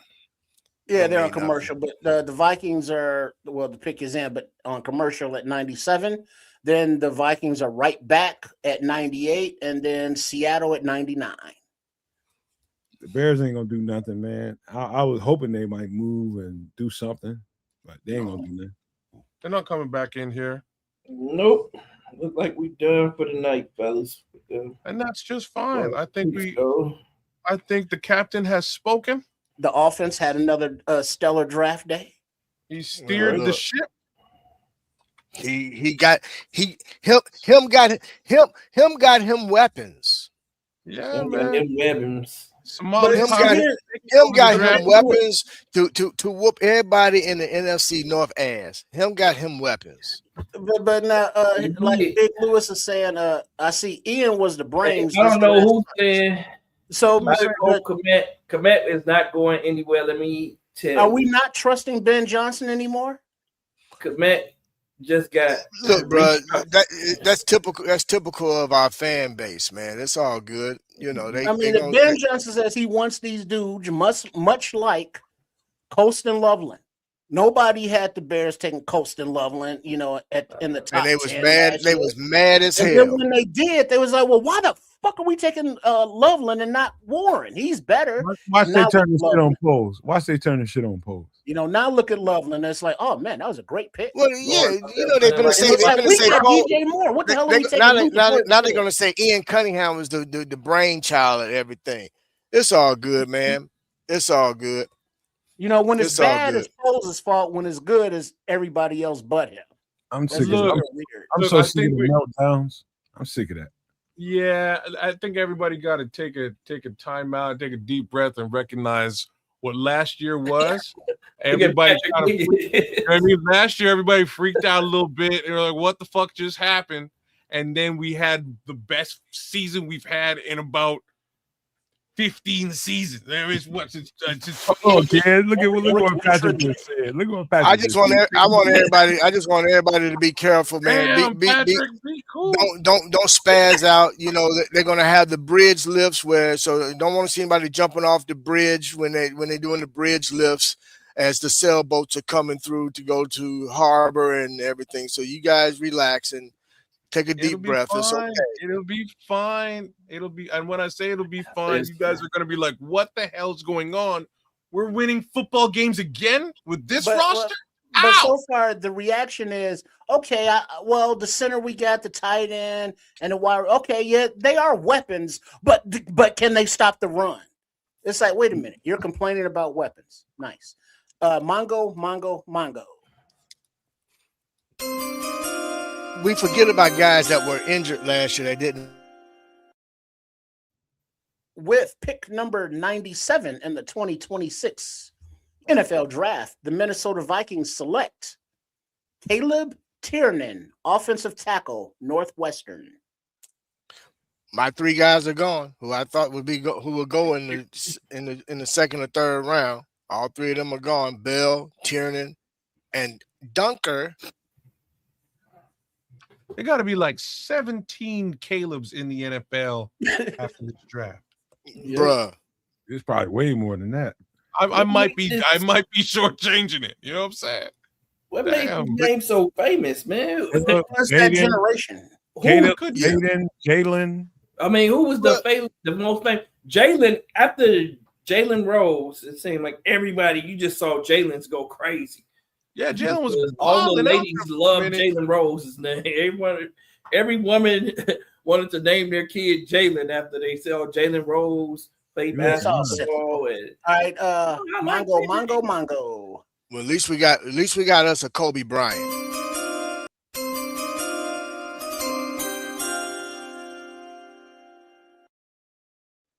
With pick number 98 in the 2026 NFL Draft, the Minnesota Vikings select Jacoby Thomas, safety, Miami. Kids, I told you only put one of those goddamn drops in there. You wouldn't listen to me. Oh, that's a problem? What the fuck are you talking about? Because you keep skipping all of them. Huh? You keep skipping all of them, man. You keep. You have no idea what I'm doing. Don't worry, man. Dog, take two of them out. What? There's only two that I'm using. Hey, did Take y'all that. see Take this? the other one out. Look at this. Guess who posted this? Uh-oh. What Wait, happened? hold that thought, Samo. Mongo. What is it, Samuel? I'm gonna send it to you.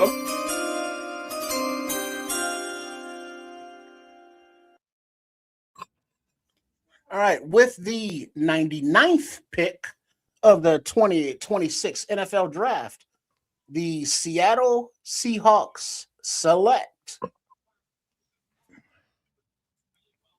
Julian Neal, cornerback, Arkansas. He's a good zone corner. Man-to-man corner, he gonna get torched. You actually about to send it to me, Samuel? I'm gonna send it to who you want me to send it to, so you can put it on the screen. That would be Kids or Triple R. Kids, I just sent it to you, kids. Put that picture up, and you get the reference. I sent it to you on X. Oh my goodness, that's hilarious. Scaring me now. No, it's good. It's good. It's good shit. It was just funny to me. He said they about to be balling like Sydney and Billy, right? Sydney Dean. I want to see this. Oh man, that is hilarious. Kids, you got it? I'm pulling it up now. Be cool, man. Sydney and Billy, man, that's hilarious. Oh snap!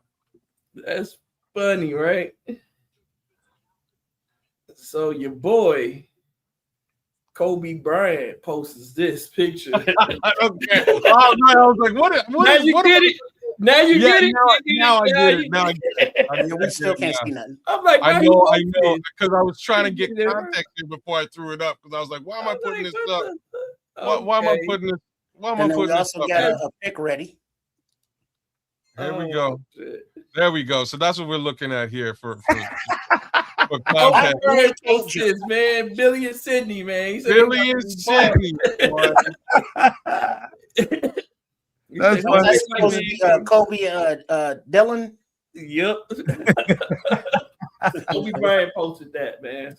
All right, That's cold. Mongo. That's Oh, cold. You gotta have a sense of humor, man. Awesome.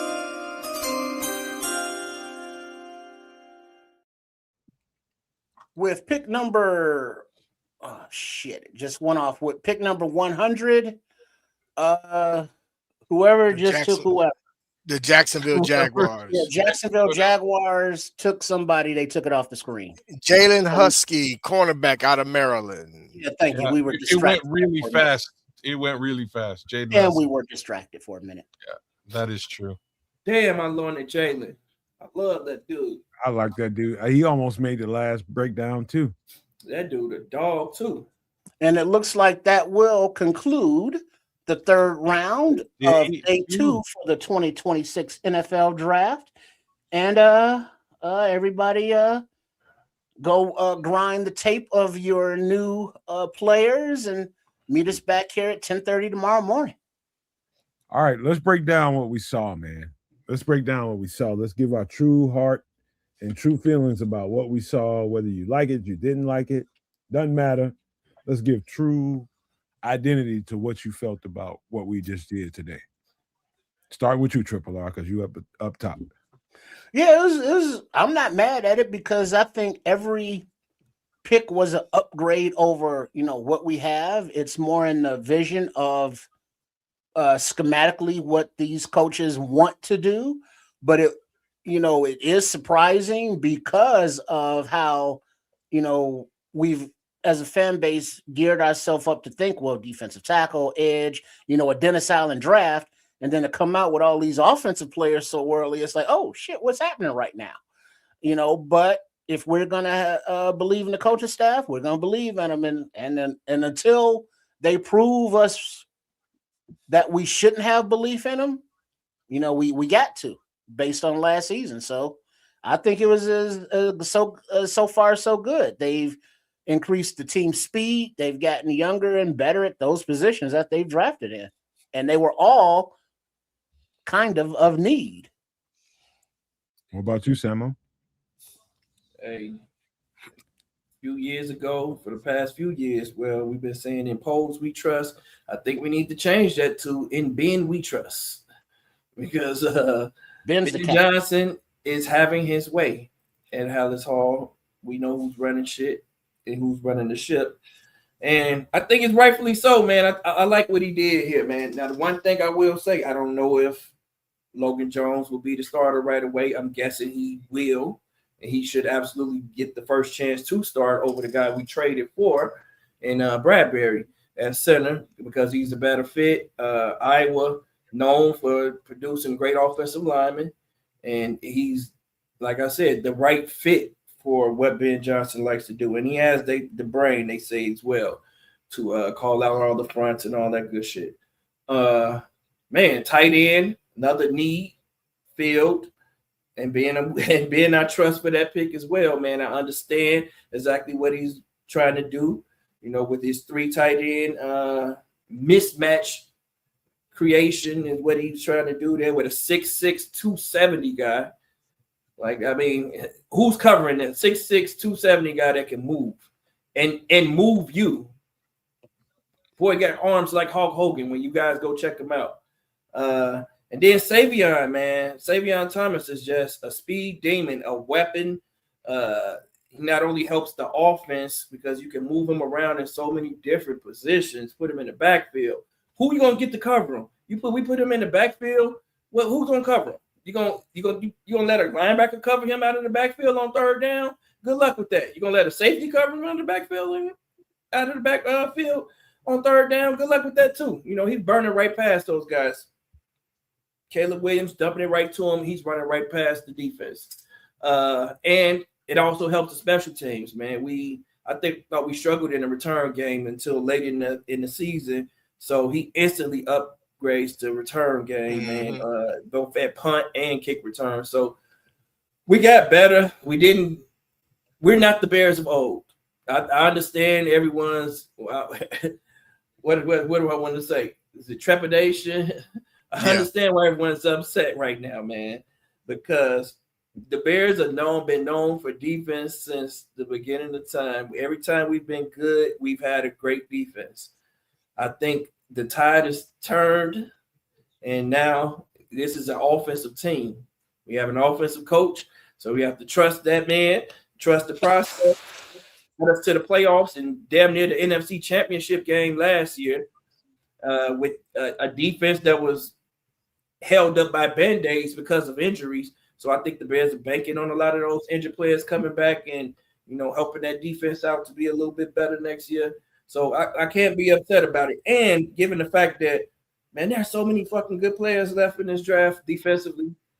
So I think we're going to get an opportunity to get a couple of those guys to fill some holes. But we're an offensive team now. And I think we got to accept that. I can't be mad at it. Man, Bishop, hold on. Bishop. So my take on it is this. I gotta piggyback off of what Samo said. This is a new Chicago Bears team. Ben Johnson is making a statement, and we have to accept the fact that we finally have a head coach with a vision and wants to put his own stamp on this team. Therefore, there's 2 things that I took away from today's draft, and basically it comes down to this. He knows the identity of the team. He knows exactly what he wants to do to his to our competition. He wants to annihilate them, embarrass them, and he wants to score. He doesn't want to have a limit on the number of points that he can put on the board. This is a team that I see looking to score 40-plus points per game, to put the game out of reach early to where the defense don't have to work so hard, take some of the pressure off of Dennis Allen and the defense. But Ben Johnson is wanting to make a name for himself. He wants you to fear him. Therefore, when you look on your schedule as an opposing team and you see the Chicago Bears on it, now you have to think about, damn, I can't sleep at night because we got to figure out how we're going to stop them. And when you have the weapons that they're putting on offense, it's when you really look at it, a lot of them are no names. Most fans don't know who some of these players are. Therefore, they're upset again because they're not designer names, but they fit what Ben Johnson wants to do. So strap up, y'all. Get ready, because many of us didn't believe what was going to occur last season occurred. So now we have something, and Ben Johnson said it best. We're not building on last season. We're stripping it down and we're starting over. So this is the process of starting over. And the identity is being set, and he is determined to put a stronghold on the NFC North and not give it back. And it is what it is, man. I love it. I'm excited for it. I believe now tomorrow will be all Dennis Allen. He's going to get what he wants in terms of depth, but I have to also agree with something Samo said, and Ked said it a little earlier. We got players that did not play defensively last year for various reasons, injuries or personal reasons, that they're looking to contribute to this defense. They went out and got certain guys during the offseason for our free agency. I believe they know what they're doing. I'm going to trust this process until proven otherwise. But tomorrow, we're going to really see what the direction of this team is going to be. And I think tomorrow is going to really pretty much be all defense, and then we'll sprinkle in whatever else we need to sprinkle in via UDFAs, because there's going to be some UDFAs that we didn't expect to be UDFAs, which is going to be great because now you can sign these guys at a much cheaper price and still add to your roster. So get ready, y'all. Bears football is coming back again. Let's go. Yeah. Kids, my man. Do it. Yeah. Look, I'm going to start by saying, Big Sam, last night before we signed off, well, I tell you, what did I say to you, Nomad? I said the odds are a certain Mr. Somebody was going to walk into the draft room and like Debo and say, I like your bike, punk, and fucking take this shit over on offense. Definitely said that.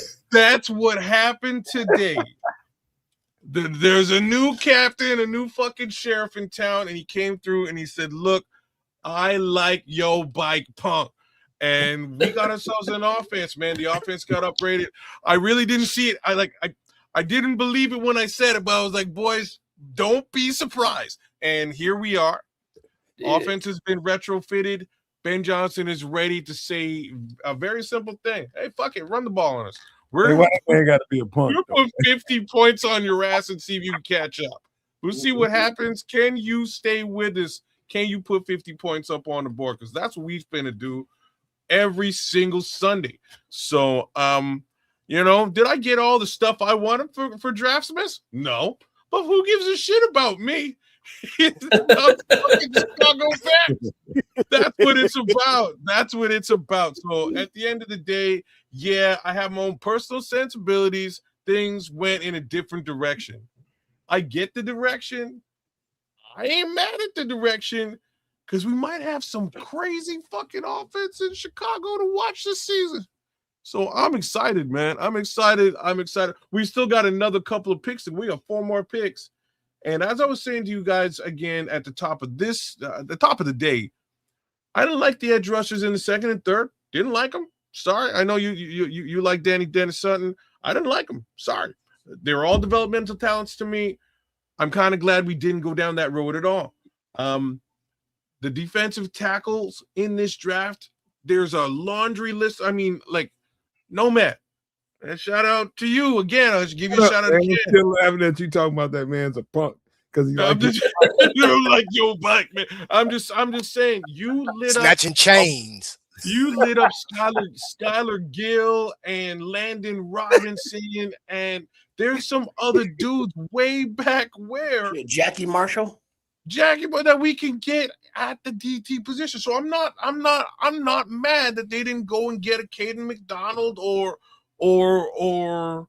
or whatever. Like I'm not mad. I think we can get some real talent in the interior a bit later on.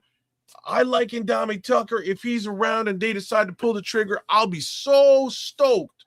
But this is the trajectory, y'all, and I'm actually kind of happy with what went down. I'm strangely happy. So bear the fuck down, y'all. Let's go. I like your bike, Punk. I like your bike, Punk. Let me get that. Snatching chains. Going back to the 80s and 90s when they were snatching chains. I'm Like, telling hey, what's the name? Say, man, we got 3 picks tomorrow. Yeah, was like, oh, it's all good. We got 3 picks tomorrow, so I'm gonna be good. What picks? I ain't been in no. I ain't been in no. Look at what picks. You ain't got no picks. I got your. I took your picks, Punk. Give me your pick. I got money. What he told me, I got some picks. I ain't been in no shaking response since I heard that. I've been over here cracking up. I got some picks.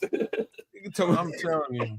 Hey, before you go, Nomad, think about this too, fellas. If you really think about it, look at the North and how the teams drafted. Who they trying to stop? The Scrolls, we trying to average 70.6 points per game. And I'm fucking here for it, dog. He is. That's what he's trying to do, though. Scrolls is absolutely right. The man wants to score as many points as he can. He wants to score a touchdown on every possession. He looking to embarrass folks, man. Be an opportunistic defense again this year, man. Maybe we can get another turnovers again this year. Look, bro, go not back. Like last year. No, honestly, that shit ain't happening. But even go then, back. Go ahead. I'm sorry, kids. I'm just saying, you put up 70 points a game, you don't need them fucking turnovers. We good. We don't need 30 turnovers. We don't need 30 interceptions if we get 70 points. But here's the thing, man. Honestly, go back, man. Go back to and watch some of those New Orleans games, man. Honestly. If you look at Dennis Allen, man, and what they're doing, we keep talking edge rusher. Bro, his pressure came up the middle. His interior defensive line created havoc for his defense. And that's what we forget about Shamar Turner, man. Shamar Turner is going to contribute to this defense, I'm telling you.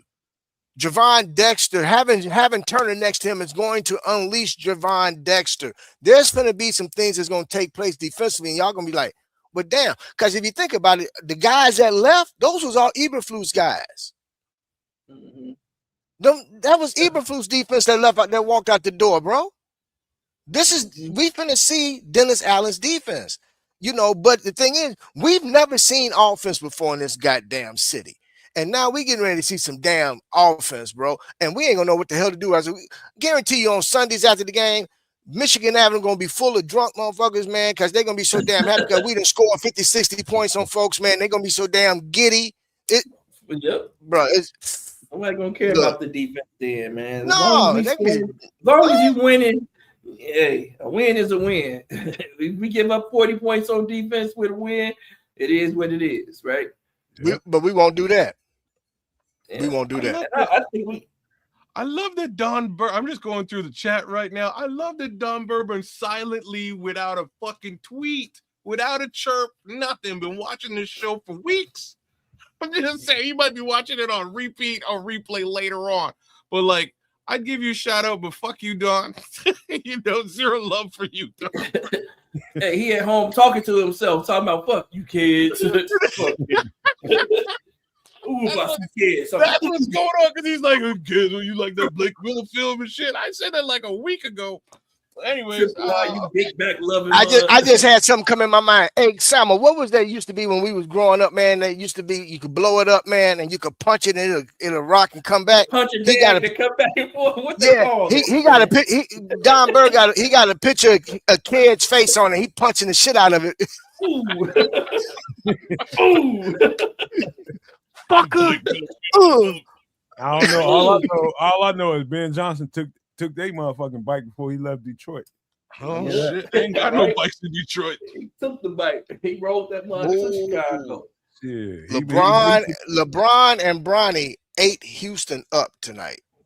Yeah, my boy. That's my boy. My son been texting me. He's like, Dad, like, Yeah, Brownie. are you sure Jordan's the Yeah. GOAT? I'm like, you damn right. I'm sure Jordan the GOAT. I'm sorry. What You he do damn right. tonight? I'm sure. But LeBron 41, Dad. I'm like, 41. oh, yeah. Wow. Don't Look, care. you got your GOAT. I got mine. There can be GOATs.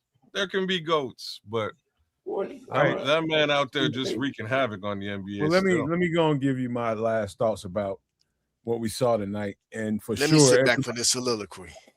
everybody covered it, but I'm gonna give it to you in plain old ass X's and O's. And X's and O's showed up in this section of the draft, Ben Johnson style. X's and O's showed up here. How do you give your team an advantage? How do you give your offense an advantage? Make them honor everything, every blade of grass. Make them honor every player that is live and that is an eligible receiver or runner. You make them honor every last bit of it. And you know what's going to happen? It's going to open up the running game. It's going to open up the running game because if Caleb Williams, God bless it, man, he's got a year into the offense, and in this year, I think he's going to excel a little bit. I saw the graduation that happened in the fourth tier of the season. I'm talking about the last 4 games and including the playoffs. I could see him settling down and really accepting what the calls were, how the offense is constructed, and what each play is designed to do in sequence. So if you get a play to run the ball left off of a wide zone in the A gap or B gap, okay, you know why it's going to do that because the next play is this. You get people to bite on stuff. And so this is what I mean by X's and O's. Ben Johnson just made sure that no matter what, he got the pieces that he needs to really open up this offense, and we won't have any excuse as a reason why we can't score points. We will be able to score points in abundance. In abundance.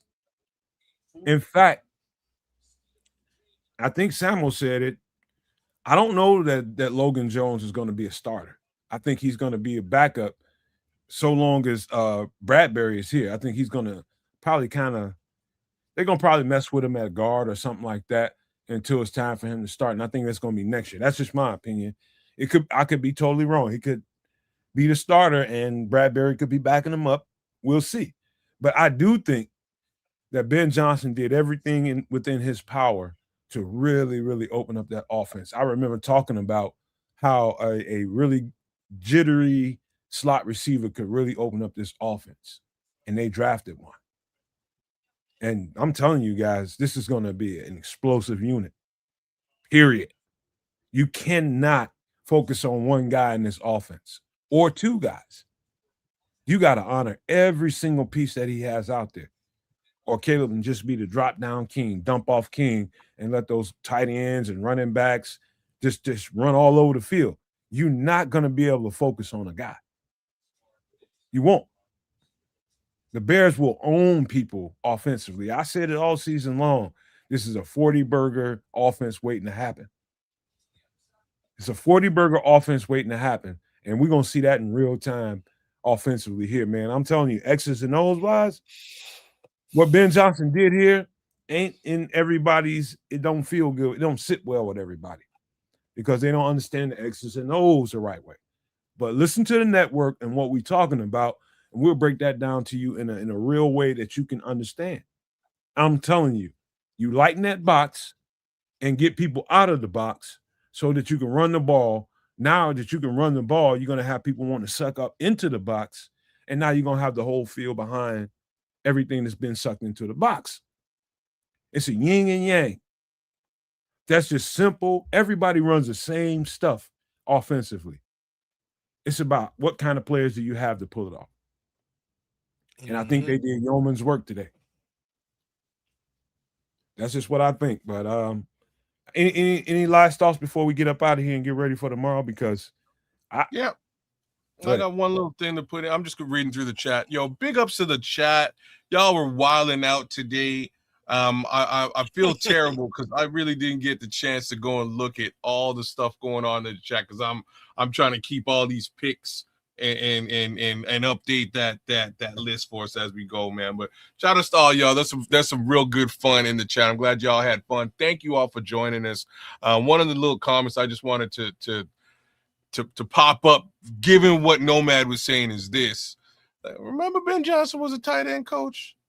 He knows what he's looking for. For sure. And it's a very important little piece of information to just sort of throw in there. But we will still hire Dan Campbell if the Detroit Lions fire him at the tight end coach.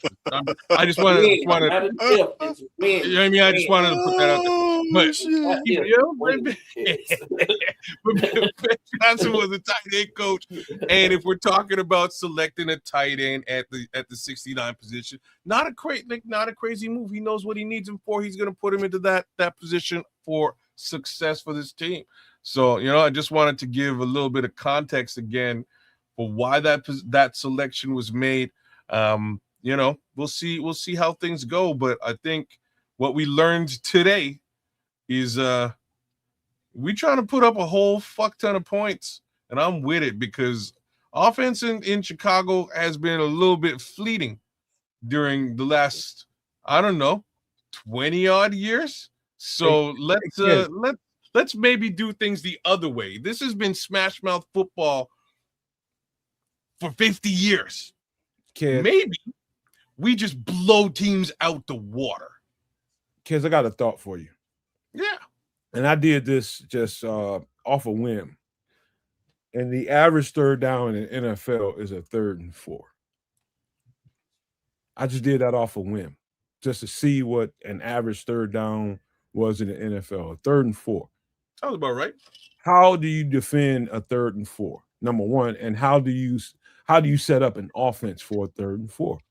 We start talking about the numbers game and some of the I don't like that kind of thing. What kind of offense would you set up for a 3rd and 4? Some kind of run pass option. Don't play action and put on tight ends on the field. What kind of offense? I'm putting those 3 tight ends on the There you go, Samo. There the fuck you go. Yeah, that's the run pass. I'm gonna see what you do if you bring those extra linebackers up. We gonna pass. And we can spread you out and pass on you, or we can run it down your throat. Come on, man. You can either run out your trick formation with a whole bunch of receivers, or you can run out your trick tight end formation with a whole bunch of tight ends. There's a question, Atmas here. Is Thomas Avalis 2.0? No. He's a body catcher, but don't even put him in the same. Let's not. We went all day long without having to talk about that motherfucker. I don't really want. You don't want to associate him with the Davis at all, Atlas. Me and Sam are in lockstep on that one, man. Look at it this way. So a 3rd look at and it 4. this way too. With that 3rd and 4 that you're talking about, when you got tight ends who run routes like receivers, if that does not put fear in a defense to where you can put a guy in motion, you can load up one side, whether it's the boundary side or the field side, it just creates so much havoc. And then you don't forget, you still got to account for the running backs. And the quarterback. And the quarterback. And the brand new deep threat. Just to throw that on top. Your entire receiver room runs 4-3 or better. You don't have a slow receiver in your receiver room. Your tight ends are running 4-5s. Yep. I mean, and big as hell. If nobody's seen Colston Loveland is yoked now. He didn't went and put on an extra 10, 12 pounds of nothing but damn muscle. He don't even look like the same kid from last season. Nah, so, big. Bro, they received the assignment during the exit interviews at the end of the season. and they knew what they had to go do. Everybody went and worked on what they needed to work on. Caleb said it best. He said, I got to be better over the middle. My short yardage passes have to be on point. I got to be able to anticipate and make sure that the ball is where these guys want the ball to be. He said, I had things to work on. We've been working on those things for the past month and a half in California. These boys is ready. They not playing with it, man. We as fans got to catch up to what the hell the team is doing. We can't be stuck in the past no more as fans. We got to be looking toward the future, just like our damn coach is. So, hey, let's do it, man. Let's get to it. Day 3, let's do it, baby. Let's get to day 3. That's what the NFL is now, man. The NFL is an offensive league now. It's no longer a defensive league, man. If you can't score, you ain't winning. You can't put up points, your ass ain't winning. But regardless of who you can stop, you can have the best defense in the league. Look at the Texans. Best defense in the league. Defense got even better. They just picked up Caden McDonald. But guess what? Their offense didn't get better. If that offense can't put up points, you're not gonna stop it. You're gonna stop it. You can contain the offense right now. There's no really stopping good offenses anymore. But that's I think what Ben Johnson is setting up, that good offense. You know, like Nomad was saying, you got 3 tight ends out there in a Komet, Loveland, and Roush. All right, you line up to run the ball. All right, cool. But now you want to flex out. Who's gonna cover all these guys? You know, the tight ends, just the tight ends, because you're gonna have linebackers matched up on them. And if you put a safety on them, they're too big, strong, and fast for them as well. So the versatility is not only a Dennis Allen thing, but if you look at the skill set of the tight ends, of the wide receivers that we have, they can all block, they can all play multiple positions, and they can all have that flexibility to be like, oh, that's what the defense is going to line up against us in this play. Now, Caleb Williams has that experience within this offense and learning more to be like, I'm going to check this at the line to take advantage of what I'm looking at pre-play. You know what, Trip? I'm glad you mentioned that, because I think as a byproduct of everything that happened today, Caleb Williams is going to be a better quarterback, because it's going to force him to learn exactly what to do at the line of scrimmage when he sees, let's just say that 3rd and 4 happens and they put the 3 tight ends out there and the defense left the linebackers out there. Okay, he's got to know what to do when he identifies that. Yep. Number one. Number two, if they take the 3rd linebacker off the field and put the nickel out there, does he know to adjust to a running play to the strong side? Little things like that makes the quarterback better. And so I think as a byproduct of it all, the fundamentals of what Ben Johnson wants to do is going to make Caleb a better quarterback, because it's going to help him identify things by way of the advantages that Ben Johnson just provided for him. You got to identify the shit. I'm glad you went down this road, because here's really where we are. I'm going to step a little bit further away from the draft conversation. And where we are is I needed us to get to this offseason for our young quarterback to sort of take a step back. What it do, Darius? What it do, D-Nice, man? What's popping? I needed our young quarterback to D-Nice in the house. To do a couple of things. The first one was gain full confidence, not in himself, but in the team and coaching staff around him. And that was built out of the success of this year. So now he believes in what's happening in Chicago. With that, and in his tool belt, he could step away from the game and work on the things that his coach has identified, because he believes in the coach and the coach's vision. Coach has already stepped out there and said, hey, look, the young man needs to work on his footwork. Needs to get his things square. And with that footwork in check will come the passing percentage. And that was exactly what I was sort of waiting for this guy. What he has in him is a little bit like the one quarterback I'm going to compare Caleb Williams to is Joe Burrow, for one reason. Joe Burrow gives 0 fucks about down number 1, down number 2. Doesn't care what down it is, as long as the completion is there for 10. Right? You get the first down. That's the down that Joe Burrow gives a damn about. And Caleb Williams has exactly that same mentality. Because he has that mentality, y'all, all he needs to do now is just work on the mechanics, the footwork, get those things in place, the offense that is built around this young man is going to be something ridiculous come September. So if he's able to pull those mechanics into play, pull the footwork into play, I think we're going to see offense in Chicago that we've never seen before, y'all. And that is saying a very big statement. The next level for him is identification. It really is. It's being able to see exactly where the weak points are, where there's a crease for him, where there's an opportunity for him. And by way of what I just got through describing, is going to create that for him. You got an extra linebacker on the field, you already know to attack that. You got that linebacker off the field, and there's a safety or a nickel cornerback out there, an extra one. Now you know, okay, is this box providing a running attack for me? Can I audible to that? Yeah, nay. The center's going to help you with some of that too, because that's part of his job as well. And so the next level for him is don't make the game hard, find the easy peasy. And that's the identification part of it. Knowing exactly where the weak points are when you take that extra linebacker off the field, when you got 3 tight ends, don't make it hard, just roll and go find the dump off and let them run.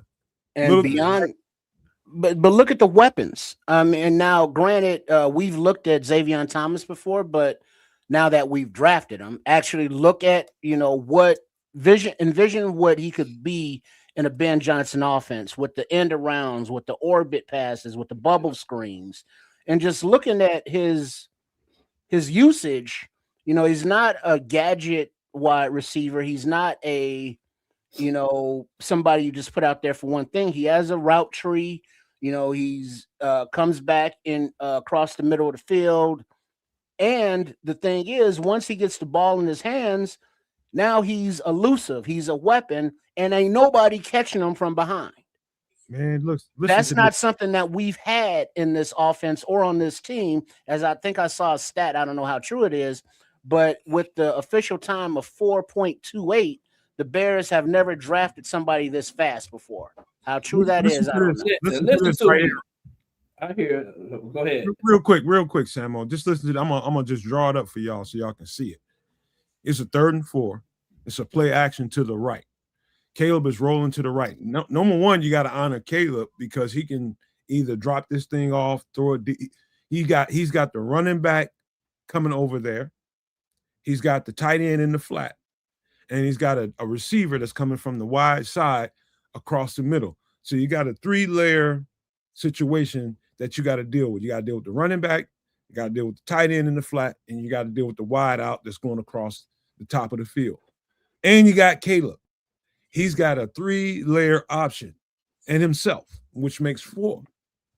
And I don't care what defense you got going on out there, they can't handle that if Caleb makes the right decision.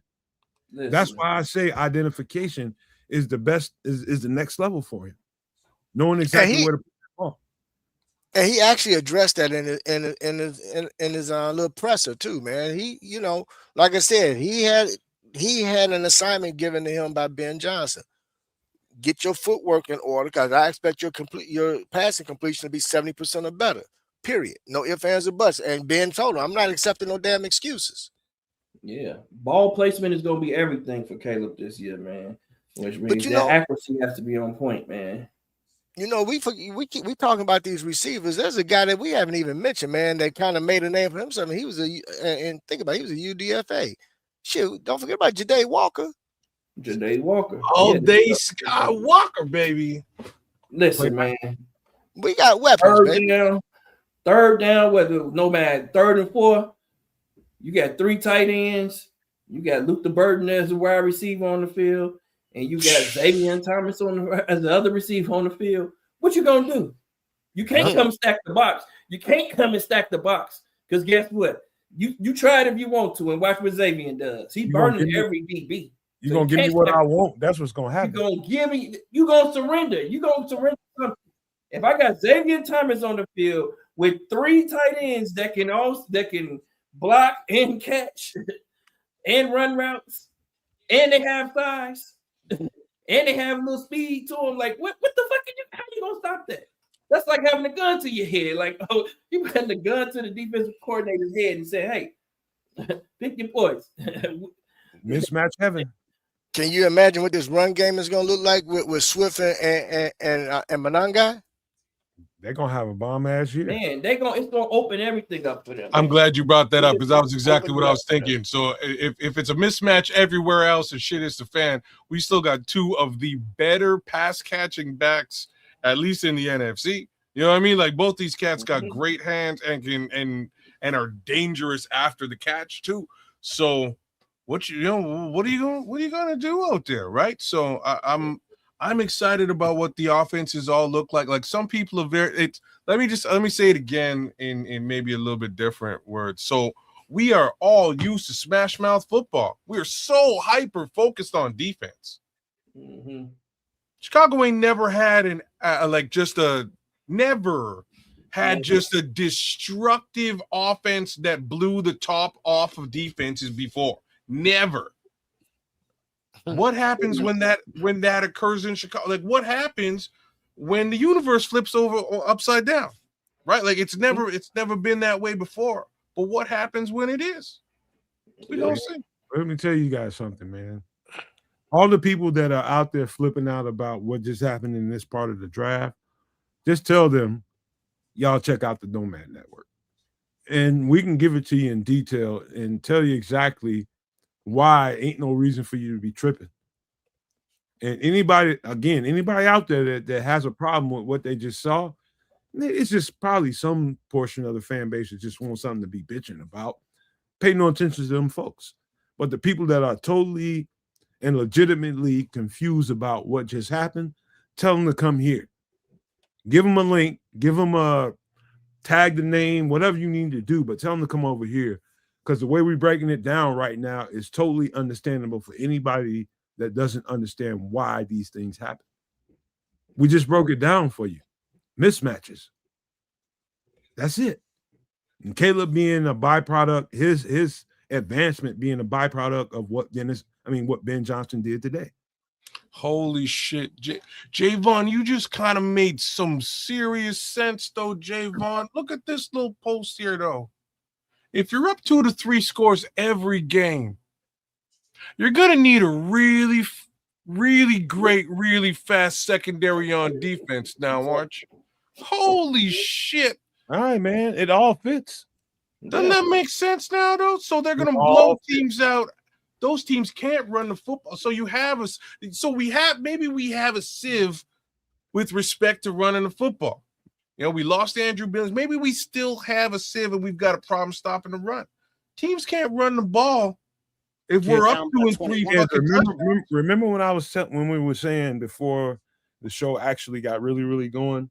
Javon. The team speed and how we increased the team speed from the defensive tackle to the linebackers all the way back into the secondary. And I said this, and I still believe this. We might be right there in the leading category of, to me, covered sacks because of the team speed.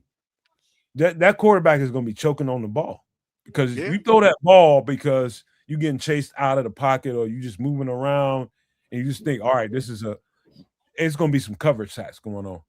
Yep. I'm telling you, we're gonna be high in that category, up in the lead for coverage sacks right now. Team speed is an MFer right now with the Bears. Yes, sir. Yes, sir. That's crazy. I really didn't look at it the way that Javon just broke it down in a couple of sentences, man. Shout out to Javon because again, this what Ben has done is he's upgraded. He's created mismatches everywhere, and he's upgraded that offensive caliber of this team. Which means, how do you get back? You need to pass the football to catch up. We just got 2 new safeties. We've got 2 of the better corners in the NFC right now, in my opinion, in Carla Gordon and Jalen Johnson. No disrespect to Tyreek Stevenson, but between him and Terrell, and maybe Zay Frazier, good luck. That's going to play out the way it's going to play out. Good luck. So let's hope. And I hear everybody in the chat. I hear all you guys was all real worried because I'm of a similar mind, but I'm coming around. There are a lot. The DT group this season is super deep, super deep. So I'm not worried about them finding a defensive tackle there two tomorrow. I think they can find that edge rusher. I've named him a couple of times today. I think they can still find an edge rusher a little bit later on. You know what I'm saying? Oh, absolutely. You know, like we just had a post come up regarding the 3-tech. I don't really think we have a 3-tech issue myself, because you can actually move Javon. You got Javon Dexter, and then Shamar Turner can play 3, but having Jamar Turner next to Javon Dexter is going to make it easier for that 3-tech meet, because now you can't double him like he was getting doubled before. So there's so many different components to this that everybody's missing, because they're so focused on one position, one particular player. Well, get the bad taste that you may have for a player out of your mouth, because you want a specific a particular player to be in that position, and look at it in its totality and what they're building. And the veterans that they brought in from free agency. These guys, they didn't just bring them in just to be camp bodies. These guys are coming in to contribute. This is a different defense. And what I'm learning is, this lets me know that majority of our fans only watch Chicago Bears football. Once the Bears go off, they don't watch no more football after that. Because if you watch other games, other teams, especially any team that DA was the coordinator of, you should not be worried. Trust me. Right. Well, it doesn't seem like this is a win now draft. Simply, was that Clever? Who said this is a win now draft? You know, Ryan Poles has been constantly saying we want to win the North and not give it back. That implies a non-closing kind of window. You know, there are people like, well, Caleb's still on his rookie contract as a quarterback. We have to win now. And it's Says like, who? exactly. It's like, says who? I mean, Ben Johnson just got here last season. It is a win now draft. I don't know what people were saying about it not being a win now draft. I think we're going to win now. But it's not an all-in sell out the future for now draft. No, I can. That's what Bishop was saying. Like, people expecting us to win the same way we've been winning for the past 20, 40 years with defense. We're not going to win with defense. We never won. We haven't been winning getting defense. That's a good point. We haven't won shit with defense anyway. So we're trying something different. Thank you. Open your fucking minds. Open your eyes to what the NFL is now. It is a scoring league. If you cannot score, your ass is going to be sitting at home when the playoffs come. We got lucky this year. We got fucking lucky this year to get into the playoffs and to be able to do some damage. Ben Johnson knows the defenses that he has to face. He knows I got to be able to beat Seattle. You don't think Ben Johnson sat home and say, I got to be able to beat this fucking defense. What do I need? I'm going to need another good tight end. I'm going to need that fucking burner wide receiver. And you know what? Right. Oh, I just lost my center. I'm going to need my athletic ass center, my bull to pull around the edge that can pull and hit shit. Like, those are the things I need to make this offense go, because I know that I can score 30, 40 points a game.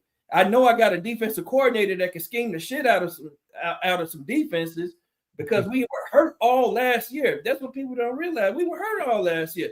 People saying that our starting defense didn't play together to the last damn game of the season.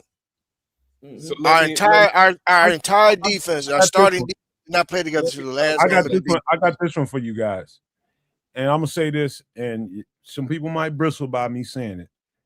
To be honest with you, as bad as the defense was all last year, for the most part, the offense and its struggles probably got us into these tight games that we had to go struggle and win. It did. Because they couldn't function. Right. And that is clear in the sequence of the games that I watched this year. The offense could not move the ball and continue drives.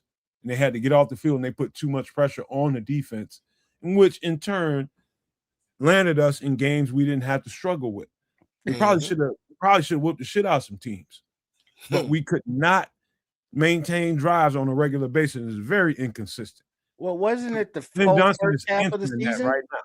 The first half of the season, the offense didn't play the first half of the games. A lot of it. You know, it's 3 and out, 3 and out, 3 and out. Yeah, a good portion of the season. Most of the, all the way to the end of the season. To the end of the year. The playoffs. Half. Let me touch on this whole win now draft thing a little bit, because I can understand why somebody would say that, because it's not what as a whole, and I can't point at the draft all by itself. I have to look at the entire offseason. And I think whoever put that in the chat should look at the entire offseason. This offseason, they moved away from basically the guts of this entire team, right? Like, okay, see you later, Kevin Byard. You're the leader on defense. See you later to the other safety. See you later to everybody who had anything to do with the takeaways this past season. That was not a sustainable way to win football games. Let's just understand that. And it's funny because I asked, is this shit sustainable in the third game of the season? And somehow it became sustainable. But it's not really a sustainable thing, that many takeaways. Things that are sustainable, actual working offense. You can go out there every fucking week and mismatch and win. You can do that. And what Ben Johnson has done is he's actually wound up grabbing the key weapons to position on the field to do exactly that. It's not what we're used to here in Chicago, and it's also even worse for fans. Definitely not what y'all expect. It's not what I expected. Like me personally either, not what I expected. But to be frank with you, I get it. And I'm kind of excited about it because it's the opposite of what we've been watching for 50 years. We've been stuck here watching defensive versions of football, smash mouth, run the football, and pray to God somebody gets in the end zone. Maybe it's your cornerback on kick returns. You know what I mean? Like this is the type of football we've been running for 50 years. Not sustainable, y'all. What is sustainable, again, is an offensive genius, a guy who knows football inside out from the offensive side, building that piece by piece, building that puzzle into something that you just cannot effing stop. And that's where we are right now. The flip side of all this that we were all a little bit in chagrin of is like, can we stop somebody else from doing that to us?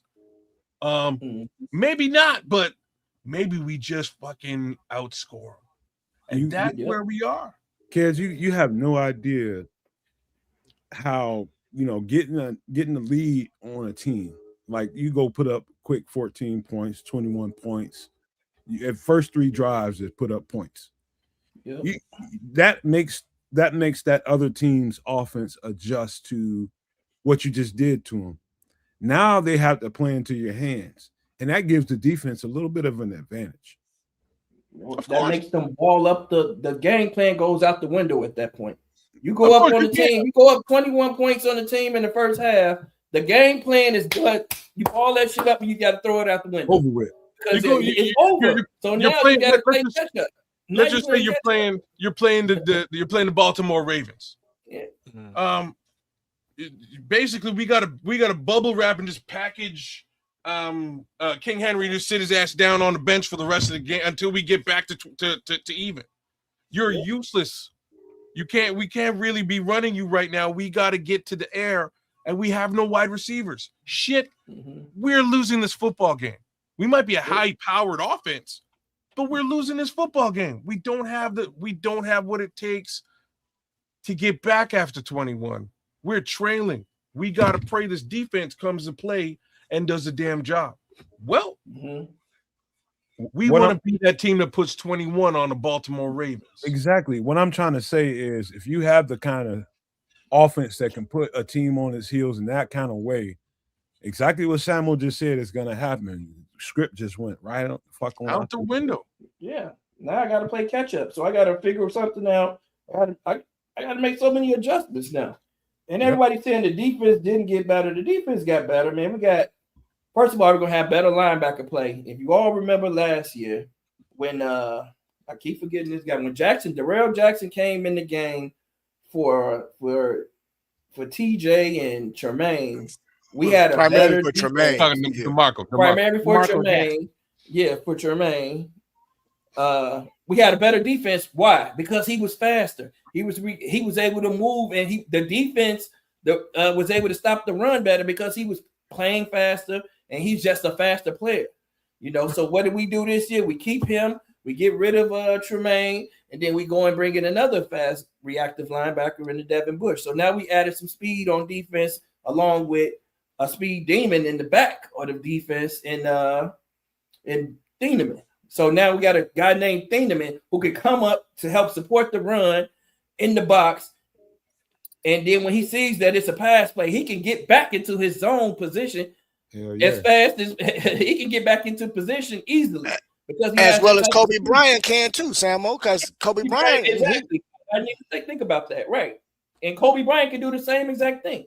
And you don't know which guy's going high and which guy's staying low. So the defense got better from that, and along with the fact that we're expecting to get a better Booker, we're expecting to get Shamar Turner come back and play a little bit of 3-tech. We expect to get a healthy Grady Jarrett. We're expecting to get a healthy Dayo Dangbo, who can also play really good at a 3-tech and is a great defender on the edge against the run. So the defense is going to be better next year just because of all of those things that happened well before the draft came. And we got two defensive tackles that can play, that fit this scheme a little bit better as well. Guys who can rush up the field and shoot their gap a little bit to help those defensive ends win their one-on-ones and bend around that edge without the quarterback being able to just step up into the pocket. And these guys can also move well enough to stunt a little bit more. So that alone helped the defense.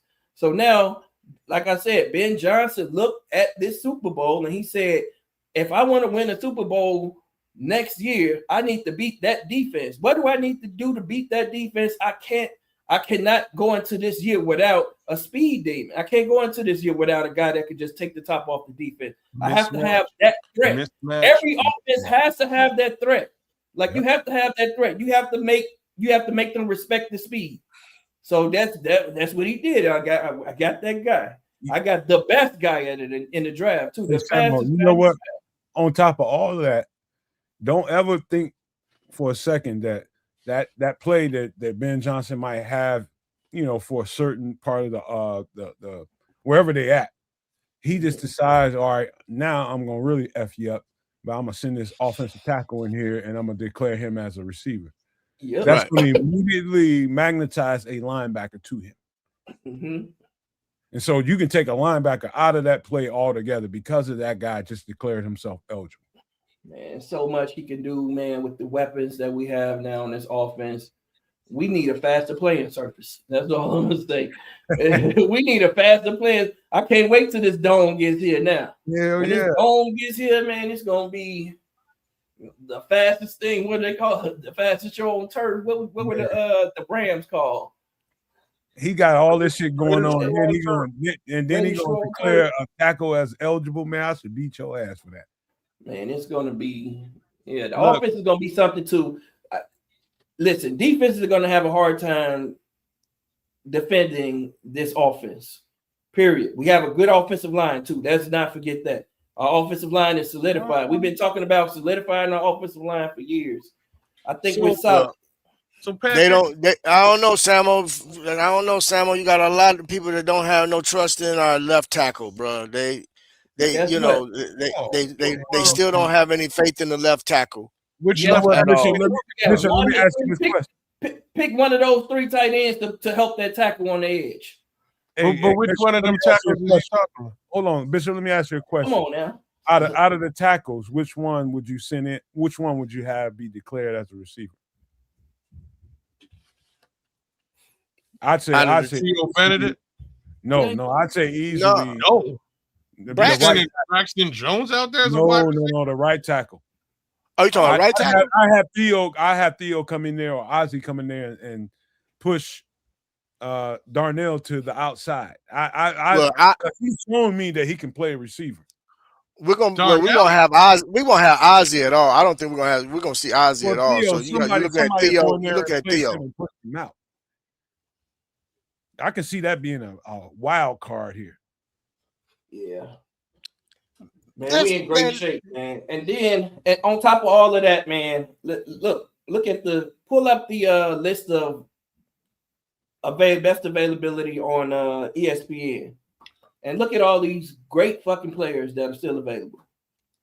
Great fucking defense. Go ahead and read through them, great fucking players on defense. Darius, why do you think that the cornerback position needs a reset, bro? What reset are you talking about on the cornerbacks, Darius? He's talking about. Hey, hold on. Let's Jalen. I wouldn't be mad at Darius. I would think that we need to add. I wouldn't mind adding one either. I'm with Darius, but we got Xavier Thomas. Or is it Xavier Thomas? No, Zay Frazier. That boy, I'm telling y'all, if y'all never saw that boy play, that boy is a ball hawk, man. And he's 6'3". He's long, he lanky, he tough, he play, and he's physical. He good. He's a good man. He played man. He played man press. He preferred to play man press. Yeah. I'm telling you, man. Y'all pump your brakes, man. Relax. Just like nobody believed me last year when I set up and said that Mononga was going to be a perfect fit for our offense. Everybody looked at me and was like, "Oh man, Bishop, you tripping?" I don't think I was tripping. Look at the results. I'm gonna say you were tripping. I'm gonna say you were. And why I'm gonna say you were is that no, I'm serious. Why I'm saying you were is that Kamananga was a 7th round pick and nobody scouted him. Nobody really knew what was up with him. I looked at him a little bit. He kind of looked like a poor man's who was my boy from the beginning with the Raiders?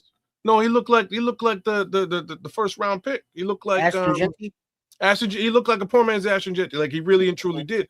But again, a 7th rounder, poor man. So when that is a selection, all bets are off. Nobody knows how this kid's gonna perform.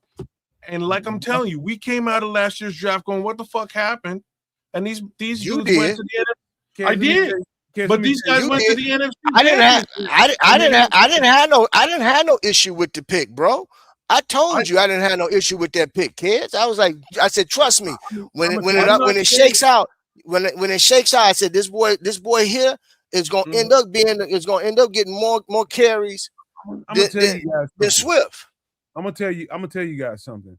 None of that shit would have happened without the addition of Jonah Jackson on the right side to Darnell Wright. I'm telling you right now, I looked at you're right. Probably 80-85% of the backups run, number 25's runs, and a lot of them was right next to either the center guard or the guard tackle on the right side.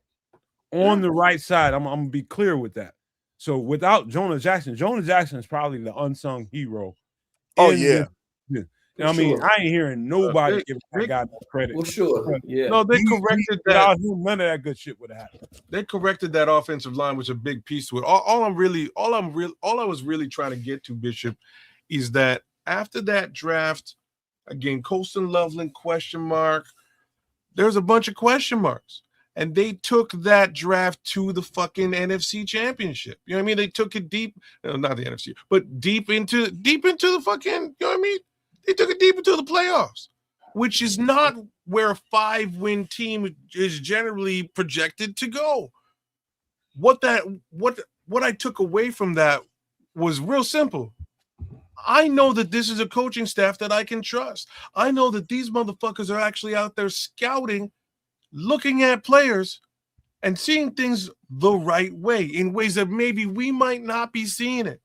Like, what is it? Who's our center? Logan Thomas? Jones? Logan something? Jones. Logan Jones. Mm-hmm. We all scouted Logan Jones. Logan Jones looks like a bad motherfucker as a center. Patrick, I know you're sort of saying maybe he's a 6th-round talent. That's not what we saw when we scouted him. I'm going to say that out loud. He looked much better than a 6th-round talent to me at the center position. Would I have selected him when they selected him? Personally? No. But they saw something I trusted. And that's how this shit goes. Let me tell you something. I know this for a fact, and I'm touting the network and all we do over here. That includes Samo. The fact is we got a few football savants around here.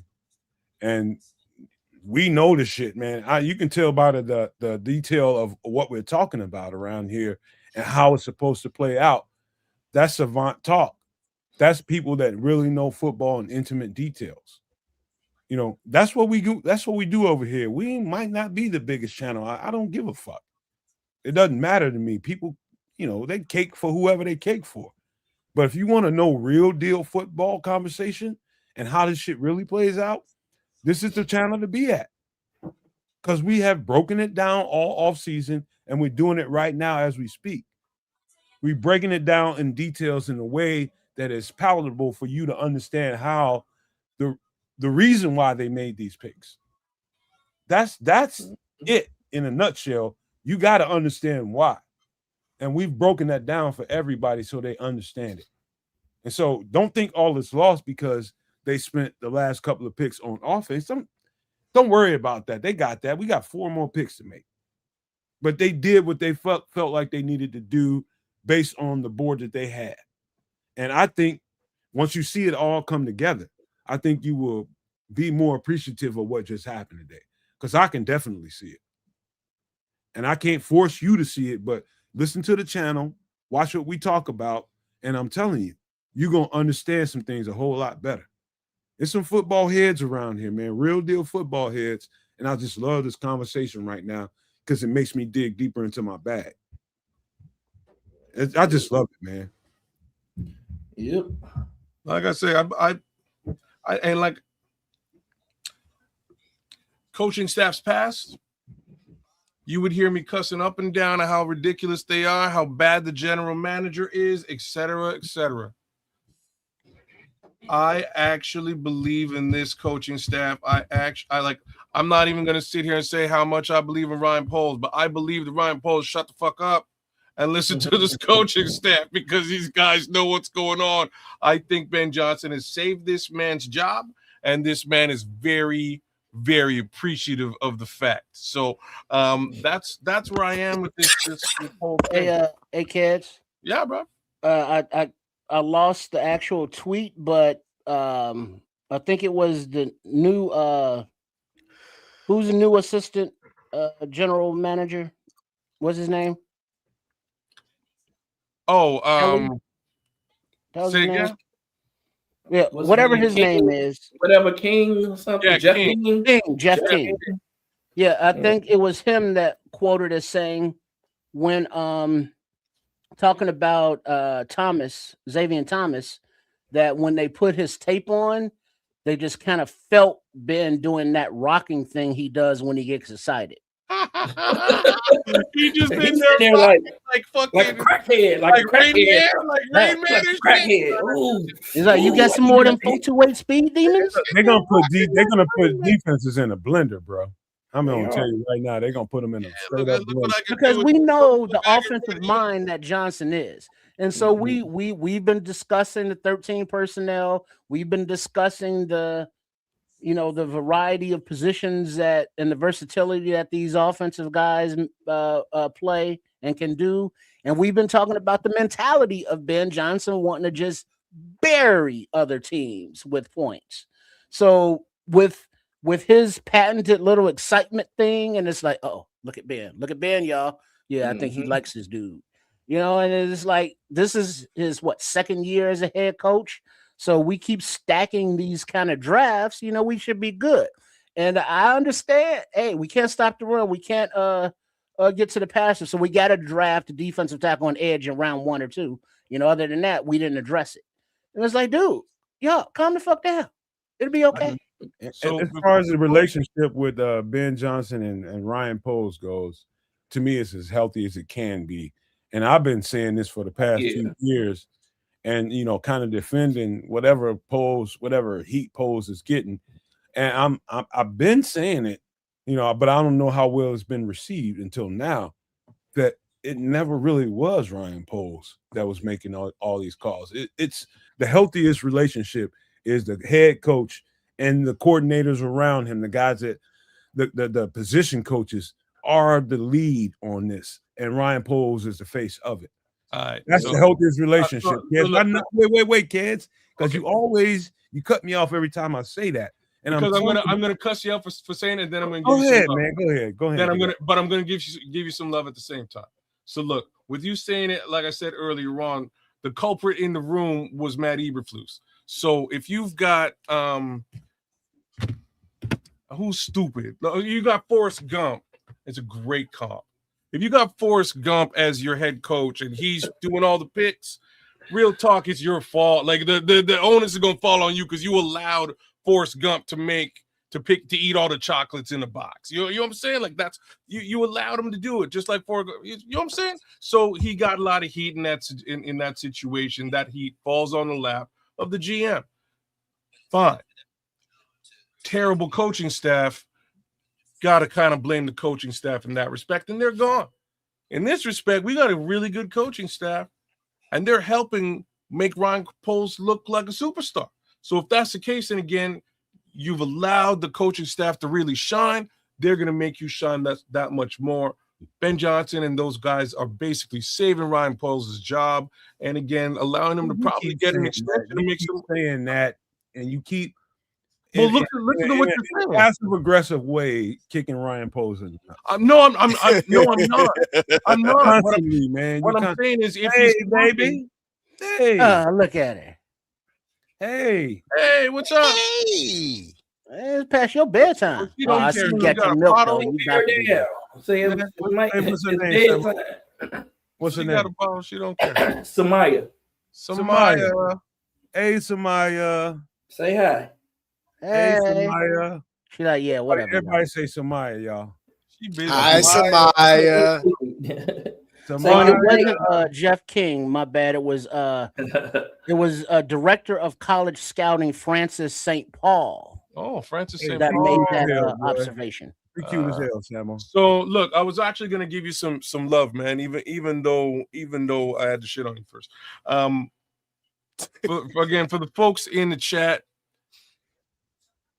Nomad has spent the better part of this offseason, and I keep clowning him about it because he's finding talent at the defensive tackle position way later in this draft than I was comfortable with at all.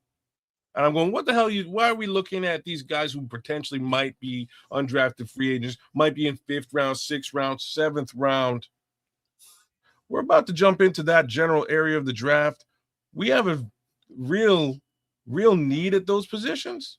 And I think we're going to find some real, like a guy like, against Skylar Gill, great player. Landon Robinson, great player. Spent a lot of time with Aaron Donald in the offseason, just learning from Aaron Donald on a one-on-one capacity. We're talking about David Robinson's son. Kid's real good. Looks great. This is the type of talent we could bring onto our squad a bit later on. Samo, get her again, man. She said she opening the door. You want camera, baby. Hey, well, watch out now. Hey, Samaya. Samaya, hey. Yeah, what up, kid? Yeah, it's time for night, ain't it? Because my eyes is heavy too. Hey, Samaya. Mine don't care. She got milk. That's that what's milk. Somebody said, I got my bottle. I ain't thinking about you cats. Yeah, but y'all interrupted my cocktail. You know we gotta be here at like 10:30, right? And it's going on 11:30. So Samaya, it's time to go to bed. It's time to get in bed. It's past triple R bedtime too. I know it is. You don't know how to act. Right? Well, Triple R, just twist up one, man. Twist up some of that indica, bro. You'll be good to go. I can't mess with the indicas. I'm a sativa kind of guy. I am too. The indica help you sleep though. I don't need no indica. That's not an issue. I don't need no go to bed regardless. Well, I do, and I'm gonna twist up some indica right now. Yeah, because if indica at bedtime means like if I gotta go pee, I gotta go pee. I can't be asleep. Triple R got old man issues and shit. Hey, I think we all got old man issues.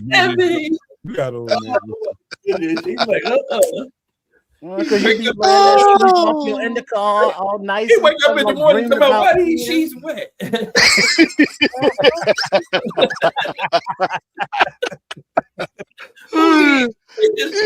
got the beat on yourself. Yeah. And blame it on the indica. Man.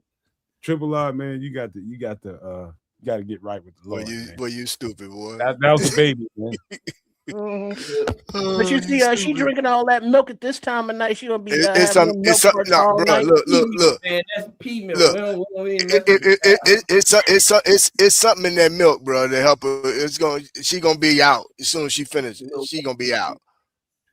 Now she can't get enough and keep coming back. She's like, oh, there's people there calling my name. What's going on over here? I don't want to go to bed now. Hey, all I know Man, tonight. Tonight, man, it proved a couple things to me. That this is very strategic for the Bears. Number one, I believe so. And number two, Dennis Allen's gonna get his.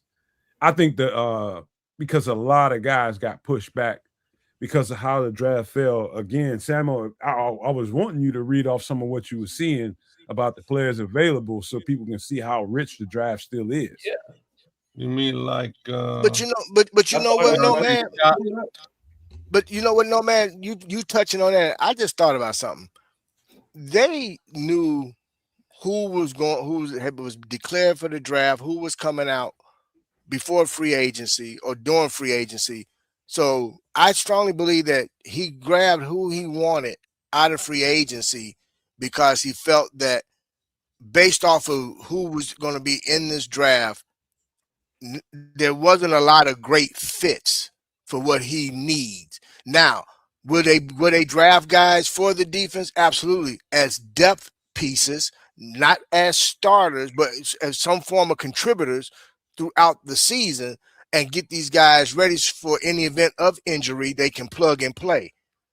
You know, but I strongly believe that they made the decisions that they made with regard to the free agents that they brought on to be immediate contributors because they didn't feel that those type of players was going to be in this draft.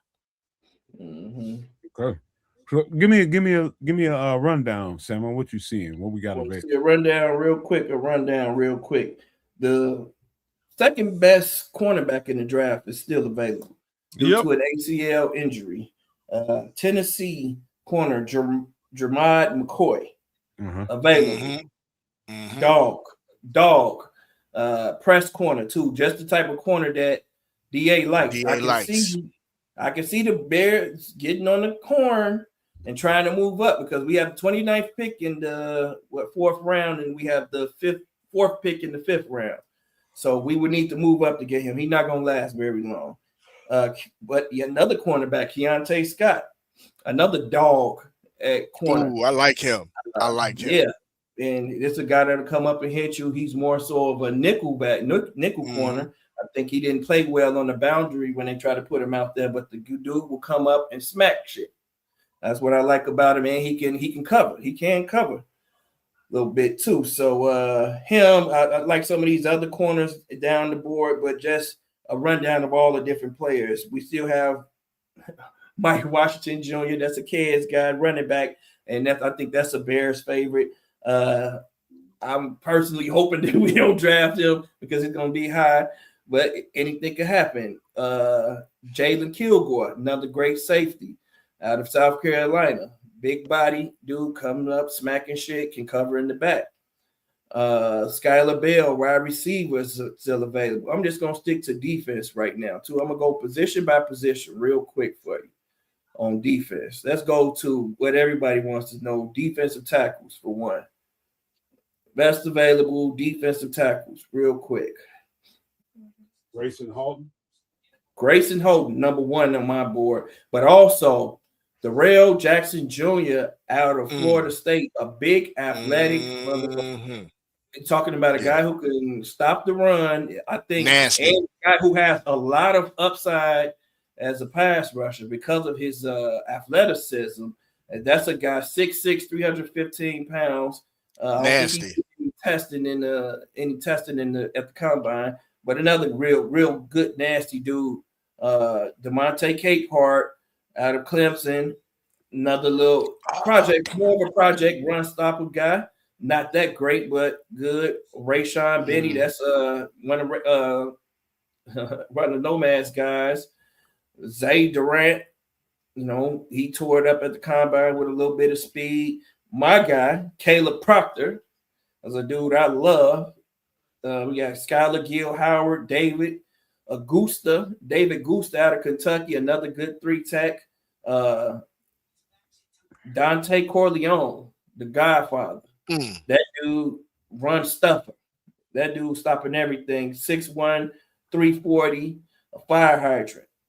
Got a lot of little athleticism to him too. He got a little wiggle to him. A young Billings. Young Billings, a more athletic Billings. Athletic Billings, yeah. Young athletic Billings, yes. He can move. Yeah, he reminds me of Billings. That's a good comparison. But when Billings was the year before last, moving a little bit better, and he was younger. Yep. He was about 5 Big Macs down. 5 Big Macs down, right.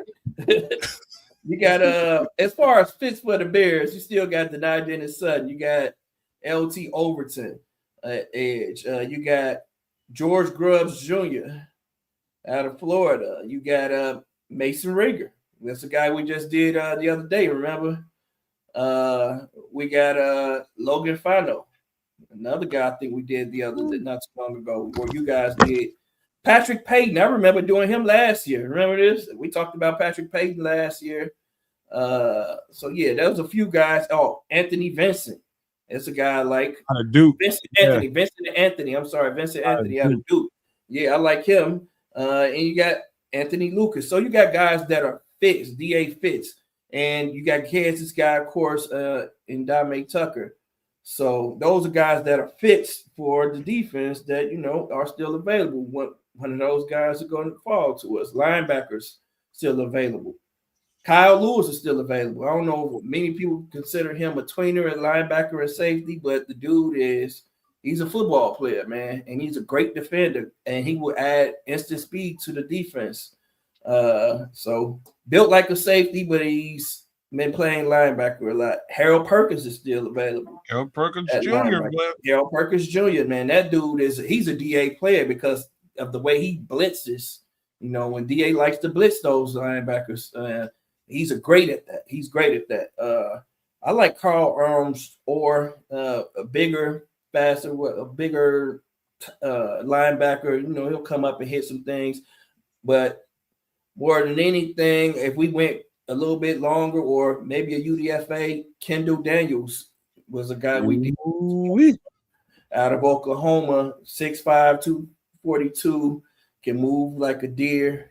He's ex-safety as well. Kind of puts you in demand of Tremaine Edmonds, but a little bit more physical. What other positions do you think about? Cornerback. At cornerback, I just went through cornerback, but one of these cornerbacks that's a sleeper to me, Damani Jackson out of Alabama. I love that cat. That dude is really good, man. Really He's gonna get drafted. He's gonna get drafted. 6'1", just a lot of talent, man. A lot of talent. Ephesians, what's that? Price got? Yeah. That dude from Washington. Yeah. That's a big body. That's the big body cornerback that DA seems to like a little bit. Who else? What else? I don't know if we'll draft another safety, but like I said, Kilgore is there. Zaki Wheatley is still there. Genesis Smith is still there. We're going to draft another safety. These are some great safeties, man. Kamari Ramsey. VJ Payne is nice, man. Big dude. Kind of puts me in the mind frame of a Nicky Wari. Hey, take a look at linebacker for me, Samo. Go back to linebacker for you. I just want to hear the names. You want to go through all of them? We got let's go through about like 10, 15. Dante Lawson. You got Bryce. What you say? I was just saying there's a really good list of linebackers here that's going to surprise. Yeah, we got that's what I said. Man, we're good. That's what I mean. We still have an opportunity to fix our offense. And look, if you go back to today and look at the number of offensive players versus the number of defensive players, it'll tell you everything you need to know about the direction of the NFL. You see the run on wide receivers, you see the run on tight ends. It tells you everything you need to know about what the direction the NFL is going in. But and all of these good defensive players still here, Like, look, you got to prioritize that offense. They know if you don't have a good offense, then it don't matter how good your defense I is. think the running You gotta back be able to put up some points. I think the running back is still real thick right now. Yeah, running back still real thick. I think my guy's still there. Nick Singleton is my guy. I don't think he got picked up. Yep, It's only Nick been what 2 or 3 running backs that's been picked up. If that They shit, picked one today. Did they pick one today? Did any get picked? I don't think I anyone don't got recall. picked. I No, don't yeah, they didn't recall. pick. Not one. You're right. Not one got picked today. So now one day two. Emmett Johnson is a wiggly dude out of Nebraska. Nebraska. Yeah, man. The dude, his lateral quickness is sick. He don't have a lot of speed though, but I like him. Man, it's a good running backs. I like Le'Veon Moss. Well, I love that cat. That dude, yeah, I really like him. I think he's gonna be sneaky. The best running back came out of this class besides Jeremiah Love. Because he has size and yeah, he got some size on him too. Some good speed. Yeah. So man, Kalen Black did go. He did go today. Real who late did? San Francisco, Kalen Black out of Caleb Indiana. Black. Oh yeah, Caleb Black. He did go. Yeah, that's who went. Running back, yeah, he did. Jonah Coleman still available. That's the big bruiser. Oh, Seth McGowan. Yep. Came for a visit. Yep, man. It's some really good running backs, man. Some of these running backs, I think a lot of these running backs are going to go a lot of these running backs going to be either 7th round picks or UFDAs. I'll tell y'all a sneaky good video to watch is Rasul Faison. That Rasul dude, Faison, he's still available too. I think we did him last year. We did him probably about 6 weeks, 4 or 5 weeks ago. We did him this year? Yeah, we did him. Okay.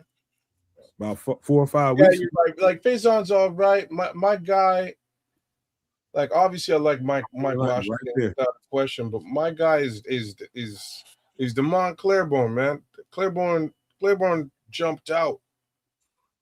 He would be a nice addition to this team. He brings something a little bit different, and that is out long speed and shoot with vision. Hey, Nomad, you touched on something. Can we check the visits list and see who was part of that visit list of the Bears? Everybody that got the visit is already gone, except for maybe Seth McGowan. I think he might be the one person who's left over. You know, they keep a lot of these secret, man, because last year we didn't know that Coastal Loveland came until after the draft. And so they kept that at a hush hush. So a lot of players, you know, if they really want them, they'll keep it on the hush hush. Or they'll meet with them just one time. Like yesterday, we got Dylan Thieneman. He said he didn't come for the 30. He said he spoke with him. He had one of those Zooms with him or something. Oh, yeah, okay. Kept it low key. Yeah, they didn't think he would be available though. That's because he's like, I know that they were interested, but you know, I think the general feeling was, man, he's too good to be available, which was the general feeling for all of us. Yeah, true, Pilgrim. I'm surprised too, man. But look, I don't, you know, them 30 visitors to me is just a smoke screen. It's just smoke and mirrors, bro. Last season they brought 30 fucking guys in here. I don't think one of them made the football team. Yeah, they did. Yeah, all of them made the team. Everybody who came on the team, everybody who made the team had a 30 visit, except for one guy. Colston Loveland did not have a publicized. He had a 30. He didn't have it public. That's what I'm saying, kids. But that wasn't public, but he had it. They kept it hush hush. The ones that they publicize ain't the ones that they're trying. That was not the guys you're gonna get. Yeah, that's what I'm trying to say. All right, we're gonna pull that down so we can get ready to close this thing out, man. So we can get ready. Yeah, that's what I was asking to pull up, Trips. That's exactly what I was asking to pull up. Yeah, I'm looking at. I should have shared it. I'm looking at it right now. To be frank, there are some very, very interesting talents at just about every position. Feel free out there. This is out on ESPN, what we were just sharing. Feel free to jump on ESPN, look for NFL draft best available, and just scroll through. The defensive tackle class is stacked to fuck. These first 5 names, I'm just gonna go through them real quick. Xavier Harris, Grayson Halton, Darrell Jackson, DeMonte Capehart, and Rashawn Benny. I could keep going, but Caleb Proctor. you know what I mean? Like these Right. 5 guys are very, very, they're very solid talents. Yeah, the thing is separating the 3 Legitimate techs from the players. nose Yeah. guards. It's the This 3 techs from the nose guards. This is absolutely fair. I don't, you know what I mean? I don't want to get super deep into the DT list. The list is ridiculous. The list is ridiculous. It is crazy. So I'm fairly confident. You know what I mean? I'm fairly confident that they'll be able to do what they need to do at that position, whether it's 3 or nose. Mm-hmm. Right? Yeah. If they want to go nose, which is what I expect them to do, they should be able to do that here. They can still get both. I think it's nose heavy, less than 3 tech. So Landon Robinson's not a 3 tech. He's a 3 tech. I'm fucking with you. He's definitely a 3 tech. Caleb Proctor is a 3 tech. I'm 3 techs. Good 3 techs in there. I'm messing with you right now because I know they could potentially get both this deep in the draft and have them be effective players and parts of this defense, right? And I've been saying that about the edge rusher position too. At this point, it's just what is your sensibilities? How do you want to skin this cat? You know what I mean? We ain't got no choice but to get a good player in this part. If we're gonna go D tackle, and if they go 3 technique, I can understand it. If they don't, if they go tip and nose tackle, it's about a good 5 to 7 of them that you can't miss on, really, in my opinion. Yeah, bro. So my next, so that leads to this question then: is it a possibility, because of the amount of talent that is still available, that you can trade back, pick up a couple extra picks, and just load up on and have your depth pieces for available to take a look at? You trade one of these picks. I don't know, but we got to close this MF out. I'm with you, man. I'm with you both. I'm done. I have my sandwich. I'm happy. I'm happy with this draft, even though it is not what I would have done. But like I say, who gives a shit about me? Man, if they get one more pick, I care, kids. Hey, who gonna be able to come play tomorrow, man? That's all I want. Bishop. Like I say, I will be here as soon as I can. It will be a little bit later than needed. If we're starting at 10:30, I have a 10:30, so I'll probably be about a half hour late. Yeah, okay. Let me double check what time my meeting is tomorrow too. This is probably gonna be the funnest part of the draft, low key shit. No, well, we probably won't hit our pick for at least a half hour. Quick tomorrow. Tomorrow's gonna be a little quicker because I think the time. Yeah, it's like 3 minutes. I think like 2 minutes or something. Yeah. Okay. So it's gonna go quick tomorrow. This is gonna be the best time to be here. Shit. So yeah, I think it'll be over about 2 o'clock, 2 o'clock. If it's starting at 11. That might be pushing it. You don't think so? Yeah, I mean, they got to go through rounds 4 through 7. So if they start at 11, they may not be done till like 3-5. Yeah. Whoever can get here, just if you can get here, but it's gonna be rapid fire, I think. Yeah, my meeting is at 10 a.m. It shouldn't be no more than half hour or an hour at the latest. So I'll be in between, probably by 11 o'clock. I'll be jumping on. Yeah, and I just set my alarm for 10 in the morning. So yeah. Either way, we're gonna go ahead and hop out there, and whenever y'all can come in here, if you can come in here, that'd be great. We'll be there. This is gonna be the best time to be watching it. I think this is where, to me, it's always gonna be the fat part of the draft to me. Because all that shit that Samuel just laid out, all them players, that's some good talent. Real good talent, yeah. Mm-hmm. Cool. And then you got to know a lot of teams still got to draft some offense. We got some good offensive players still. What's his name? Sam Heck still available. They had him as the second best center in the draft. He's gonna go high. Still out. Jude Bowery still available. So man, it's still teams that got to pick that's gonna draft offense. Yeah, man. These guys still gonna fall. Even if y'all got to pop in and out, just this is gonna be the funnest part, man. I'm just telling y'all. I just know it. Yep. Yeah, I'm jump in. No, I'm gonna jump in. I'm not gonna be here at what'd you say, 10:30? I know I'm not gonna be able to be here then. That's okay, man. Just My whenever. lady got something to do in the morning, but I'm Just gonna pop jump in. Sure, I'm gonna pop in. Expect me by 11 a.m., brother. I'll be in by 11 a.m. Me too. Okay. Cool. All right. Any last thoughts before we get ready to get out of here? Any last closing thoughts before we close this out? Because this tomorrow is about to be it. I Here it have is. a last thought. Mhm. Fuck Green Bay. Oh, that's a good one. Exactly. I had a message for Bears fans. Don't worry, be happy. We good. Relax. Don't worry, be happy. That's sound advice right about now. Don't Good. worry. Trust the process.